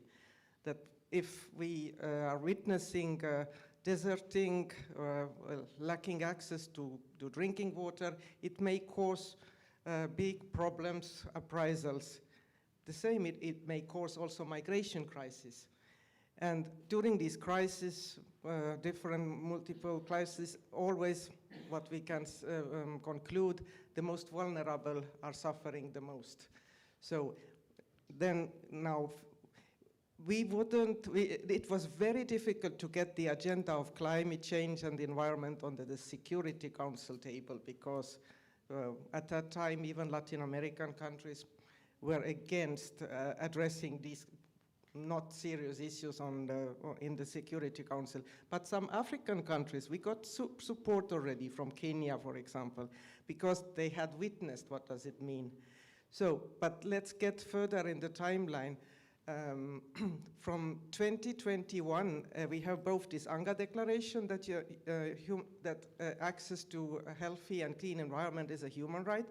Also, the Council of Europe in Strasbourg, the Parliamentary Assembly has recommended to start a discussion whether it is not time or whether it's time to complement the Human Rights Convention and make an additional protocol stating clearly the rights and obligations of the state. And if you might have heard, 2024, the Human Rights Court in Strasbourg, the Grand Chamber, issued a ruling. It was about 3,000 women from Switzerland who sued their own government into the Human Rights Court that the government didn't do enough to mitigate impact of climate change. And the court find it right that Switzerland didn't comply with their obligations vis-à-vis Human Rights Convention, Article 8 and 6. And this was the first case law in the world where really a state was sued. And as a human rights ambassador, this is of course a milestone to applaud. And today, Estonia is member in the Human Rights Council of the United Nations. We didn't put climate change or environment into our focus areas, but we made all the campaign around Estonia or the world should go to zero, the exhibitions, the campaign, we very often link to environmental issues. And the last 2 years, I was also the chair of Media Freedom Coalition. And there I saw the critical role that media and journalists are playing in order to raise awareness and report truth about climate change, report the truth about deserting, the loss of rainwaters, because if they are not allowed to do their work safely, then people are not able to know about their rights, and then governments are also, well, it's less easy to, it's more easy to escape from court. Well, maybe I should finish again with India. I think if India can show example and make a meaningful action, then the whole planet would gain from there. But it doesn't mean only that the big countries or rich countries have the obligation to do. I was witnessing in India also the claims that the global south should allow to pollute like the industrialist countries did earlier, because this was the way to go through to become a rich country. And this is why they were like trying to lower the green emission targets to just adapt the better and become a rich country by polluting. So this kind of actions, of course, as government or in diplomacy, we should not allow. But I'll stop here because I don't want to monopolize, but I feel I could share so many stories where human rights and, well, diplomacy or justice and law meet. Absolutely. No, thank you. Thank you very much for this input. And actually, compliments to the Estonian Foreign Affairs Minister of Foreign Affairs this year, because actually, I don't know if you know, but there is a mechanism called the Universal Periodic Review, and this year was Estonia's time together with, for example, Latvia and Denmark and some other countries. And this was, as far as I know, first time that the ministry actually meaningfully involved civil society organizations. Many of us, I can see the familiar faces, went to meet with the ministry and their representatives. We learned, what will be in their report, and we reported back. Was it like that, right? Yes. So, I mean, I hope that the next time, in 5 years' time, our report from the civil society, this time it did not concern much about climate change and environmental protection, but I hope that, we are also involving and will put this to the report in 4 or 5 years' time. But we still have some questions. Thank you, despite my discouragement. I'm very happy. So I have a question, or the audience has actually a question directed to you, Heidi. And what does the power of youth mean to you, especially regarding your experience with Ukraine and group humanitarian efforts? Thank you. We think in Let's Do It Well that the young people are very, very important. We should engage in, exactly as you said, to activities, because when we are engaging the people and giving them the belief, then we're giving to the youth, replacing the eco-anxiety with their eco-activism. And we understood it. Currently we are launching the next campaign for the World Cleanup Day, and we want to exactly work into this direction. Regarding of Ukraine, I never have been in the Colony Media Center with more than 100 volunteers whose average age was, I think it was 17 years. The youngest volunteer was 11 years old kid, and he was working there. But there's a lot of people who, or young people who lost their parents or one of the parents. I saw the gray hair young people, and it was really, how can I say, disturbing and hard at the emotions.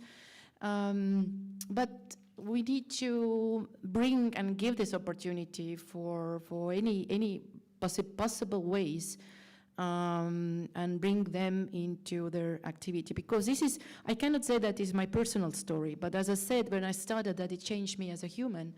I really believe that if we are actually bringing this kind of belief to the young people, I can change something. I can create the value. I can see that there is a hope. I can see there is a collaboration. I can see their hope and trust. This is important thing to do, and I think we believe we can do it. Thank you. And we have a bit similar question to you, Angela, and it's about how you personally survive and, you know, like keep the fight going and mental clarity. Do you have any tips for the audience? Thank you. Through community, support, friendship, family, emotional vulnerability. I was actually reporting to my board yesterday, and I gave a great update, and they said, but how are you feeling? You said how you're doing, what you're doing. So it's uncomfortable at first. We're all taught to be strong all the time, particularly those who end up in leadership positions have, you know, learned to be strong and to show that. And it doesn't mean we're not feeling it. So I think for me, since joining the Resilience Project in August of last year, I have learned to be a lot more vulnerable and to ask for help and to ask for support from others, and not need to put on a tough front all the time. And I think it's, you know, we also do workshops about this to help create that emotional literacy for companies, for organizations, for campaigns, because it's actually a practice we need to have to learn to care about each other proactively, and it's quite contagious. It's not unprofessional to care and to feel something. And as I'm getting, you know, older, I think I'm more comfortable to also fight what is professional or not, and when is it necessary to keep up a facade or bring my human self to it, because I think the more we're able to bring our whole selves to the table, the more creative of solutions that we'll come up with. And Anna, I know we don't have time, but I still will ask it. One thing Estonians know about Armenians, since we have some stars with Armenian roots, is about that Armenian society is all about family, sticking together, you know, like strong family ties. Is that something that supports you in your work, or other activists you are working, or maybe you have some totally different means and, you know, you used to be mentally strong doing your very good job you're doing?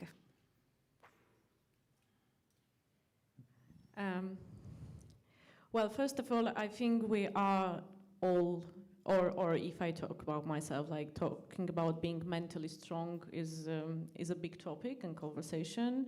Are we not? And can be, or we cannot be. And I think when it comes to resisting injustice and power, the price you pay first and foremost is always your mental health.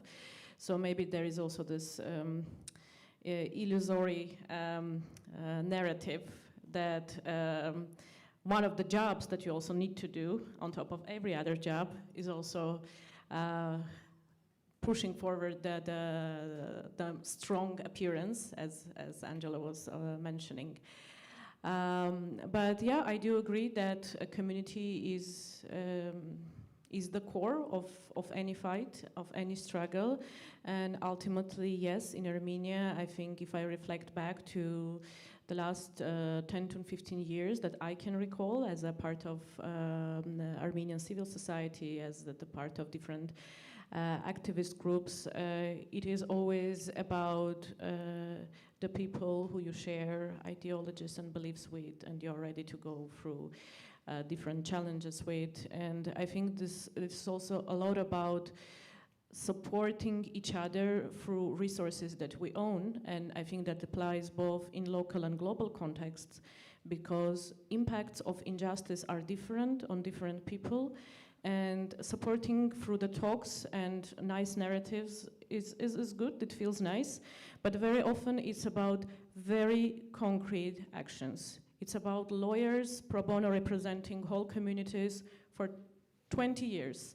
Nazali Vartanian that I was referring to is one of those persons. And if you talk to her, the type of pressure, challenges, and harassment that she has gone through throughout all her life is so really overwhelming. It's not only about slap lawsuits, multiple ones that she is facing, but also many other instances. But for instance, she is one of the persons that also believes in practical support to each other and to the communities. And I can say the same about so many other activists and human rights defenders that I know in Armenia, and I am happy to have had chance to work with. But if I take this conversation to a more global level, I think this also applies globally. How we help each other in practice, what we do for each other, those of us who work internationally help those who work locally and vice versa. What are the resources that we are willing to give to each other? Because yes, maybe for some countries, standing against corporations does not mean losing a livelihood because you can afford legal costs. But for many other contexts, it will mean a lot of strain on your, simply on your social security and well-being. So I know that this conversation can go like really far, but maybe to conclude, I believe that supporting each other means also to act responsibly in the face of differentiating challenges that we encounter, and knowing that we're dealing with different impacts and we need to apply different actions and bear the cost and share the responsibility together. Thank you, and it's such an important, and I know we are 3 minutes, some seconds over, but I think in all fairness, Katrin, if you have some comments to the end, it would be super nice. I think it would be good to conclude with the understanding that climate justice is emerging as a central principle linking environmental protection with human rights duties, responsibility, and equity within the UN system. And we should be aware of that and play all our role in order to ensure the accountability and to save the planet for the future. What a nice message. Thank you. And one more message to you all, especially to Estonians. If you really want to make a change and you're not about advocacy and going to protesting or pride marches or whatever, you can always donate to nice NGOs. So have a nice rest of the day. Thank you.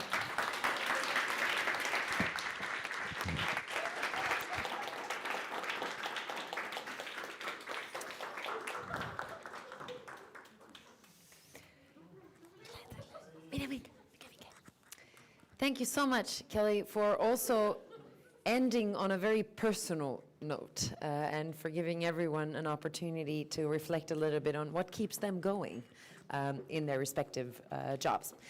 As Anahit also mentioned briefly, you may have noticed that a very significant stakeholder group was missing from the last panel, and that was by design because we have curated a whole separate panel for entrepreneurs and the private sector. Can entrepreneurship be a tool for justice, not just for profit? The next panel showcases practitioners who are building circular economy models, clean energy solutions, and water reuse systems that tackle environmental challenges while addressing affordability and community inclusion. From recycling ocean-bound plastic on the Kenyan coast to transitioning district heating away from fossil fuels without driving up costs, to developing wastewater solutions for underserved communities. The speakers will explore how sustainable business models can reduce dependence on donor funding, engage communities as agents of change, and embed justice in the heart of environmental innovation. The panel will be moderated by Andrus Treier, the CEO of the Estonian Environmental Investment Center. Andrus and the panelists, you are welcome on stage.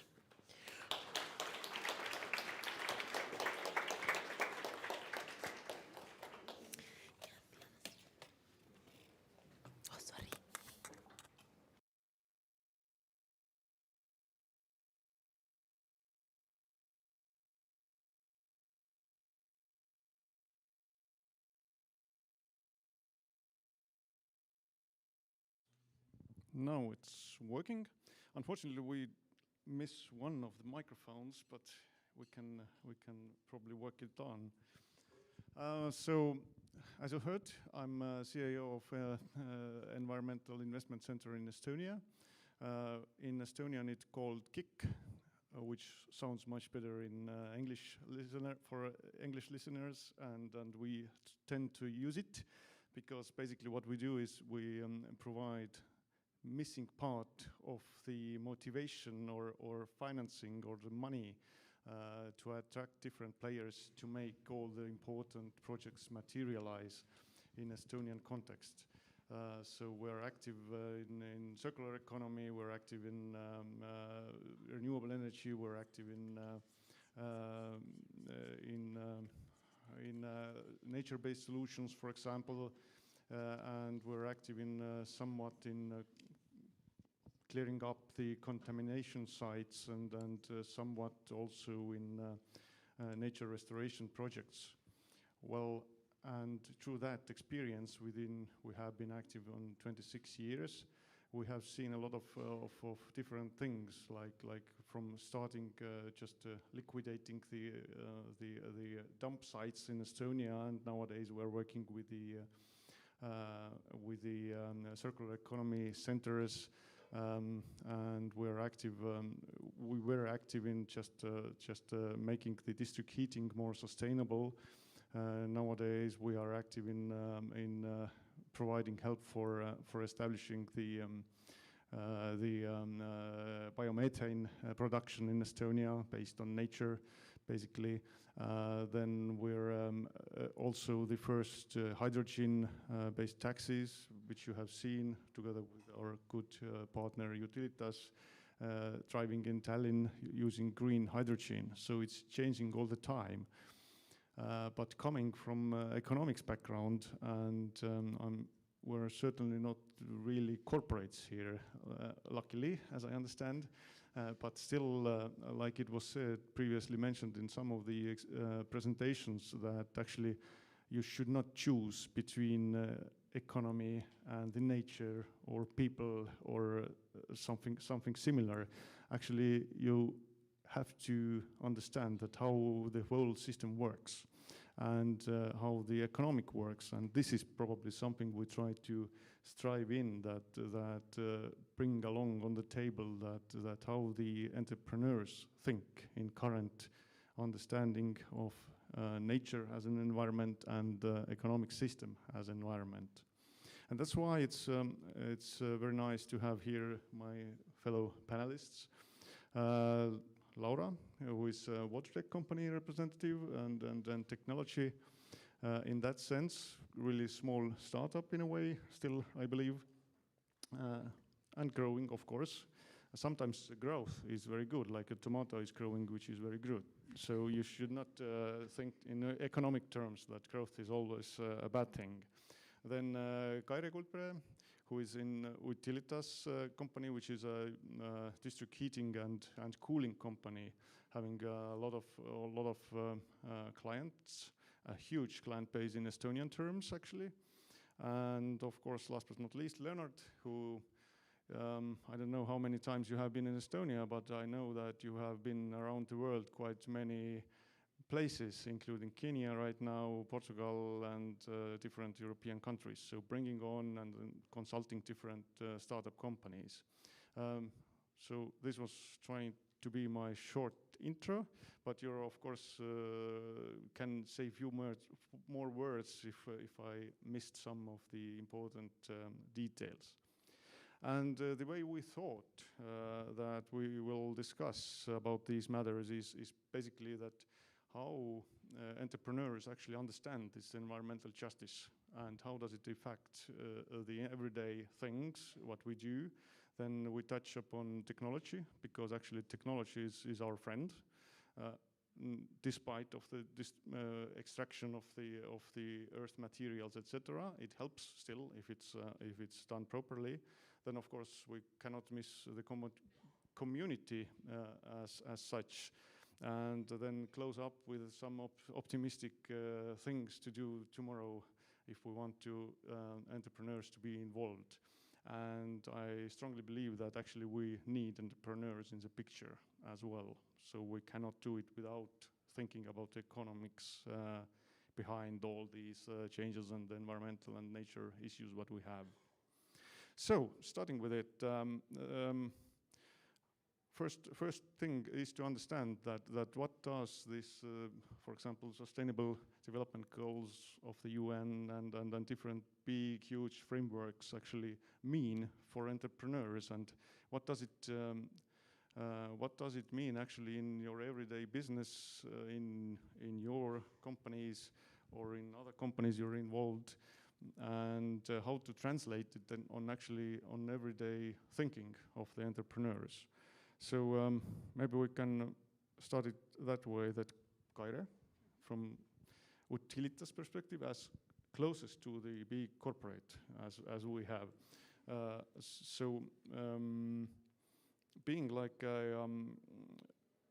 being a big infrastructure company with a large client base and always balancing affordability still, because we all pay the bills to have the heating and good environment in the house, security and decarbonization. So how do you in your company talks balance these things or address? At what stage it is on your kind of level of importance? Good afternoon from my side. Yes, I'm from Utilitas. We are a very large energy company here in Estonia. We are heating Tallinn city and also other smaller cities in Estonia. We have also electricity production. We are only producing renewable energy or renewable electricity. And also we have hydrogen production, very small unit, and district cooling production as well in Tallinn. And yes, we are in the path of decarbonization of our district heating systems. And when we started in 2008, Tallinn was entirely dependent on the fossil fuels. Today, we have managed to decarbonize about 70%. And this year, we will finish one big project in Paljassaare, which is waste and seawater heat pump. And then we will have the share of the fossil fuels in Tallinn below 10%. But yes, environmental justice, I think that for us, it means the access to clean energy for everybody. And the triangle you mentioned, the decarbonization and affordability and also the energy security, they all have to be in balance. It's about balancing those three things, because we cannot make the big investments if people cannot afford the energy from those systems. But of course we have to understand that all the flexibility that we can build in our systems improve also the services for our customers, and I think they know it as well, because also the district heating systems can provide very clean energy in terms of the cities, because if everybody should have their own ovens, then the air is not very clean anymore. But we can within the district heating systems, we can provide energy with very low emissions to the air.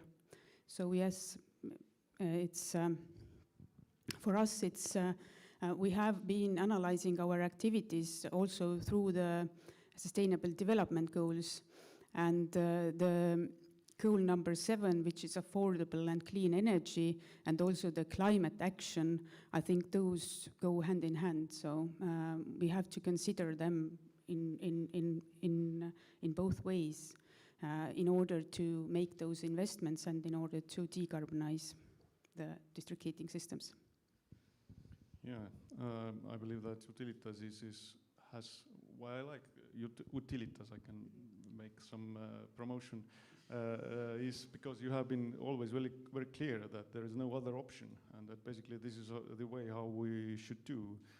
And it's not always the case in corporate world, but if you understand that this is the only way, you have to have a balanced view on things and continue with that, then you can figure out the economics behind that as well, I guess. I think that the start of the Ukrainian war also showed us that we cannot depend on the fossil fuels because the energy prices raised, and also there was lack of natural gas, for example. So we had to use shale oil instead of the gas in 2022.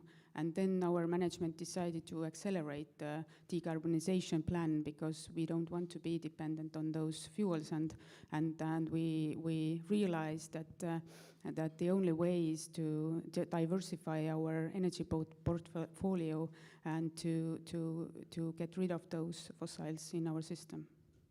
Yeah. So, Laura, your company is active in water, so access to water next to access to energy is probably one important thing, like access to clean air, etc. But your company is actually not building the kind of centralized systems, as we understand that this kind of independent small players are actually more and more important in today's world. So we're actually, in addition to technical issues, which can be very different in different parts of the world, like you have different projects, then in your company agenda, where are the issue of justice, and is it translated to somehow business approach as well? Mm-hmm. So yes, I come from Space Trip. Not maybe everyone here knows it because it's not such a known company in Estonia as Utilitas is. We are a water tech company producing water treatment systems for decentralized locations and also for emergency use. They are systems which are up to 2,000 person equivalent, so really small in comparison to Tallinn city treatment plant, for example. And they are suitable for small villages or situations where people cannot have a centralized water system, like for example in mountains or in dislocated areas on the islands. And in our activity, of course, as a private company, we have to strive for growth and paying salaries for people and trying to develop our technology for its best. And above all, or behind this all, is still the goal and the base motivation of people who created this company is to give access to clean water and sanitation, which is the Sustainable Development Goal number 6, I believe. And myself, coming from background of environmental activism and having evolved into environmental technology and water tech, I truly believe in these values, and I also believe that there are many different business models that have to coexist in parallel. So we are providing solutions for these kind of situations, smaller locations, decentralized or emergency, but it doesn't mean that we are competing with centralized, but completing. Yeah, it's basically one size doesn't fit all. We all know that, and that's why it's important to have the kind of smaller systems in place and bigger systems and different technologies, options, and different conditions. And Leonard, you have a lot of experience with different companies and startups, especially on technological side, but also with the different communities. We all here are lucky to be from this kind of more developed or higher income countries, but if to think about other communities in other parts of the world, then what is your kind of this kind of environmental justice, where it is in your discussions with the communities and entrepreneurs you are helping or consulting? Yeah. Okay. Well, first of all, thank you for having me. It's a pleasure to be here. It's an honor to be here. And well, sorry, I'm not used to speaking with the microphone, so it's a bit. So I'm representing in good tradition here a small Kenyan grassroots organization working in circular economy. So we recycle plastic into these kind of hand-carved traditional carpentry items, and there can be furniture, there are boats.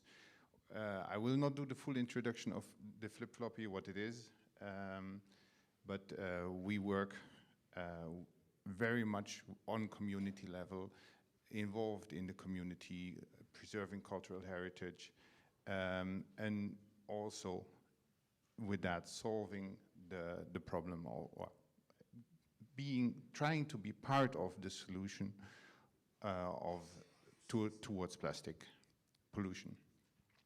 And I think the justice aspect, I would turn it around. It's like, what does injustice mean here?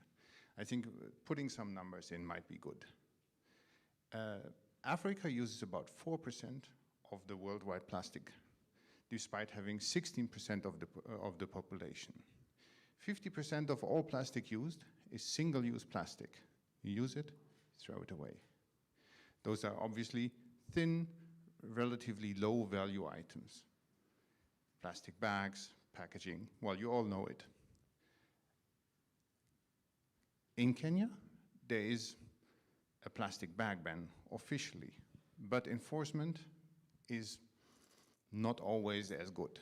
There is rules and regulations, but enforcement on the ground is often lacking, which leaves the people to solve their own problem, especially in remote areas. There is no system that picks up the trash. There is no system that sorts or recycles. Unless it's valuable, like metals or something like that, it will just stay. Which leaves then the problem to the poorest of the poorest to sort it. And those are the ones suffering the consequences of it. They will collect, sort out whatever is valuable enough to resell or to reuse, and they will resort to burning or dumping in the ocean or burying it as a solution because there's nothing else. But those people are the ones that depend on the soil, on the ocean, on the environment for their livelihoods as well. So those who contribute the least, like a person like that living in rural Kenya produces about half a kilo of plastic waste per year. That's about 150 times less as the average Estonian. There's a very nice panel in the back room there where all of that information is, so I actually did the back calculation quickly. And I think that is something to let it sink in. It's what people here use in 3-4 days is their entire waste for a year. And still, they are faced with the consequences that are more severe than what we face here. I think that is the point of the injustice. Yeah, there is unfortunately many injustices in the system, and of course, actually the key problem in economic terms is actually that you have kind of negative implications and positive outcomes, and usually the positive outcomes are very short term, and the negative incomes are very long term, and how to tackle this issue is really the key. And if this is a low income country, then you cannot invest a lot in these solutions and having access to all of this. But luckily we have technology, and by the way, of course, despite of whatever discourses you may have, the role of public institutions and public financing in new technologies is actually very key, because initially no single company can afford these kind of very vague technologies to be deployed in commercial terms. And all the biggest technologies are actually created with some kind of help from public institutions like ours, for example. And the technology is kind of a strange thing, because it usually is created, then nobody really understands why it's good, and then all of a sudden everybody understands and it becomes cheap. Initially it's not, like, I don't know, LED lamps or LED televisions. Now they are very cheap and everybody can afford them. But how to come to that point where we can afford it is a challenging question.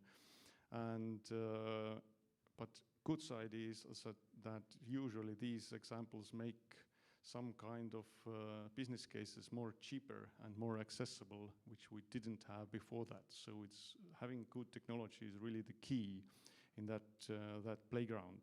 So Kaire, energy is probably known for kind of big investments and new technologies, like you already mentioned, some of that utilizing the natural resources much more better, and not resources, basically endless resources like the temperature of the sea or wind, which are actually, by the way, like most of the nature products, actually they don't cost anything. What makes them expensive is that if you want to use it, then you need some kind of investments, but actually the wind is not costing anything. It's good to bear in mind. But Kaire, there are many good solutions. If your company makes big investments into new technologies, then how can you tackle this investment decision in addition to just pure economic return point of view? That does it help really to balance and to involve people, give them better services at the end of day? So how do you calculate that in a sense?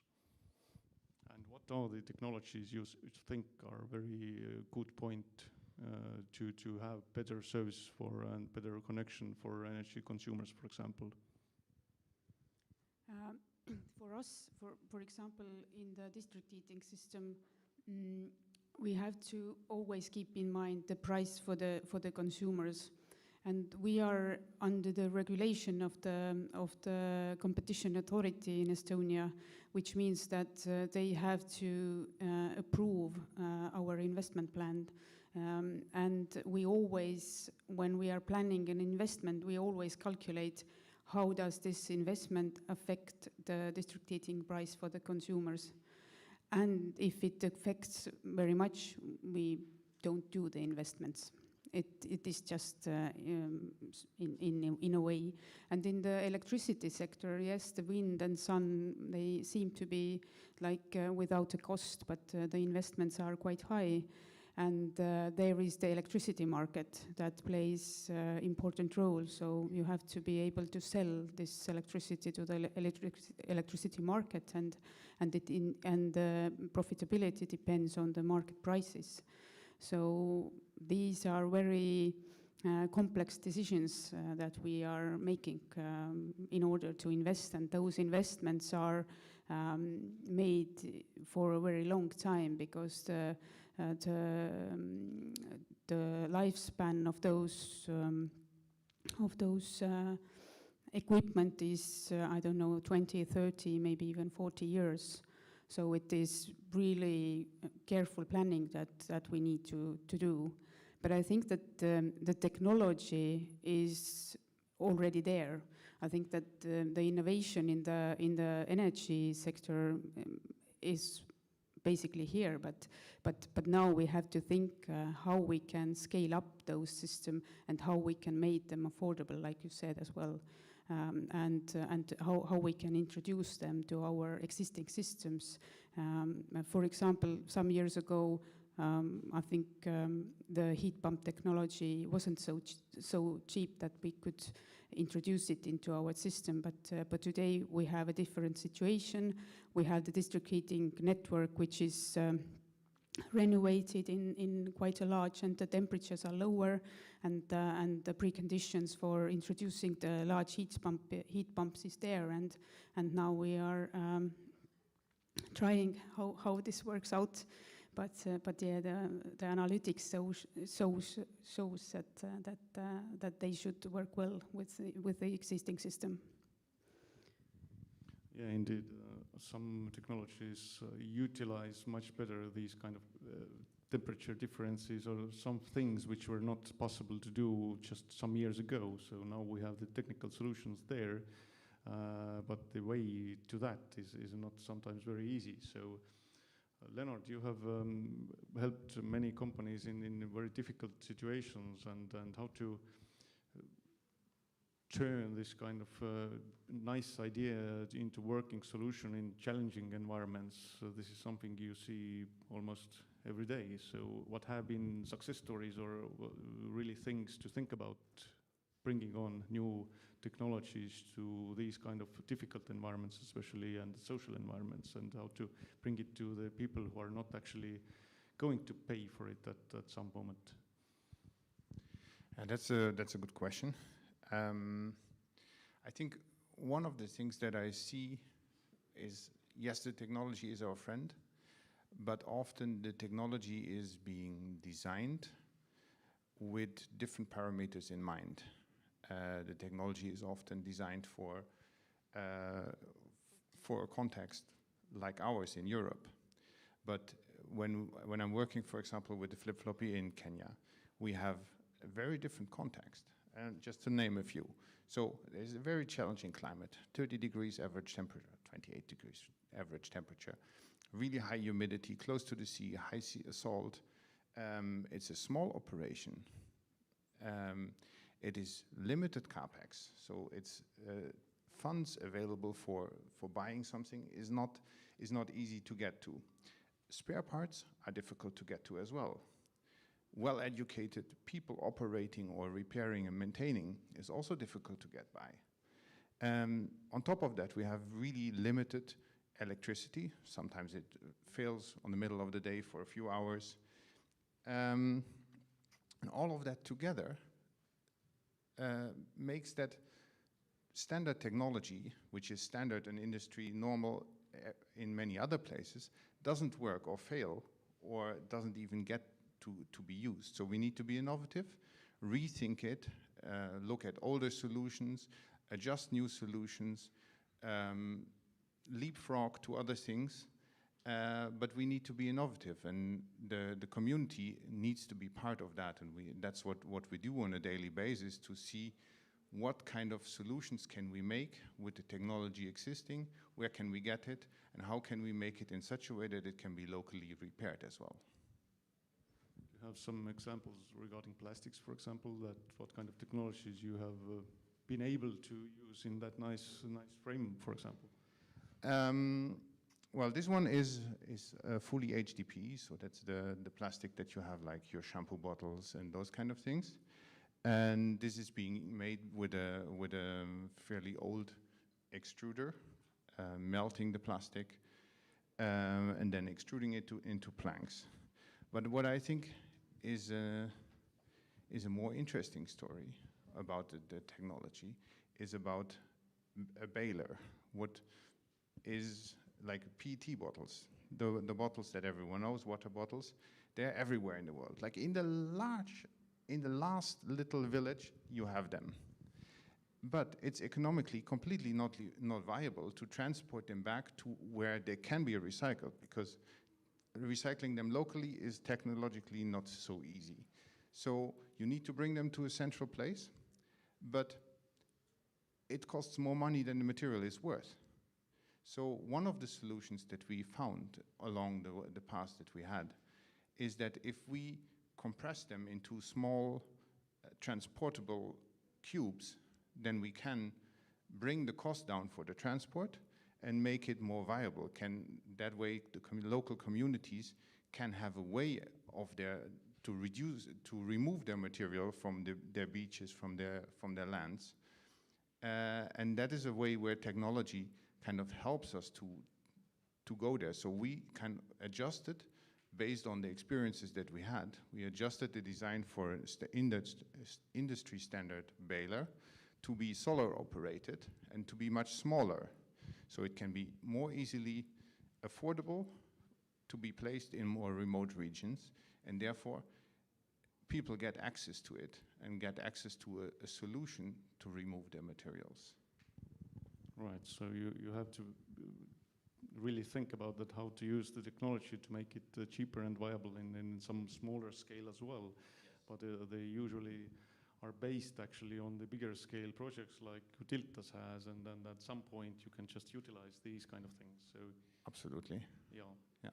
So it's kind of exactly this setting for you that you're acting basically in between of these two borderlines, like between the bigger company and bigger infrastructure projects, like water lines to millions of people maybe, but you try to fit the technology into these kind of smaller scale, but still kind of, well, not individual use, but still for, let's say, 100 people use.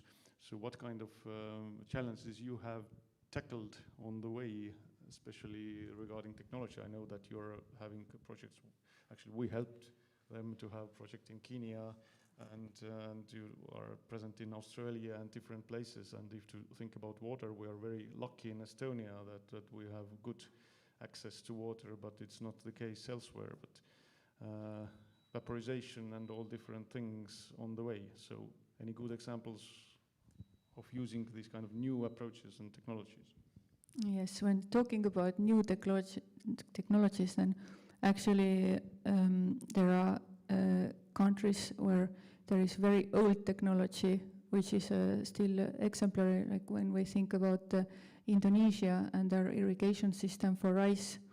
And yet there is this irrigation system which is very clever and good technology, but at the same time the country with almost 300 million people still has less than 30% of people who have access to drinking water of good quality. So these situations are not held back by technology, but mostly by other factors such as politics or some other economic factors. And it always makes sense to look around what is most logical for each place. For example, if you're asking for a case study, let's think about a village on an island, and for this kind of situation, we have been talking here already today several times. I've heard that it is important to think in the community. So it goes also with the water. If everybody tries to find out themselves how to get access to water and makes their own boreholes, which is a very widespread and most common case in decentralized locations, then wouldn't it be more logical to solve the issue for the whole village at the same time? Is a danger for the groundwater, and we have groundwater sources. Some of them are renewing in hundreds of years, but some of them in thousands of years. So we always see water as a renewable and very abundance, like a resource that we have in abundance. But the real situation is that we have huge amounts of water, but only less than 1% of them is usable as fresh water. So it comes to the question of how to manage this actually very scarce resource wisely, and how to use it together so that if somebody's neighbor has a farm, then how to make so that they will not pollute their other neighbors' drinking water. So if we think about this village on an island, for example, then if the people are more closer to their own water circulation, then it becomes maybe more clear that all water that we have is in circulation, and all of the water that we are drinking has been through the stomach of a cow and a dinosaur and so on, and through the ground many millions of times. But now that we are so many on this planet, then we just have to recycle it more quickly and try to think also how to save this groundwater resource for only drinking and for other usage such as car wash or industry or washing machines. We could use water with less precious origin and recycle it on the spot. So this village case, coming back to it, if people are aware of that their own wastewater would be recycled and it goes to their garden and they are watering their own garden with it, then they are also more aware of what they will throw to the toilet, and they would maybe less frequently or less probably throw the residue of medicine or some other pollutants that are very hard to remove from the water, and which are the cause that we cannot use the compost from the wastewater right away in the garden for the plants that we are eating, because it consists all this residue.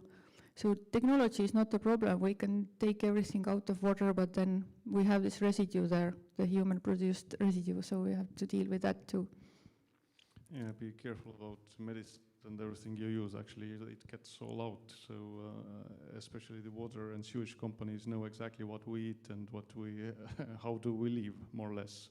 And it's very hard to get rid of it at the end of the day. So yes, wastewater is also a very good source for research to know how what is consumed, how the medicine is moving, or like how some diseases are moving. It was used at the COVID times actually for the maybe you know the One Health approach, where they were monitoring the wastewater to know about it.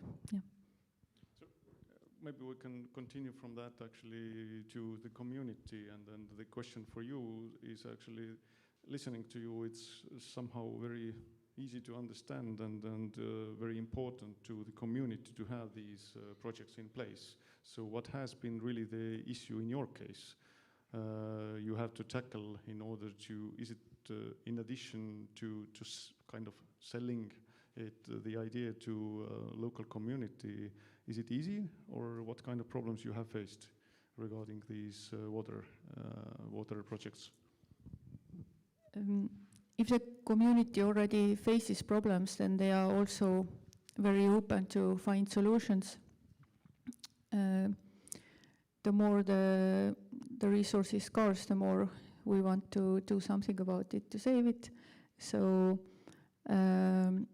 in our case, what we have seen is if the water installation project is far away, then there needs to be a local partner to implement it, because people also, to maintain the system, they need to be educated, and also the local community needs to be part of constructing the whole project. So what we are trying to do is to find local partners in the countries that we are going, and trying to expand our business too,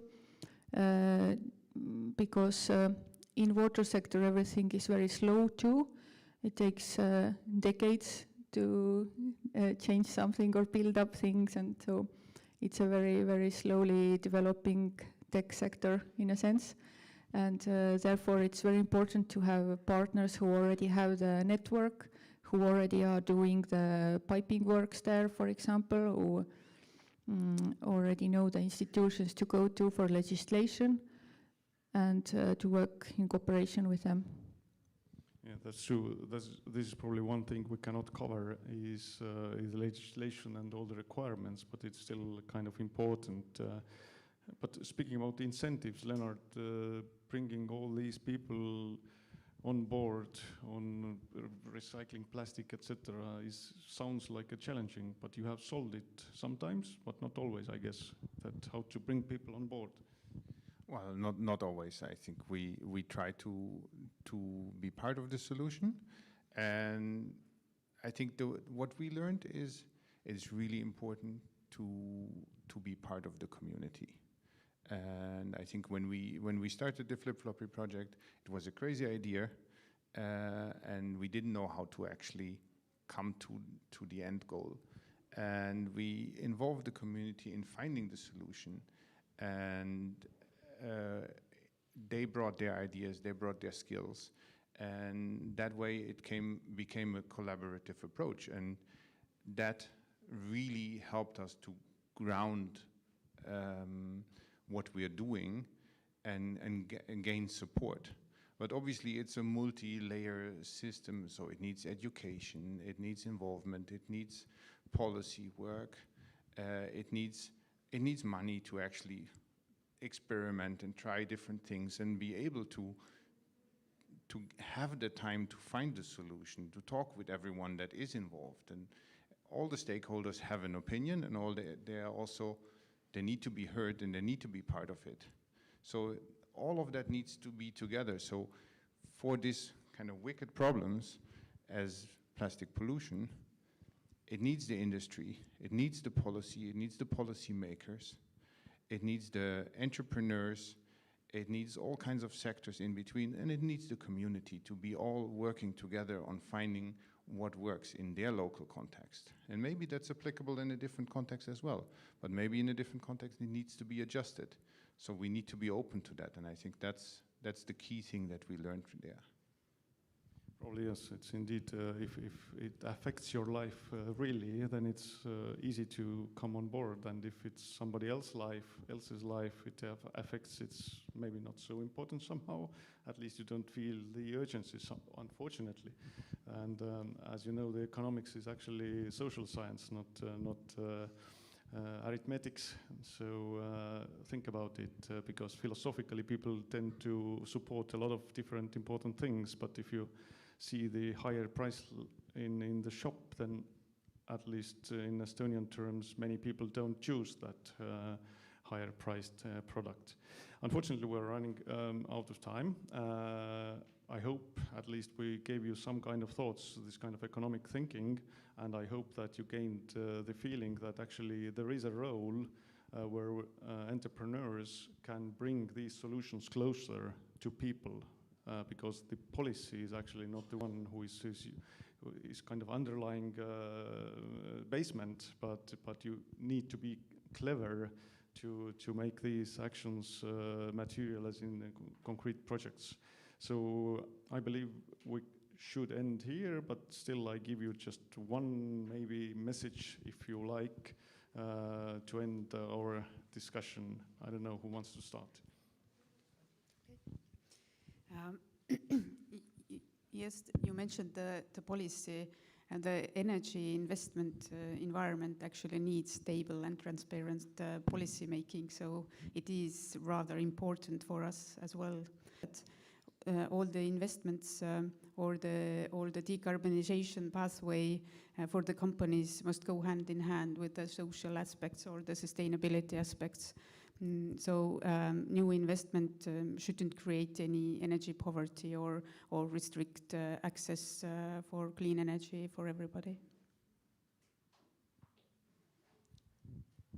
My ending word would be that reuse is the key word. Reuse of water, reuse of energy, reuse the source that is scarce. And there is only psychological barrier sometimes, so there is no other reason but just to think differently and reuse. Yeah, I think what gives me hope is when I see the kids that have gone through our outreach program on schools, on local schools, when I see them coming home and become ambassadors of the solution, when they teach their parents and their grandparents what can be the solution, I think then we're looking to a future with hope. Thank you. And this is a good ending word. So thank you for listening, and I hope you gained some food for thought.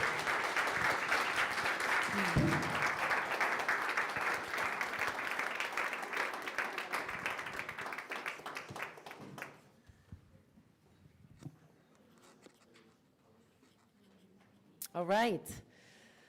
While we send off and thank our panelists, I want to do a little temperature check. It's getting a little, sleepy in here. It's been a long day, intense. I see more eyes either sleeping or looking at people's laptops or checking Instagram. How are we all feeling? Little temperature check. So let me give you 3 reasons to stay motivated. You pick yours. First reason to stay energized is because we have a break coming up now. Stuff yourself with sweets. That's one motivator. Second motivator is we have so much good stuff still to come. We're going to talk about responsibility after the break. 2 more keynote speakers and a very good panel. And the third motivator, which I must say is the strongest for me, is that you will all have a glass of wine available in an hour and a half. So much to be happy about. And also be prepared. Bela from the last panel has promised to do some energizers with you guys, which I have already told her I am really bad at. So count this as my energizer for you. So let's take a break. Be back at 4:05. And let's keep this up, and because there's so many good topics still to come. So see you soon.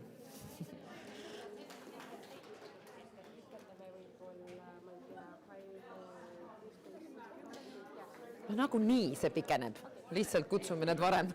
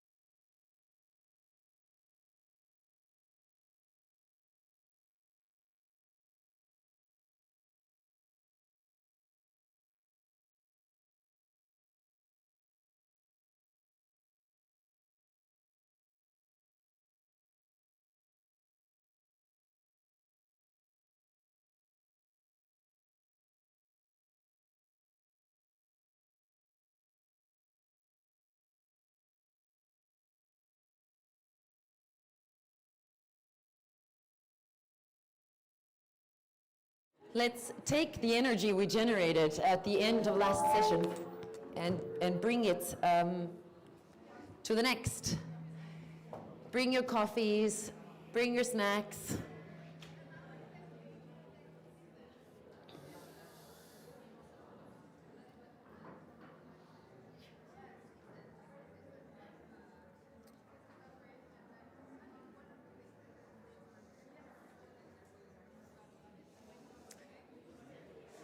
Welcome back, everyone. Curious how many students we have amongst us still hanging in there. Well done, well done. You guys are used to sitting in class. This is a long days.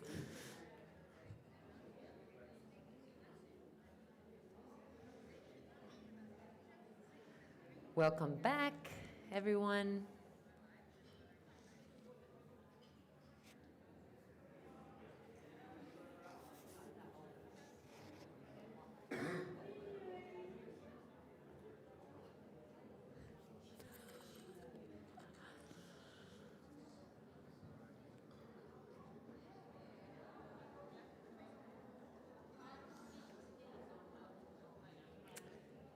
Good to see you guys still here. I hope you've enjoyed the day so far.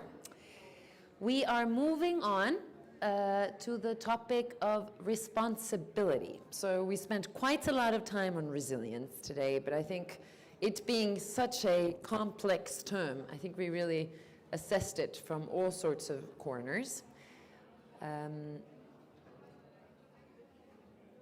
So many of us still outside, so I will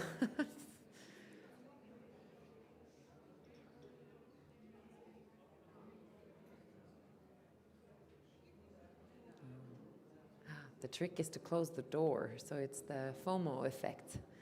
I like it. Not too soon.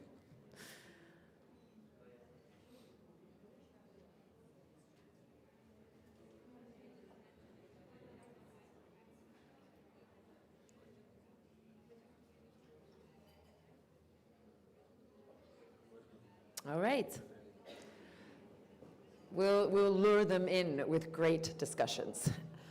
So we'll now move on to the final theme of the day, responsibility. And to start shaping that theme, we have a pre-recorded message for you.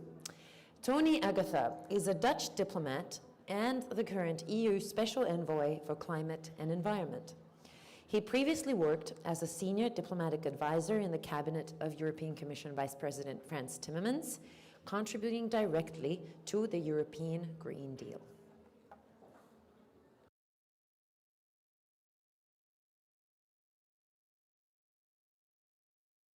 Excellencies, colleagues, friends, it was unfortunately not possible for me to travel to beautiful Tallinn for the second International Environment Justice Conference entitled Responsibility and Resilience in a Changing Climate. So forgive me for coming to you on a gigantic screen. Climate change is impacted by the flavor of the day as a political issue. In 2020, it was up there on the political agenda. In 2026, it seems, if you believe all the headlines, that we have all moved on to other crises. But real climate change does not follow political agendas or fashion cycles.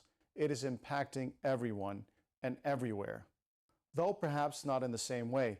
It is tragic and unjust that the many people who at least contributed throughout history to climate change are now most to suffer from the effects of it.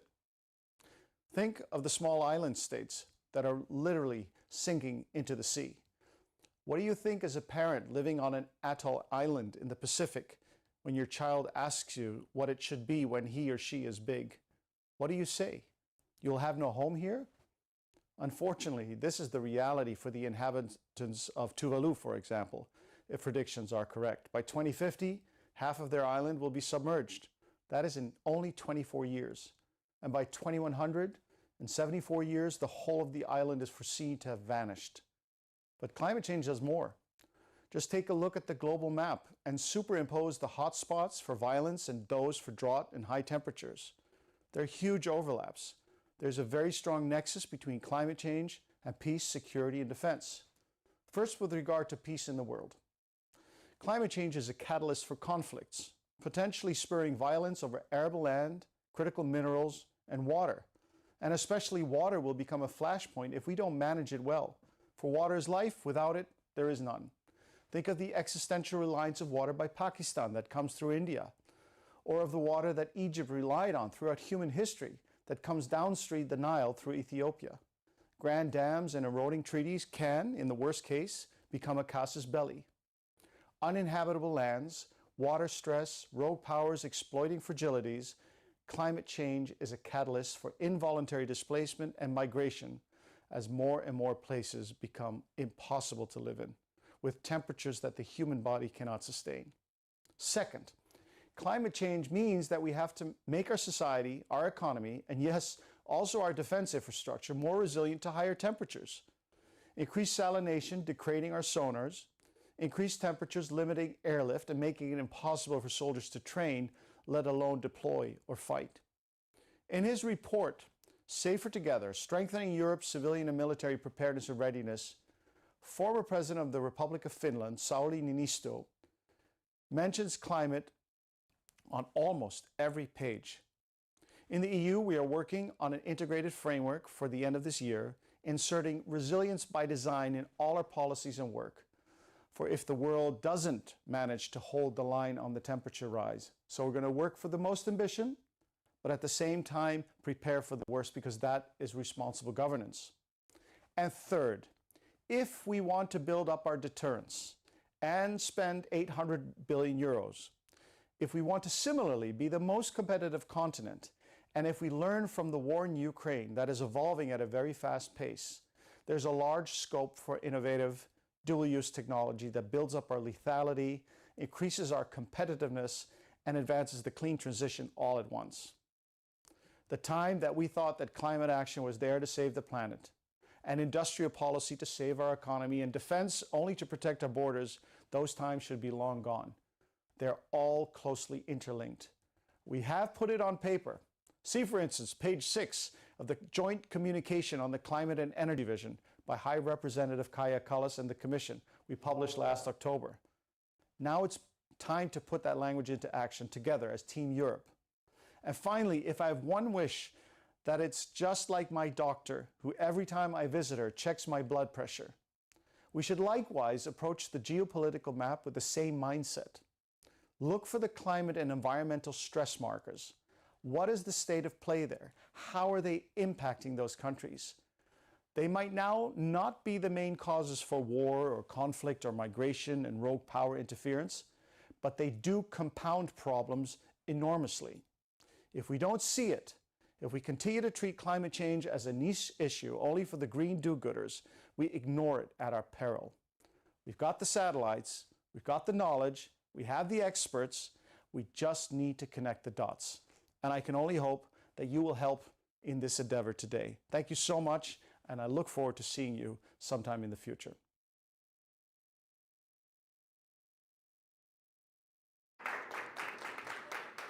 So let's keep connecting the dots.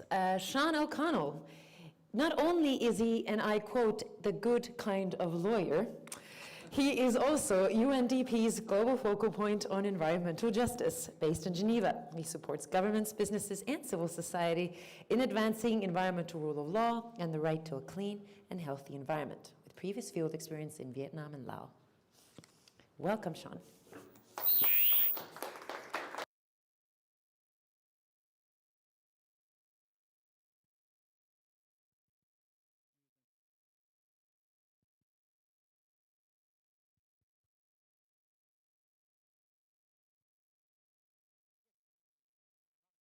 You'll hear from me. Yeah, I don't propose to take my full time. I've been given 20 minutes, but there is a exceptionally experienced last panel, which I was previously on, but I got kicked off of, so I really encourage you to try and last the distance if you may. I want to start by thanking the Ministry of Foreign Affairs and Mondo sincerely for the opportunity, and thank them as well for picking such a brave topic, which is actually not that common to find dedicated discussions on environmental justice. I should say that before I start, because we have a predominantly Estonian audience, my brother works for Bolt, and he's been working with Estonians for 10 years. So he said, there's 3 things you need to remember. He said, first of all, don't be late. So I think I've done that. He said, second of all, avoid all small talk because they won't enjoy that, and which is hard for an Irish person because it's our native language. And third of all, be pragmatic. So in that light, I promise to be on time, give more time back if I can. I will be as direct as possible, and I hopefully leave you with some concrete ideas of what to do. I think I'm corporately required by UNDP to start by telling you what UNDP does, unfortunately, but I'll be very brief. For those who don't know, we're the United Nations Development Programme. What we basically do, why we were basically invented and established to move away from this idea, and I think Hilda said it, articulated it very well, this idea of development being just concrete and money. Development is about health, it's about prosperity, it's about education. So UNDP's mandate is around sustainable development. That's why we exist. What we try and do is really looking at those furthest left behind. We don't try and support everyone all the time, everywhere. We just try and focus on those most at risk, those left behind. And how we do it with mixed success is work as locally as possible to create solutions and find solutions locally. And I say with mixed success because sometimes we have divergence between what a government wants for its people and what a community wants for its people. And I think that was articulated earlier in the context of the East African pipeline. So that's who we are. We're operating about 170 countries globally. So when I'm speaking, I hope you'll understand that I'm not speaking as just myself. I'm trying to channel some of these observations on environmental justice. When I was asked to do a keynote, I asked for some guidance. So I asked the Ministry of Foreign Affairs and Mondo, I said, ask Mondo first, what should I speak about? They said, keep it to environmental justice. I was like, okay, that's a pretty low bar. And then Gert yesterday gave me even better advice. He just said, well, as long as you enjoy yourself. So I was like, okay, another very low bar to set. What I would like to do, though, is stay on this topic of environmental justice, because as I mentioned, it's not that common. I've been in the focal point in environmental justice for about 3 years, and I've only counted about 2 international conferences with this topic. So it's not that common. But the question is why? Why are we speaking about environmental justice so infrequently, so rarely? Why are we putting these two concepts not together as often as we should? One of the theories is, and if this concept is confusing for you, that's natural. For many people, they don't really get what environmental justice is, trying to define it. Well, one of the reasons for that is that, you know, typically we didn't see the environment as a justice issue. It was like a technical engineering issue. But now the impacts are so great, we really have to consider them as human rights issues and justice issues. Another reason, which doesn't get talked about an awful lot, is that there was an intention to remove people from environmental discussions. There was almost a colonial mindset to have the environment and environmental theory just about extraction of resources and to remove people from it. So actually now what we're trying to do with this concept of environmental justice is put people back into the environment. And I think an indigenous people's organization said it best when we were at a conference in UNDP. They said, look, it was the international community that took people out of the environment. Now, we've been doing it for generations. We've always seen them as the same. We've always seen the environment as a justice issue. We give rights to rivers, rights to trees, rights to land. You separated them for your own convenience. Now it's your job to put them back together. So I take that responsibility very seriously. And if I could maybe just point to 3 trends that really should land this in your mind about why this is now a very important topic, why we were thinking about environmental justice with a capital J, if I could. So think about it really in terms of, if I was to talk to you about justice on the streets of Tallinn, you know, it shouldn't change when you think about justice in the international concept. Sometimes it gets softer. You're like, oh, justice internationally, it's not as serious. It's kind of, okay, a campaign, awareness, it should be the same. It should invoke in you the same feelings, especially if it's an injustice. I think, first thing I would point to, it's already been mentioned, is that the International Court of Justice, and again, you were thinking, why do we care about what a bunch of old judges in The Hague have said about this? I think it's important because you need to remember who took this case. It was those countries most affected by climate change. They're the ones who want us to consider this as a justice issue, as an obligation on those who have the most responsibility to protect those who are most at risk. So that's one important trend. The ICJ advisory opinion, supported by Estonia in the General Assembly, is a huge indicator that those most affected want this to be considered in a different frame. The second one, which was also already mentioned by Catherine from the Ministry of Foreign Affairs and around the right to a healthy environment. Again, why do we care? It's an important message to say that human rights and the environment were often kept separate. But since 2023, at least the international community has said, no, you can't talk about human rights unless you're talking about the environment. And vice versa, you can't really talk about environment without human rights. And I think here in Estonia even, you have some progress made. Environmental Protection Act in 2010 or 11 does speak about this right to having a healthy environment. It's an important trend. Lastly and not least, there is a massive trend towards frustration among young people about going to COPs and going to meetings and negotiating around climate. They've gotten sick of it, so they're taking their actions to court, simply. I mean, I know I'm a lawyer, so you might think, oh, everything looks like a court case to you, but it's true. You're looking at now 3,000 climate cases as of the end of last year, and it's skyrocketing it again. And it's not just a Western phenomenon. It's happening. The fastest growing region for climate litigation is in Asia. And what's very interesting is when you look at the cases, how many young people are taking them. Just the frustration they have with dialogue and moving towards action and justice. So that's a very important trend to keep in mind. Here in Europe even, I don't know if many of you know the Agostinho Duarte case. The youngest litigant in that case, taken by young people from Portugal against governments in Europe, across the Council of Europe. The youngest litigant was 6 years of age. It was her older sister at 14 who also said, I'm taking this case on her behalf as well. She's joining me because countries' failure to act on climate change is seriously interfering with her future. So, what I'm going to do, again in my rule of 3, if you'll forgive me, would be just to unpack this word responsibility. As I said, I didn't get too much guidance about what to say to you. So I'm going to try, and my goal is just when you see this word responsibility, what should you think about? First of all, who's impacted by climate change? The responsibility is to who and for who. So let's unpack that for a second. We go back to when we had international law and international justice mechanisms. They came from the end of World War II, and they were designed to stop us slipping back to the scourge of war. But actually, they didn't really envisage a situation like we have now. They didn't envisage that countries in Europe would have duties, human rights duties, for people on the other side of the world. They always just thought, okay, it'll be from the governments, their own government, their duty is to their own people. So we have this difficult situation where who has a duty to protect human rights if it's here in Europe in the South Pacific? And thankfully, with the ICJ advisory opinion now, we have it clearly articulated that those who are the biggest emitters, those with the biggest contributions to climate change, are the most responsible. They have a legal obligation. So we move away from this moral obligation, pleading, please do something, and we move towards the legal obligation. That's an important trend. When you see this word responsibility, don't take it lightly. It is a legal responsibility. And I think that's been fantastically articulated now by the International Court of Justice. And it's an important framing that we should take. Again, don't think about it just in terms of a bunch of old lawyers and judges. Think about it in terms of how it started.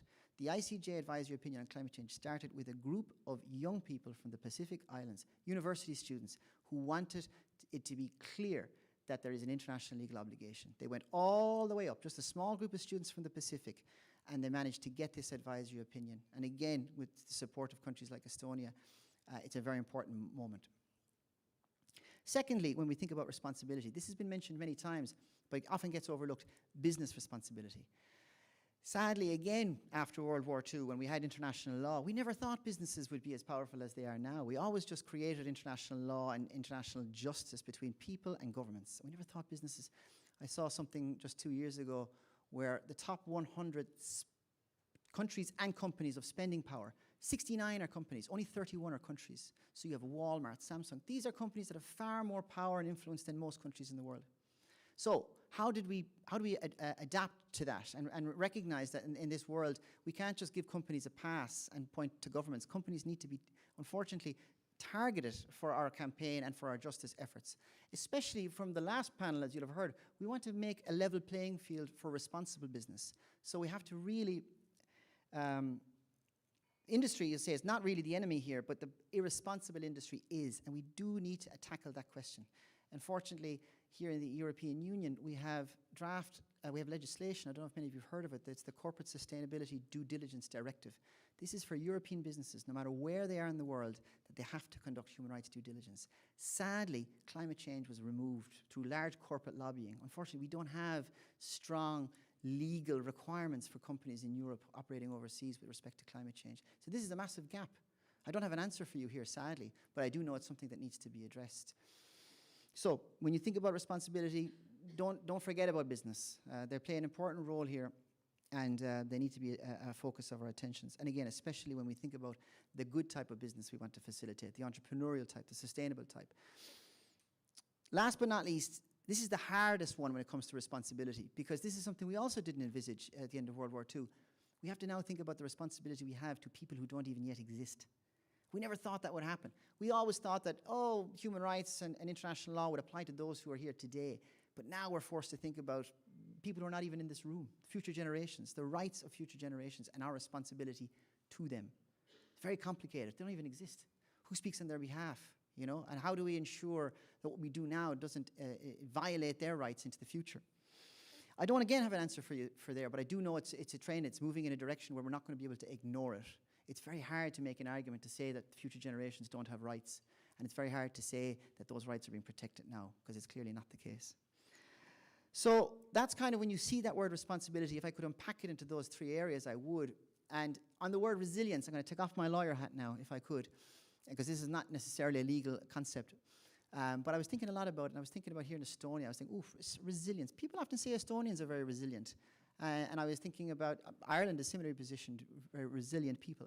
And I think it sometimes invokes the idea that you endure a lot of hardship and you get through it. But it's almost very passive. But that's not actually what happens. If you look at Estonian history, from what I know, yes, you endured tough times, but you knew when it was the right time to act. And I think this is what we're seeing in the Global South now. They've endured the hardship of climate impacts. They're getting ready to act. They are acting right now. So I think when we think about resilience, a big question for us, are we going to join them in their actions? Are we going to support them in their actions? Because they can't endure anymore. This is their resilience, and they don't have any more time to endure. So when we think about resilience, especially here as Estonians, and I mean, I'm Irish, I think we have a similar reputation for being resilient. It's a good opportunity to see a common thread between us and other resilient nations. And if they're going to take action, like when we needed people to take action in our histories, I think it's time to join them, or at least consider helping them more. I want to finish just by a kind of conclusion, if you will. And if you leave this discussion with nothing else, I hope that when you see environmental justice, you'll think about it with the capital J. You'll think about it in terms of a human rights issue. You don't need to be a lawyer to take this kind of mindset and narrative. But it needs to somehow elevate the issue more in your mind. And remember, you're doing this in response to a movement from the Global South asking us to consider, and I say us in the Global North, asking us to consider this an obligation, a rights issue, a justice issue. Stop thinking about it as something that can be negotiated, or as a charity, or just financed away. And again, I sad to say, and I don't want to sound too severe, but if you're not joining them in their quest for accountability, I'm afraid you're going to be the subject of their quest for accountability. And I think that's a decision for all countries in the Global North, especially those in as high emitters. But I'd like to finish by just speaking to Estonia. I shouldn't, I'm not allowed. I don't want to pick on you because you've been very kind to invite me.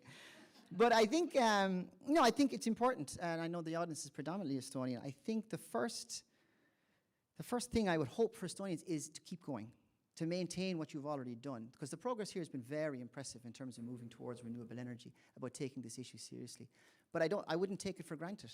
Regression is always possible. It's never too far away to slip backwards, and we see that the world over. So really, protecting what you already have, because it's an important example for the rest of the world. And I do think people will listen to you, because you're, back to my brother's advice, you're pragmatic. You know, if you said you're going to do something, you're doing something about it. But it is always at risk. So hopefully maintain what it is you're doing. I hope the second thing is to maybe take more of a lead on the global stage, because you have approached your reforms and governance and history with integrity, with transparency. Not many countries can say they've done that. That gives you a lot of credibility when it comes to supporting other countries in the Global South. And again, you have this story. You've practiced what you preached when it comes to climate change. And again, you have at your heart this integrity. And I think you also have this innovation mindset. And I'm very struck by that when I'm here. In Ireland, we pretend we're innovative in tech, but we're not really. I think you really are. And I think when I read, I was trying to think of, well, I tried to think of an expression potentially that could be best to describe your innovation and creative mindset and how to step out of your comfort zone. And you please correct me, Estonians, if I have this wrong, but this is an Estonian expression that the chest of a brave wolf is fat. Do you ever use this expression? Yeah, I'd never heard it before. It kind of makes sense to me now. And I think what I sense here is there's too much positive things going on in this country for them to stay in this country.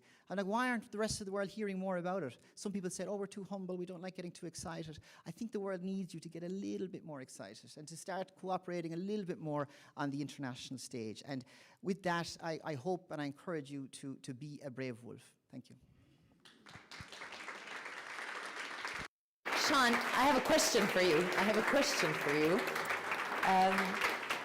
Actually, the saying goes, it's either fat or full of bullet holes. Oh, okay, do the fat one. Don't do the bullet holes. Don't be that brave, please.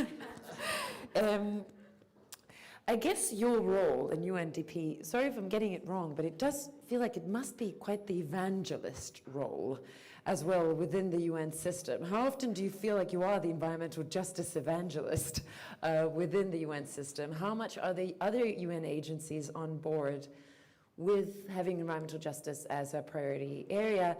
And I guess we haven't touched upon it a lot, but the elephant in the room is how has that prioritization and attention to environmental justice changed since the change in US leadership? I mean, are you actually allowed to say the word environment in the UN these days? I mean, I'll be very brief. The challenge at the UN is the same challenge you have at the NGO level. It's the same challenge you have at the government level. We developed these silos decades ago. We decided that it's best to separate justice and rights and the environment. You know, I'm struck by talking to Lowry, who's an ecologist. You know, it's hard. You can't be an expert, a deep expert on ecology and this concept of human rights. And even me, my background's in human rights, I had to learn a lot about the environment. And it's tricky because it's a technical area. You get it wrong. I think the lesson in breaking the silos is you don't really need to be. I'm not an evangelist necessarily, but I just want to help people to move out of their comfort zones, that they don't need to be environmental experts if they're human rights experts, and they don't need to know a lot about human rights if they're, you know, and vice versa, we'll say. But I don't think, no, there hasn't been much challenge. I think we're just too set in our technical ways. We're too set down this path of reduce greenhouse gas emissions and that's it. But reduce greenhouse gas emissions as an obligation of the state with penalties applying if you don't reduce greenhouse gas emissions. The same could be said for biodiversity loss, the same could be said for pollution. It changes the entire discussion. It moves it away from this engineering-focused technical reduction of environmental harms, which is important at the end of the day, and hopefully elevates it more to what we have done over the last 100 years, which is taken the people out of the environment, which is a very sad thing, and we need to put them back in there. So thank you.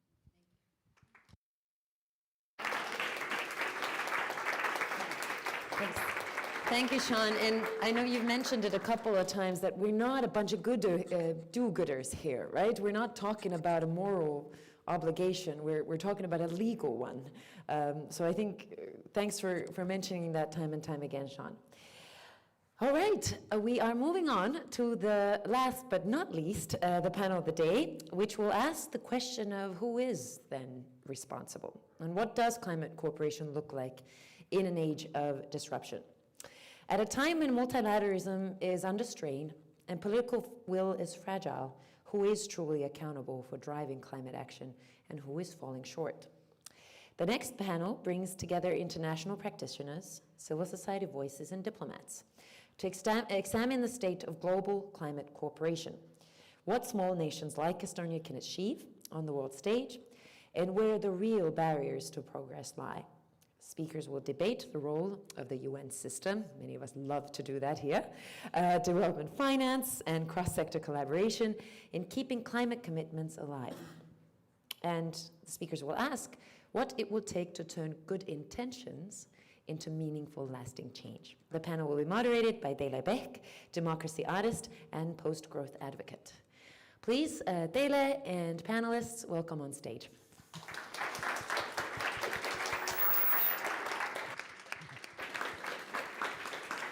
Woo!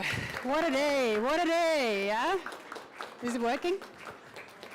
It's been very intense, and I like to do embarrassing things. I hope you're with me. So just a few check-in questions for you, and the instructions are, yes, like 100% with you, like totally agree. 50, 60, minus percentages. So, have you heard anything inspirational today? With your hands. If you want to stand up, more energy. Okay, mostly you have. Have you met somebody you disagree with? Because that's the core of democracy also. Diversity. Ah, yeah, now the hands come. Thanks. Have you sensed that today has been honest, there have been honest discussions, honest talks? Yeah, totally, more or less. Okay, both, yeah, more or less. Have you met somebody you want to collaborate with? Yes, more or less. Oh, we need to find somebody for Hilda. Cool. Too many people here. Yeah, we're about to mingle soon. So thanks for that. We are aware of that you're totally zombies, and we as well. But this session is about hope and good collaboration cases, and hope actually is here. Everything you do has also hope. So if you want to maybe post some things on Menti that haven't been mentioned as the good collaboration cases, like some kind of prototypes or experiments that could be scaled up anywhere, just please put them out and I will read them, and they're here, then it's more cohesive in that sense. And one bit of good news also for Estonian civic activists, organizations, NOPLANETB, also curated by Mondo, the financial mechanism, right? For knowledge-based climate actions on local scale. There's the last call out there, 7,000 euros being distributed. The deadline is 8th of June, and Demi there will help you if you're interested. This is for those who haven't got funding from there already, which I have, and this is why I'm here. So in the beginning of this year, we organized a citizen assembly or citizen panel around good life. So we were kind of redefining what is needed for good life in Estonia, with 30 people representing the population of Estonia by different characteristics. And I think I'm here also because I'm female. But we have two more. So I'm not going to introduce the great speakers. This is about good collaboration cases, basically your work. So Sadu is representing the financer, Robert, on the ground, action, environmental protection and advising different environmentalists around the globe, right? And Katrin, climate energy envoy from the Ministry of Estonian Foreign Affairs. But yeah, let's get to the point then, right? Good collaboration skills, examples, and shortly.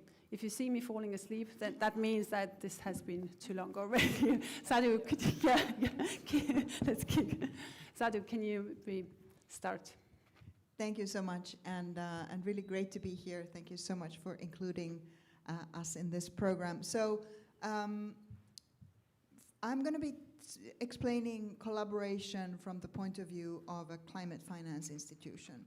So the Nordic Development Fund is a fund that's owned by the 5 Nordic countries, so it starts with that collaboration. That have come together and decided to form this fund in the 80s. They then came together again 2009 and decided that all these resources are going to be devoted to climate. So we finance in the nexus of climate and development ever since 2009. The next level of collaboration is that we never work alone. We really live and breathe that collaboration with different partners. We co-finance with others. We haven't built a big bureaucracy of our own, but we really work with partners, and we complement what they do. We co-create with others. We usually engage very early in a process and then kind of bring in our views and our expertise into the process. We also convene different partners. So that's the way we operate. So that's that collaboration piece. We're also very committed to getting the resources we have in our hands to those who are least responsible for climate change but are suffering most from it. That came very clearly in the morning here, that is really at the core of this environmental justice question as well. So most of our resources are spent in sub-Saharan Africa, to some extent also Asian and Latin American countries, but our main focus really is getting resources to those communities who need them the most in sub-Saharan Africa.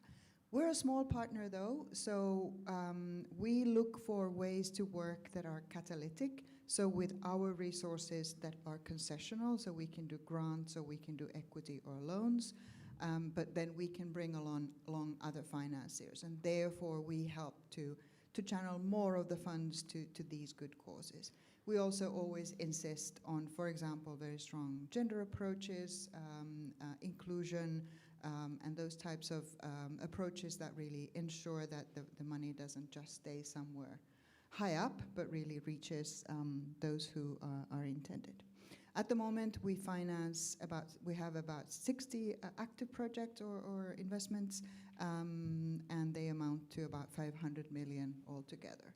So in some comparisons, we're big, but if you compare to the large global organizations, we're small. But that also makes us quite agile. Can you maybe bring examples of the projects that you've found? Yes, I'm getting to that. An example that I've picked to start with is really one that really well, I think, to me, illustrates that collaboration and coming together of different types of partners. This is a program called SOF. I'm sure you've never heard of it. That's fine, but it's a systemic observation financing facility. Basically, it means building meteorological observation capacity in all countries. Did you know that Germany alone has more of these meteorological observation stations than all of sub-Saharan Africa together? So that tells you something about the quality and the ability in sub-Saharan Africa to make weather observations that are reliable and make them available for the population, for example, for early warnings or information to farmers about when to plant and all this. So this facility brings together technical institutions, so meteorological institutions from all over the world, World Meteorological Institution, different international organizations, and then different financiers, including ourselves and many Nordic governments, for example. And this is so it's a movement, you could say, of building weather observation capacity that is compliant with international standards, so quality, and then it also has capacity in it, so the countries so all countries can manage these systems and also keep them up, because meteorology happens to be an area where lots and lots of investments have gone wasted because there hasn't been proper maintenance and proper capacity to use them. So this program is trying to solve all of them. So we went in very early, helped co-create this into a program that then was able to attract a lot of other financing, and now we are, the happy godmothers of the program, and love to see it fly. So that's my first example. Happy to share more. Yeah, so you have plenty of more. Good. We'll get there, hopefully. Robert, what about your inspiring examples, good collaboration skill? Why am I saying skills? Good collaboration cases that others could learn or get inspired from? Thank you, everyone. I'm grateful to be speaking in front of you at this moment. Human dignity doesn't stop in a single nation, not even in a single region or a village or a country or even continent. It goes beyond a village, a country, or even a continent. And for me, true security is about the people trusting the law and the law working in favor of the population. At a time when politicians across the world are making derogatory statements, insulting climate advocacy, and claiming that climate change doesn't exist, it sent a very chilling messages to everyone who is involved in the defense of human rights, which is fundamentally also environmental rights, because to have clean air is a human right, to have clean water is a human right, and to have safe food which is not toxic in a way it is produced is a human right. So we all survive because we eat safe food, healthy food, we breathe clean air. So I work a lot in Africa, particularly in my country, Democratic Republic of Congo, but also regionally in the Albertine region of Africa, supporting grassroots resistance against environmental injustice. This work includes mobilizing farmers to fight against corporate capture of traditional and indigenous land, which is being threatened due to extractive activities, including mining for fossil fuel, mining for critical minerals, cobalt, needed to power transition to green economy, to produce electric vehicle, but yeah, people are getting mobilized to challenge the destructive impact of mining, corporate capture of indigenous and community land. And this work has taken me to the parliament. I am actively involved in political activism and political negotiation and advocacy in support of traditional livelihood, indigenous way of life, and to protect the place we call home. Globally, I'm meeting with the politicians, including here in Europe.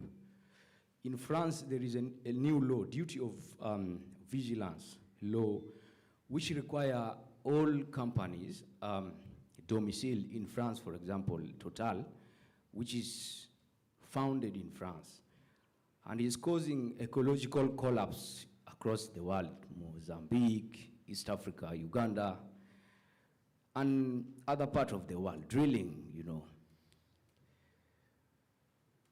Leaders from communities affected by this project need to work with the lawyers at European Union level to take companies to court, for example.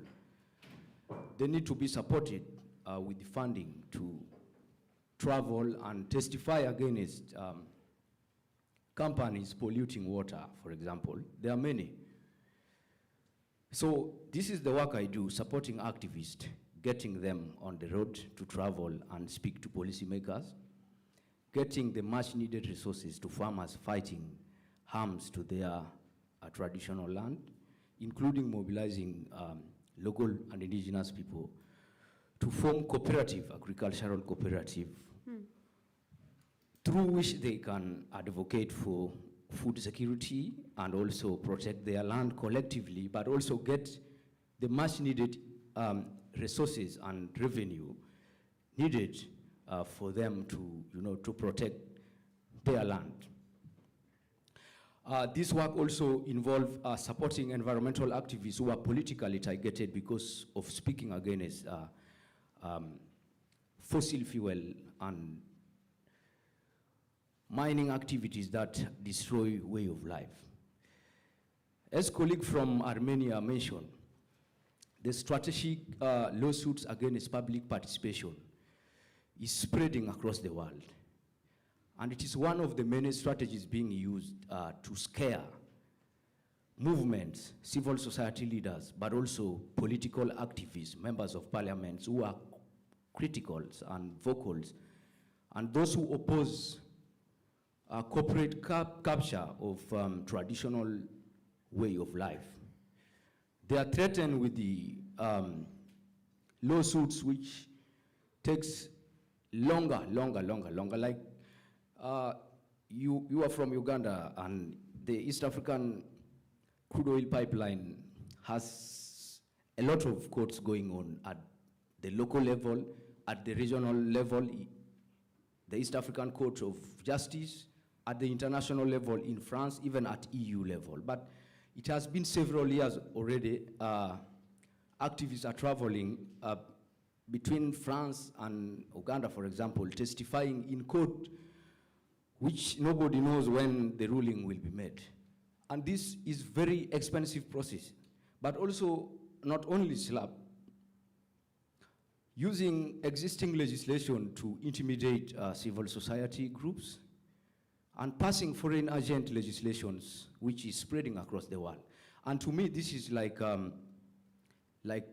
copy and paste and pay, for example. A copy and paste playbook where leaders in Africa, for example, are trying to copy what Russia does in European Union, like to restrict civic freedom and to control who gets what resources from who, which has made many activists, for example, to run away from Russia, and they are living across the world, for example. So this law is spreading across the world, including in resource-rich countries such as Democratic Republic of Congo, Uganda, Cameroon, and many other places. And there is no indication that states will back off, from making laws that criminalize public participation in environmental decision-making like we are seeing. And then surveillance is another thing which we are fighting, because it doesn't make sense to conduct illegal surveillance against people who are not armed, for example. And we are seeing technology provide an opportunity for people to connect and exchange ideas across the border. But increasingly, governments have noticed the potential technology and it threatened their existence, for example. So groups who use information communication technology, web technology, to raise awareness of environmental justice issues are threatened with the surveillance. So we are supporting initiative to protect communication of dissidents, political actors, and environmental activists, civil society, investigative journalists.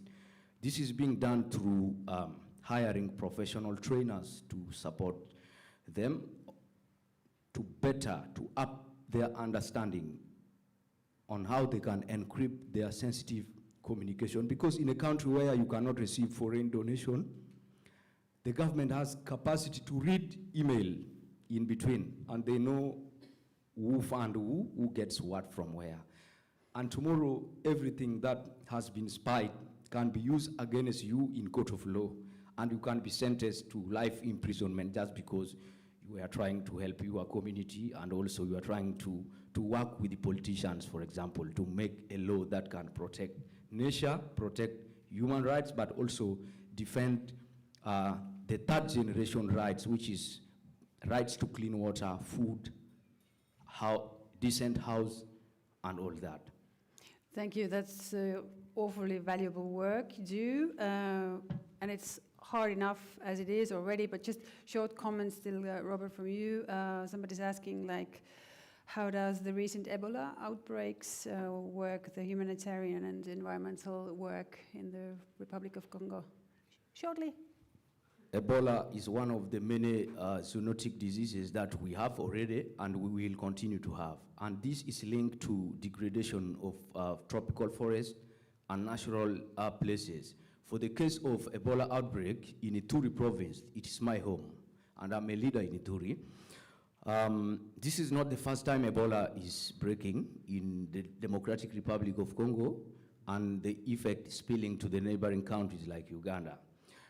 The town where Ebola started from is a mining town which is receiving growing influx of foreigners, mostly people from China who are settling there to mine gold. And different cultures exist in this location. People are consuming wild animals. And it is not a wonder that as we continue to encroach on protected areas, settlement expanding on areas that were traditionally protected, for example, home of wild animals such as chimpanzee, bonobo, pangolins, and we are encroaching to their home. Automatically, the spillover effect of this action that human beings are taking is visible, Ebola. So we need to stop the destruction of nature, and that is another aspect of the work that I'm involved in, working with farmers, helping them to protect their territory through legal support for land tenure security, helping community to secure land title so that they can protect their forest without opening it to outsiders or mining companies. That may open it, and this can escalate into dangerous situations such as Ebola, which the audience members ask my opinion on. Thank you. Okay, thanks. You can also comment each other's statements, and everything. But Katrin, let's come to basically Estonian responsibility, right? Because we are a welfare country already. And what have we done concerning the climate and environment collaboration in the world? And what is kind of keeping us from doing more? Because there are a lot of civil society activists here in the audience, and even if the picture is painted very rosy of Estonia, yes, we contribute, we're responsible, all that, things are not that rosy for insiders. It's everywhere we go, right? And you are used to inconvenient questions as a climate envoy. Well, I don't know whether it's so inconvenient or not, but thank you for the question. So I actually risk even to be repetitive here, because we have heard even today we have heard a lot, actually, what Estonia has done also globally in this climate justice field. I mean, if I want an easy answer, I would say the same conference, for example. The work what Mondo is doing, it also helps in this climate justice field. I mean, they are raising climate awareness. They are working for this global or raising education in climate field, and doing valuable projects like this conference here. Or I don't see any more Heidi Solba here, but I could also name, for example, the same Let's Do It World initiative, and what has become from it. I mean, we now celebrate every year on 20th of September, we celebrate the UN Day, actually. That's the World Cleanup Day. And where it started actually here from the civil initiative, actually, civil society initiative. So these are the easy examples. But what we do on the government level, I mean, one could think that Estonia, as a small country, that we don't play a global, not a big role in global climate policies or climate justice, that we are not the agenda setter like the bigger countries who have more administrative capacity, more money, and so on. So we could argue with this. I mean, Estonia is a small country, but maybe to start with, so whatever we do in our politics, foreign politics, economics, I mean, we have to think a little bit also on our history, what is accompanying us in everything what we are doing, which is overarching our activities, so to say.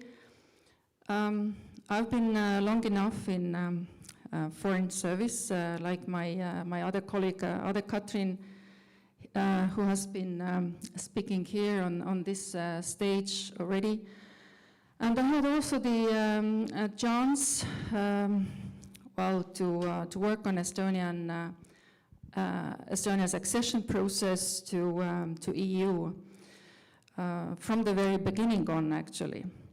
And one of the main ideas why Estonia wanted to join the European Union was that we said ourselves, our more than 40 years of foreign occupation, that we don't want to be alone anymore.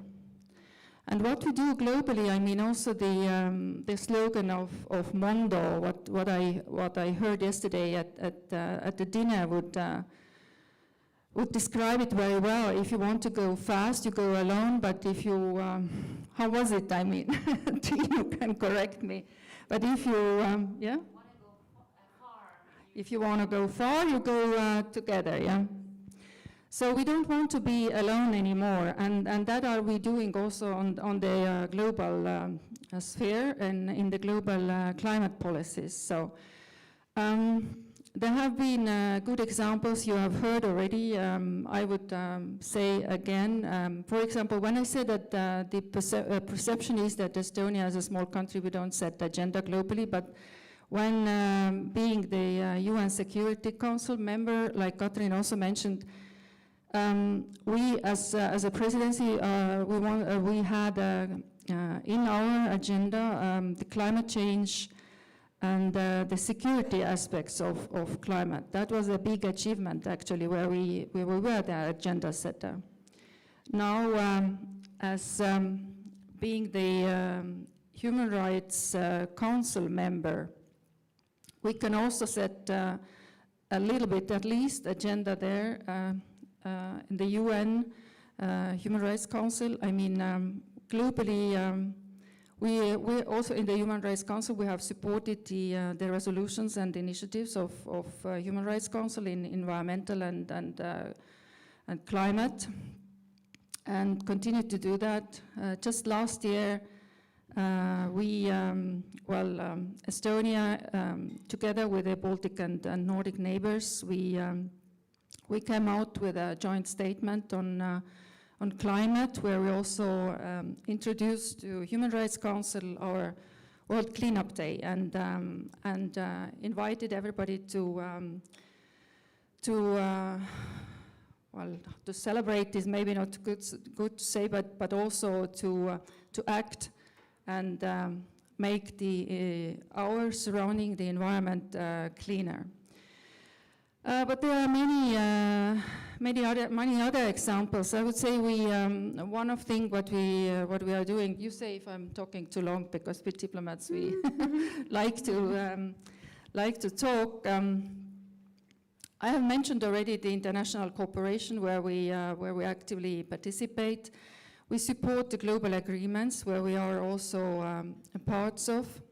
We also support the goals of Paris Climate Agreement and the EU's climate policy. We are part of major environmental and climate conventions and take actively part and responsibility in their implementation. Environmentally sustainable development is one of the cross-cutting ideas in our development cooperation, and I see my other colleagues from the Foreign Ministry who work in development cooperation and in humanitarian aid. They are also here, so they can help me out if you want to learn more about concrete examples, what we have done. So we in the Foreign Ministry, we set the policy, and then we have the Estonian Development Agency called ESTEF, who is actually actively working on implementing the development cooperation. But still, I would interrupt you. Still, Estonia is a very techno-optimistic country, and we spread that virus, positive virus, in the world as well. And Sean, we are proud of that, because that makes us bigger. Being a tiny country, but compared to environmental climate actions or the funding also going there, it's unproportional, you know. Like, how would we kind of turn that or create more linkages between, because now we have new hype, AI, right? Mm-hmm. And it's not only about hype, it has huge ecological costs as well. So how, as Estonia, being aware, being very techno-optimistic, then again, because I'm not a diplomat, I'm a civil society activist, so I can say things straight out. We are also threatening our own democracy like that if we don't upkeep the rule of law, separation of powers, if we don't... we have a low political culture in Estonia, which threatens our democratic foundations also. That's why I work with citizen assemblies to kind of create that, bring that back, the trust. So like what holds us back from doing more for environmental justice? And please, not a diplomatic answer. I don't know whether I know really to give you a non-diplomatic answer. You mentioned our the digital development. I mean, we are proud. You said that, I don't know, you didn't say nice really. But I would say that that's one of the biggest achievement. And this is something everybody knows Estonia, that we are digitally so developed. And well, you also mentioned the very important word trust. So how I see it is that we have this digital development thanks to the trust in our government, in our leaders, for example. I still remember how we created this digital government, what we have. It was the private-public partnership project. It wasn't something which was put from top down from the political leaders, but we did it together. I mean, government, companies, civil society, people. So now we are happy to actually enjoy it. And also in our development cooperation, we share our knowledge, we share our experience, and this also helps actually to climate justice, for example, because we help to build up the administration and maybe also diminish this this unequal situation where the people most affected are also suffering most. So the money, we also pay money actually. And if you ask what keeps us back doing more, then probably we don't have more money. Or there is a certain amount of money and you always have to decide where to put the money. Right now, for example, a lot of our development money goes for support in Ukraine, where we also think that they shouldn't be alone. And we see this devastating impact of war for environment, for climate, for people, for climate justice in general. We see how the energy infrastructure, for example, is being destroyed by another country. And what are the results, for example, for water, which has been mentioned here several times, or for food security, or whatever. I mean, everything is interlinked in this world. We have heard that today that there is no other planet B. So we have to give our money there where it's most needed. But we also give the money for example, loss and damage fund, which is exactly meant to diminish this injustice and work for climate justice, but also for Green Climate Fund and other fundings. Andrus from KIK was here on this stage. I mean, they are also very good partners for us in the Foreign Ministry, and they have many good projects, good examples what they do or what they help to do in broader world. Yeah, but the trust but level we is... can always do more. That's true. I mean, just yesterday, I had my colleagues, climate ambassadors here from the other Nordic Baltic countries, and we were discussing about climate policies here. As well, in the EU, we agree on our common action and climate policy, but globally, we want to have our impact. So we were discussing our climate policies, what we could do more. more for mitigation, more for adaptation, how to prepare already for the climate COP, which is coming in November this year, things like this. Yeah, basically the next challenge for humans, us as humans, has been stated as collaboration skills, right? Yes. So, please, from every one of you, from your work, from your passionate activities that you do on the ground and with different communities, what have you seen? What works to bring different sectors together, or what makes a good collaboration, basically? Do you have recipe or some cases? Maybe not a recipe, but again, a case. And I think, there are, I think the world is full of great examples of collaboration. And I think I at least feel that every day I go to work and we just continue with this. And yes, the world may be crazy around us, but we just continue, and we have great partnerships with all kinds of institutions, and that does work. So maybe my next example, I just want to, because I want to bring in how we work also with the private sector and different institutions there. But I want to start with some encounters I had last week while I was traveling in Malawi and Zambia to visit some of the work that we're engaged in.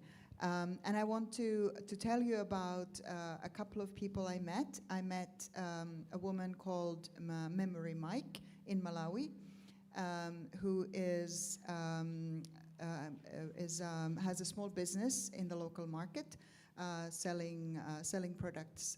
She lives nearby the market, and she showed us with great pride the solar system that she had bought for her home, with solar panels or solar panel and lights and charging her mobile phone. And a radio. And this, she told us, was a great investment because she had previously been spending similar amount of money on kerosene for light, which was, not healthy for the household. She has small children and also quite a hazard in the household. Now she can, if she needs to work late in the evenings, early in the mornings, she has light. That's safe. If she needs to be outside in her business with children in the home, it's also safer. But that was just one kind of aspect of it. When we then asked, what are your plans for the future? She said, I would like to build more houses, rent them out, and have solar light there so I get a better price. And for me, this was such dignity and such hope in her life, and quite an unexpected answer, honestly speaking. I also met another person who was a farmer called Grace, who had purchased a solar pump, tripled her farm income, reinvested that in her work, and was now sort of constantly making more of her farm together with her husband.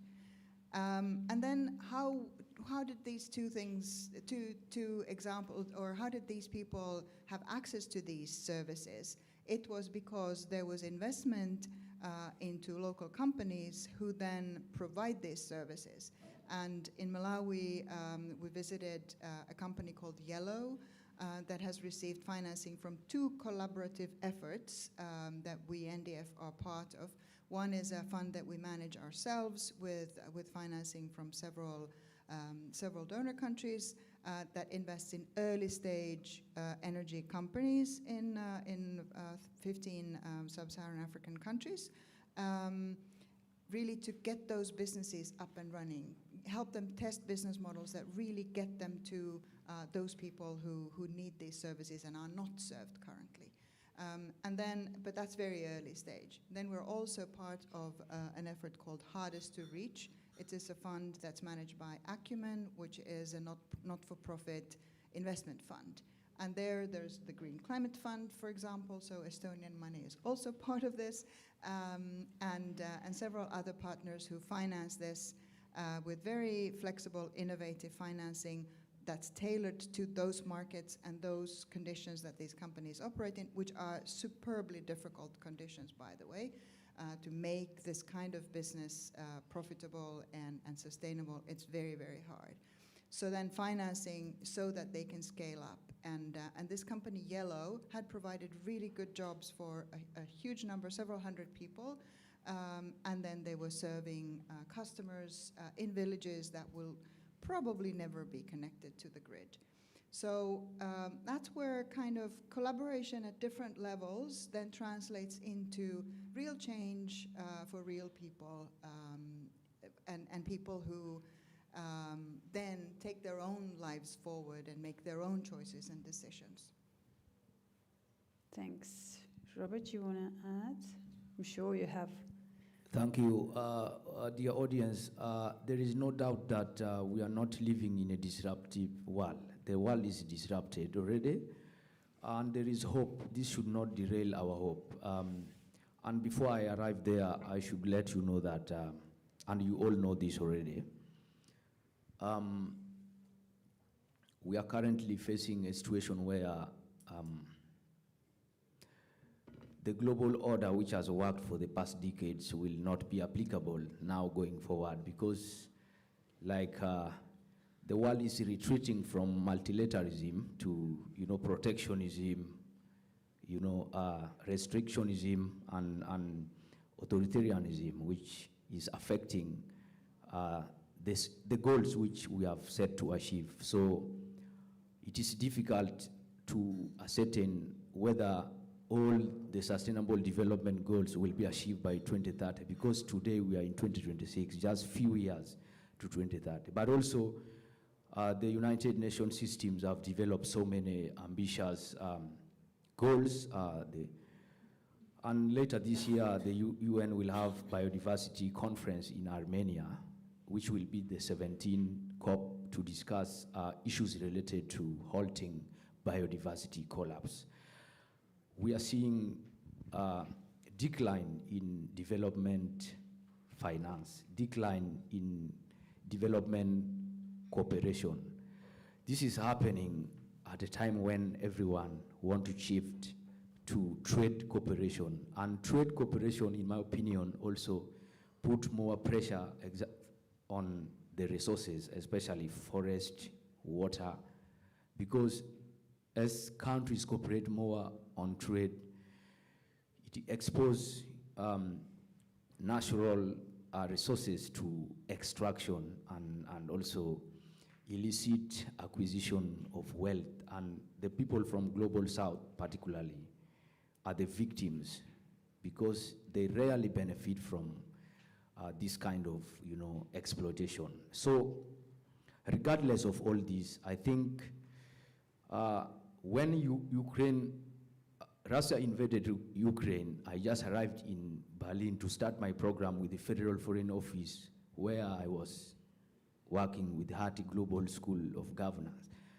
So many countries around the world showed solidarity with Russia and with the Ukraine, and which has continued until now. So the climate justice issues should be approached the same way like countries show solidarity to Ukraine, for example. DRC, my country, Congo, has been in war for the past 30 years, and this war is sometimes internally created with support from foreign countries interested in causing confusion in Democratic Republic of Congo so that they can extract all the materials needed for luxurious life in the global north, for example. But regardless of all this, I see hope, because already, despite the shrinking, funding for civic groups, for indigenous people, for environmental justice work, I see growing, numbers of people coming up to support environmental advocacy work.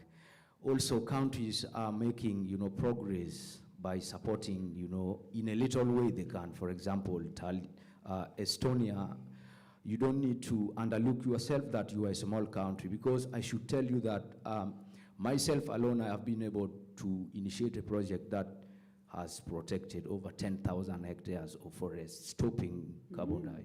So just myself, and if we were like 20,000, for example, you can imagine what impact we can have on stopping extinction, protecting habitat for, you know, endangered species, but also locking, you know, the carbon, you see? So only myself, and you can imagine. So countries You have such... to teach us Yes, how to do exactly. it. Countries such as Estonia has a lot of opportunity to collaborate with people in Africa, in Democratic Republic of Congo, Uganda, Kenya, and all that. But I also understand that Estonia only has one embassy in Africa, and they are yet to open another one in Kenya. And for me, I'm requesting the people from the Ministry of Foreign Affairs that when you open your embassy in Kenya later this year or very soon, you should consider getting accreditation to cover other countries in the region of East Africa and the Congo Basin, so that you can get to know the reality. Because with the evolution of technology here, and sub-Saharan African countries have so much young people who are so desperate to learn from countries such as Estonia. And as big countries, big nations such as the US, Germany, Netherlands, they are reducing you know, their support to other countries they have worked with for so long. I think maybe it is time for smaller nations like Estonia to step up, although they cannot fully fill the gap, but in the spirit of cooperation and working together to achieve common goal, and even using your position at the UN, for example, Human Rights Council, to advocate for the protection of human rights defenders and also for accessible visa for defenders who are running from trouble, because the EU has policy for the protection of human rights defenders who are in danger. But rarely, if activists are in danger, they don't get the visa, they are denied. So these are the debates you should bring in this term where you are serving, 2026, 2028, but also to the Foreign Affairs Ministry. If you don't have contact in countries such as Democratic Republic of Congo, we can introduce you to head of state and you see how you can form diplomatic relationship, because Africa is not a country like Estonia. It is a continent with so many countries, We know and that. if you sit Robert. from a metropolitan city like Tallinn or Helsinki or Oslo, you may forget the reality that Africa is just a country, but Africa is so huge. So opportunity exists. The Global Environmental Facility is giving a lot of funds to support farmers, fisheries, communities, Green Climate Fund, and so many mechanisms, including private foundation. So you can also donate to organizations like somebody has said, but also we have venture capital, which is already filling the gap. There are people who are using venture capital strategy to seed projects, to support development activities, to bring clean water to the people, but also to promote ecological justice and defend the rights of indigenous people who call the place their home. Thank you so much. Very nice. Thank you. Thank you.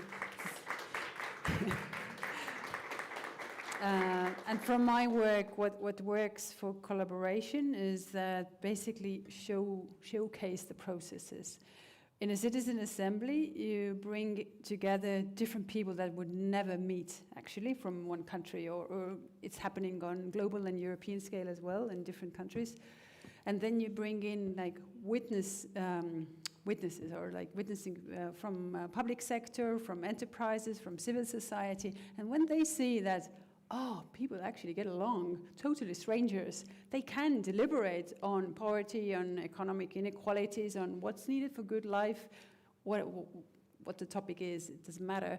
Basically, if a safe space is created, dignifying kind of conditions, you know, either there's a pay, or there's like good food, or there are drinks that are waiting for us there, then people actually get along. And if officials and different parties recognize that, they also get more kind of belief in and more trust towards citizens, because there's not enough trust. We need to kind of regain that trust. But Katrin, last half minute to you. What kind of collaboration skills you see are helping us? Maybe I shall pass the microphone. Half minute. I actually want to say, my friend from Congo, that the foreign ministry is hearing you.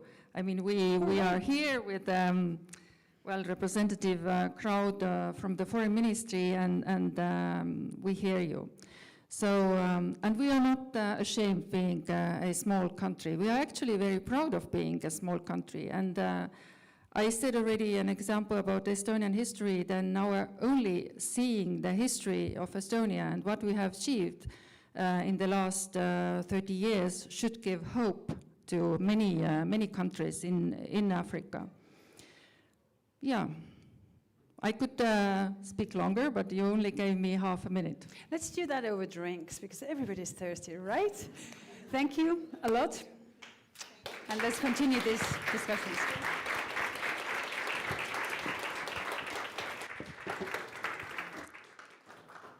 Thank you, everyone. And here we are at the end of a really inspiring day. And I get to do the closing speech, and I promise I'll be really brief. What does one say about such a busy day?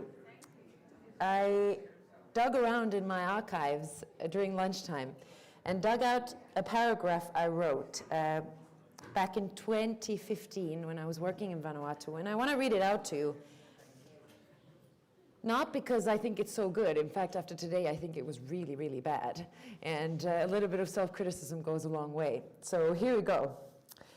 When the devastating Category 5 tropical cyclone Pam tore through in March 2015, it left over 70% of the population of Vanuatu affected and roughly 80% of homes destroyed. Yet, in the face of this catastrophe, local communities rose to the occasion with remarkable self-sufficiency and resilience. The initial shock of Cyclone Pam soon gave way to an unwavering resolve to recover. So many were completely isolated for days after the storm, but people here are very inventive, very resilient. Trust me, I meant every word as a compliment. But today has made me sit with an uncomfortable question. Who exactly was I writing this for? Because I don't think it was written for the people of Vanuatu. They didn't need me to tell them how resilient they are. They had been so for generations, long before I arrived with my young person's enthusiasm, my little clipboard, and my words of admiration. Now I'm thinking that that paragraph was written for those like me who needed a cute, feel-good story to accompany a catastrophe that Ni Vanuatu's had no hand in creating. As if survival were something to be celebrated, rather than something that should never have been under threat in the first place. I realize now that by writing this, I didn't want to reckon with this injustice that we've been talking about here the whole day. I turned a story about the West's failure into a story about Vanuatu's strength. How convenient. So I guess in conclusion, I don't know about you, but I guess what I've taken away from today is a healthy dose of self-criticism. The focus should never really be about how gracefully people can endure hardship in the face of climate, pollution, biodiversity crisis. But actually, I think we all can conclude from today that the focus should be on genuine global solidarity, to acknowledge and then actually act on and against environmental injustice. So thank you to all our speakers. Thank you to Mondo. It's been really lovely working with you. Thank you to the Ministry of Foreign Affairs for allowing us to all be here. And of course, to all of you guys that made it till the end of the day. So please take the time to give us feedback and suggestions. We really want to be back here next year. I hope you will too. We will now proceed to the reception. We are really happy to have the Undersecretary for Global Affairs from the Minister of Foreign Affairs, who so kindly are inviting us to the post-conference reception. So thank you, everyone, and see you in the other room where we'll also be hearing from Minadina. Thanks, everyone.